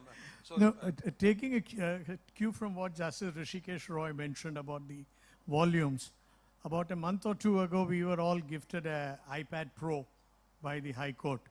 So what I'm doing in my chamber, I've started getting myself trained, is the judgments are uploaded in the Google Drive, or that's what's called a liquid test by my secretary, and the entire record and proceeding is also transferred into that.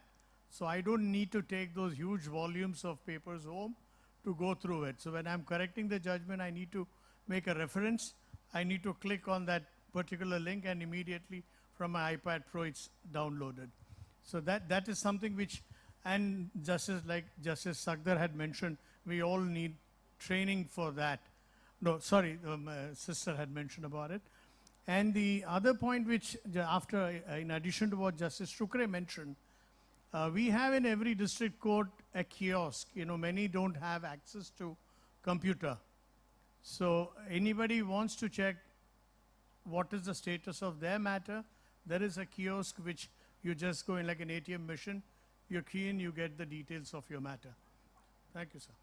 thank you, brother. Thank you. Any brother, sister would like to say something? So one thing I forgot to mention, Calcutta High Court has also introduced, is working through an app through which transfer proposals can be indicated. Judicial officers from place today, upon expiry of 3 years, which is the next posting that is suggested by the app. But that doesn't take into account certain personal difficulties like illness or problems faced by their children, etc. That has to be looked into physically. Sir. Thank you, Justice Mukherjee. I think, yes, we have a good, very meaningful, all right. Yes, sister, please, welcome. Good evening, sir. I just wanted to ask, from what Honorable Justice Narasimha has said, about not having a common platform, likewise is wanted to say that for state legal service authorities also, we recently had done the refurbishing of our website. We realized that there will be need for certain features. One of them was we had added, "May I help you?" And that was a kind of feature where anybody can simply, rather than going to the state legal service authority or the district legal service authority, can write us, and within 24 hours or 48 hours, we'll be replying to them. And if the issue is not resolved, we'll tell that you go to the nearby district legal service authorities. That time we realized that a couple of high courts had done, very good features were there, but there was no standardization. There was not a common platform, or all features which were there in some of them were not available. So maybe even for that, because since we're going for the quality legal services to the litigants for whom we exist, maybe that also could be taken up. Thank you, sir. Yeah, very good suggestion, sister. Thank you very much. Brother Bindal informs that report has already been submitted to NALSA in this regard, and well, I think we will take up that initiative and we'll pursue it further and take it to a logical conclusion. I think this is the right time that now we should wind up our discussion. Hopefully it was quite meaningful. We have been able to share our ideas and the problems and the, of course, the advancements which the different high courts have made. But ultimately, we all are unanimous that there need to be a uniform pattern on pan-India basis that we should adopt and evolve first of all, and then we should adopt in all the high courts. Thank you very much. Thank you for all of you, and thanks for participating in this discussion. I think the right time that we should now, we earned a cup of tea and hopefully that now this is the time that we close this discussion. Thank you very much. Thank you. Thank you, Lordship. Ladies and gentlemen, we would now like to felicitate the dignitaries on the dais. May I request Sri Gautam Borua, Registrar General, Gauhati High Court, to kindly felicitate Honorable Mr. Justice Surya Kant, Judge, Supreme Court of India.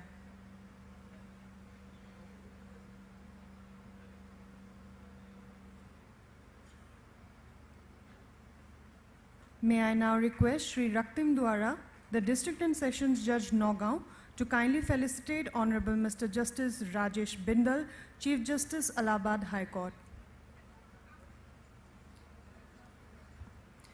May I request Srimati Aparna Ajit Sarya, the Honorable District and Session Judge, Dibrugarh, to felicitate Honorable Mr. Justice Subhasis Talapatra, Judge, High Court of Odisha.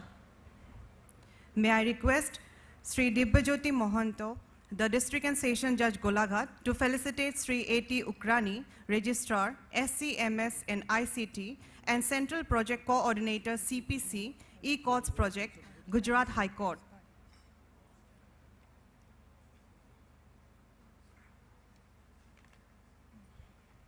With this, we have come to the end of the technical sessions. May I request Honorable Mr. Justice Michael Zothang Huma, Judge, Gauhati High Court, to offer the general vote of thanks.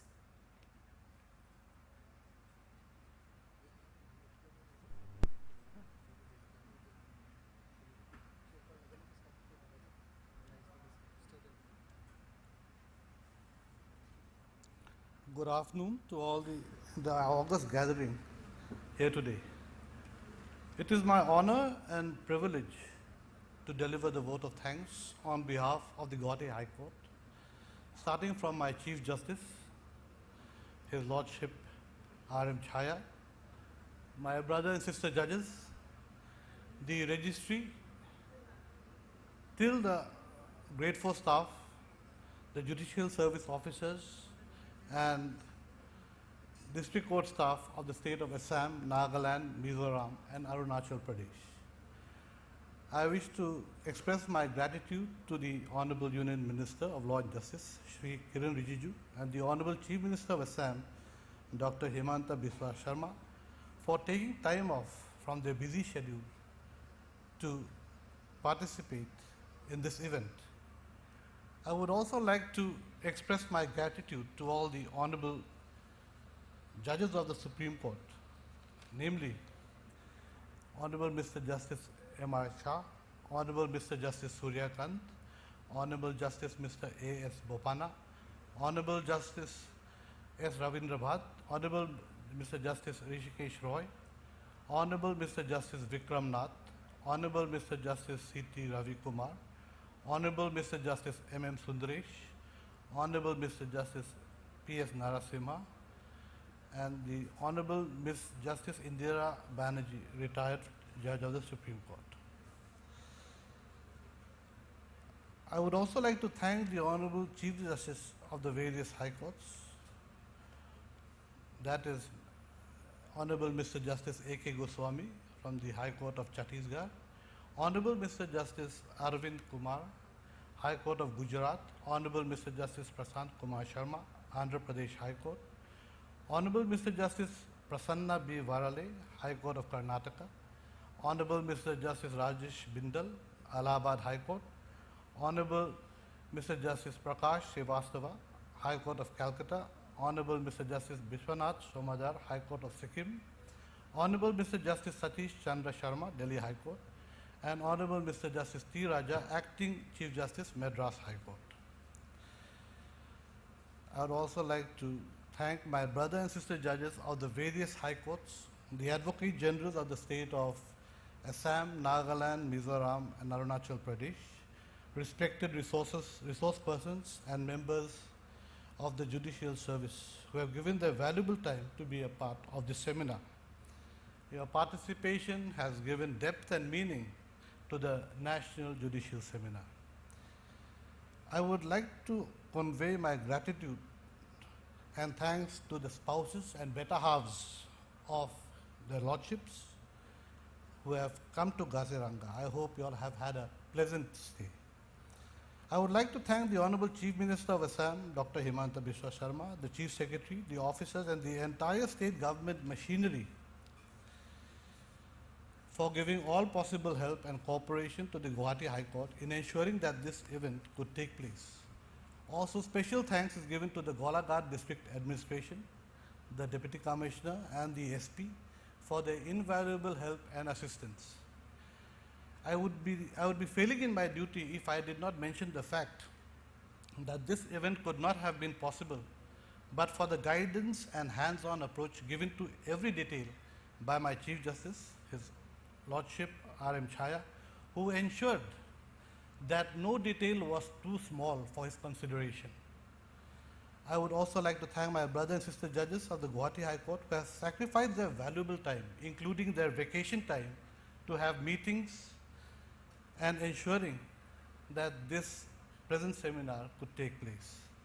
I would also like to thank the registry and staff of the Gauhati High Court, the members of the Judicial Service, and the staff of the district courts who have actively and tirelessly worked to ensure that this seminar could take place smoothly. We are thankful to the lordships and the resource persons headed by Justice M.R. Shah in the first session and his lordship Justice Surya Kant in the second session for their meaningful and insightful views. And I am quite confident that we can now go forward with a more definite purpose.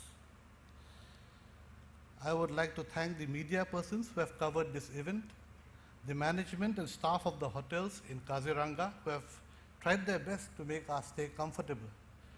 I would once again like to thank all the distinguished guests, participants, and stakeholders for being a part of the National Judicial Seminar organized by the Gauhati High Court.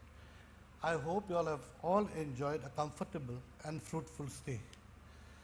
Thank you. Thank you, Lordship.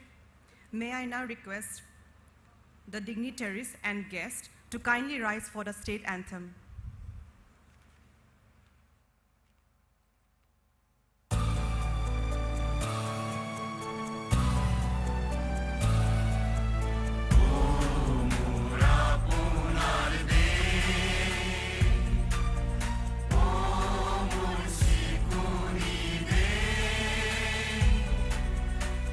Ene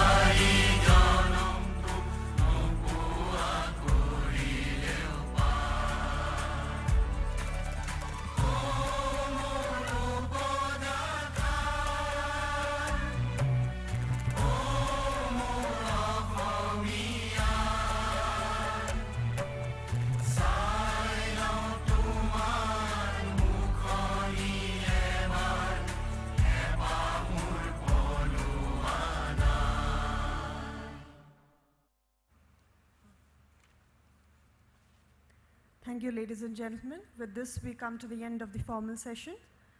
I request all our guests to kindly proceed for the high tea. I would also like to invite all our guests for the cultural program, which will start at 6:45 p.m. Wish you a great evening ahead. Thank you.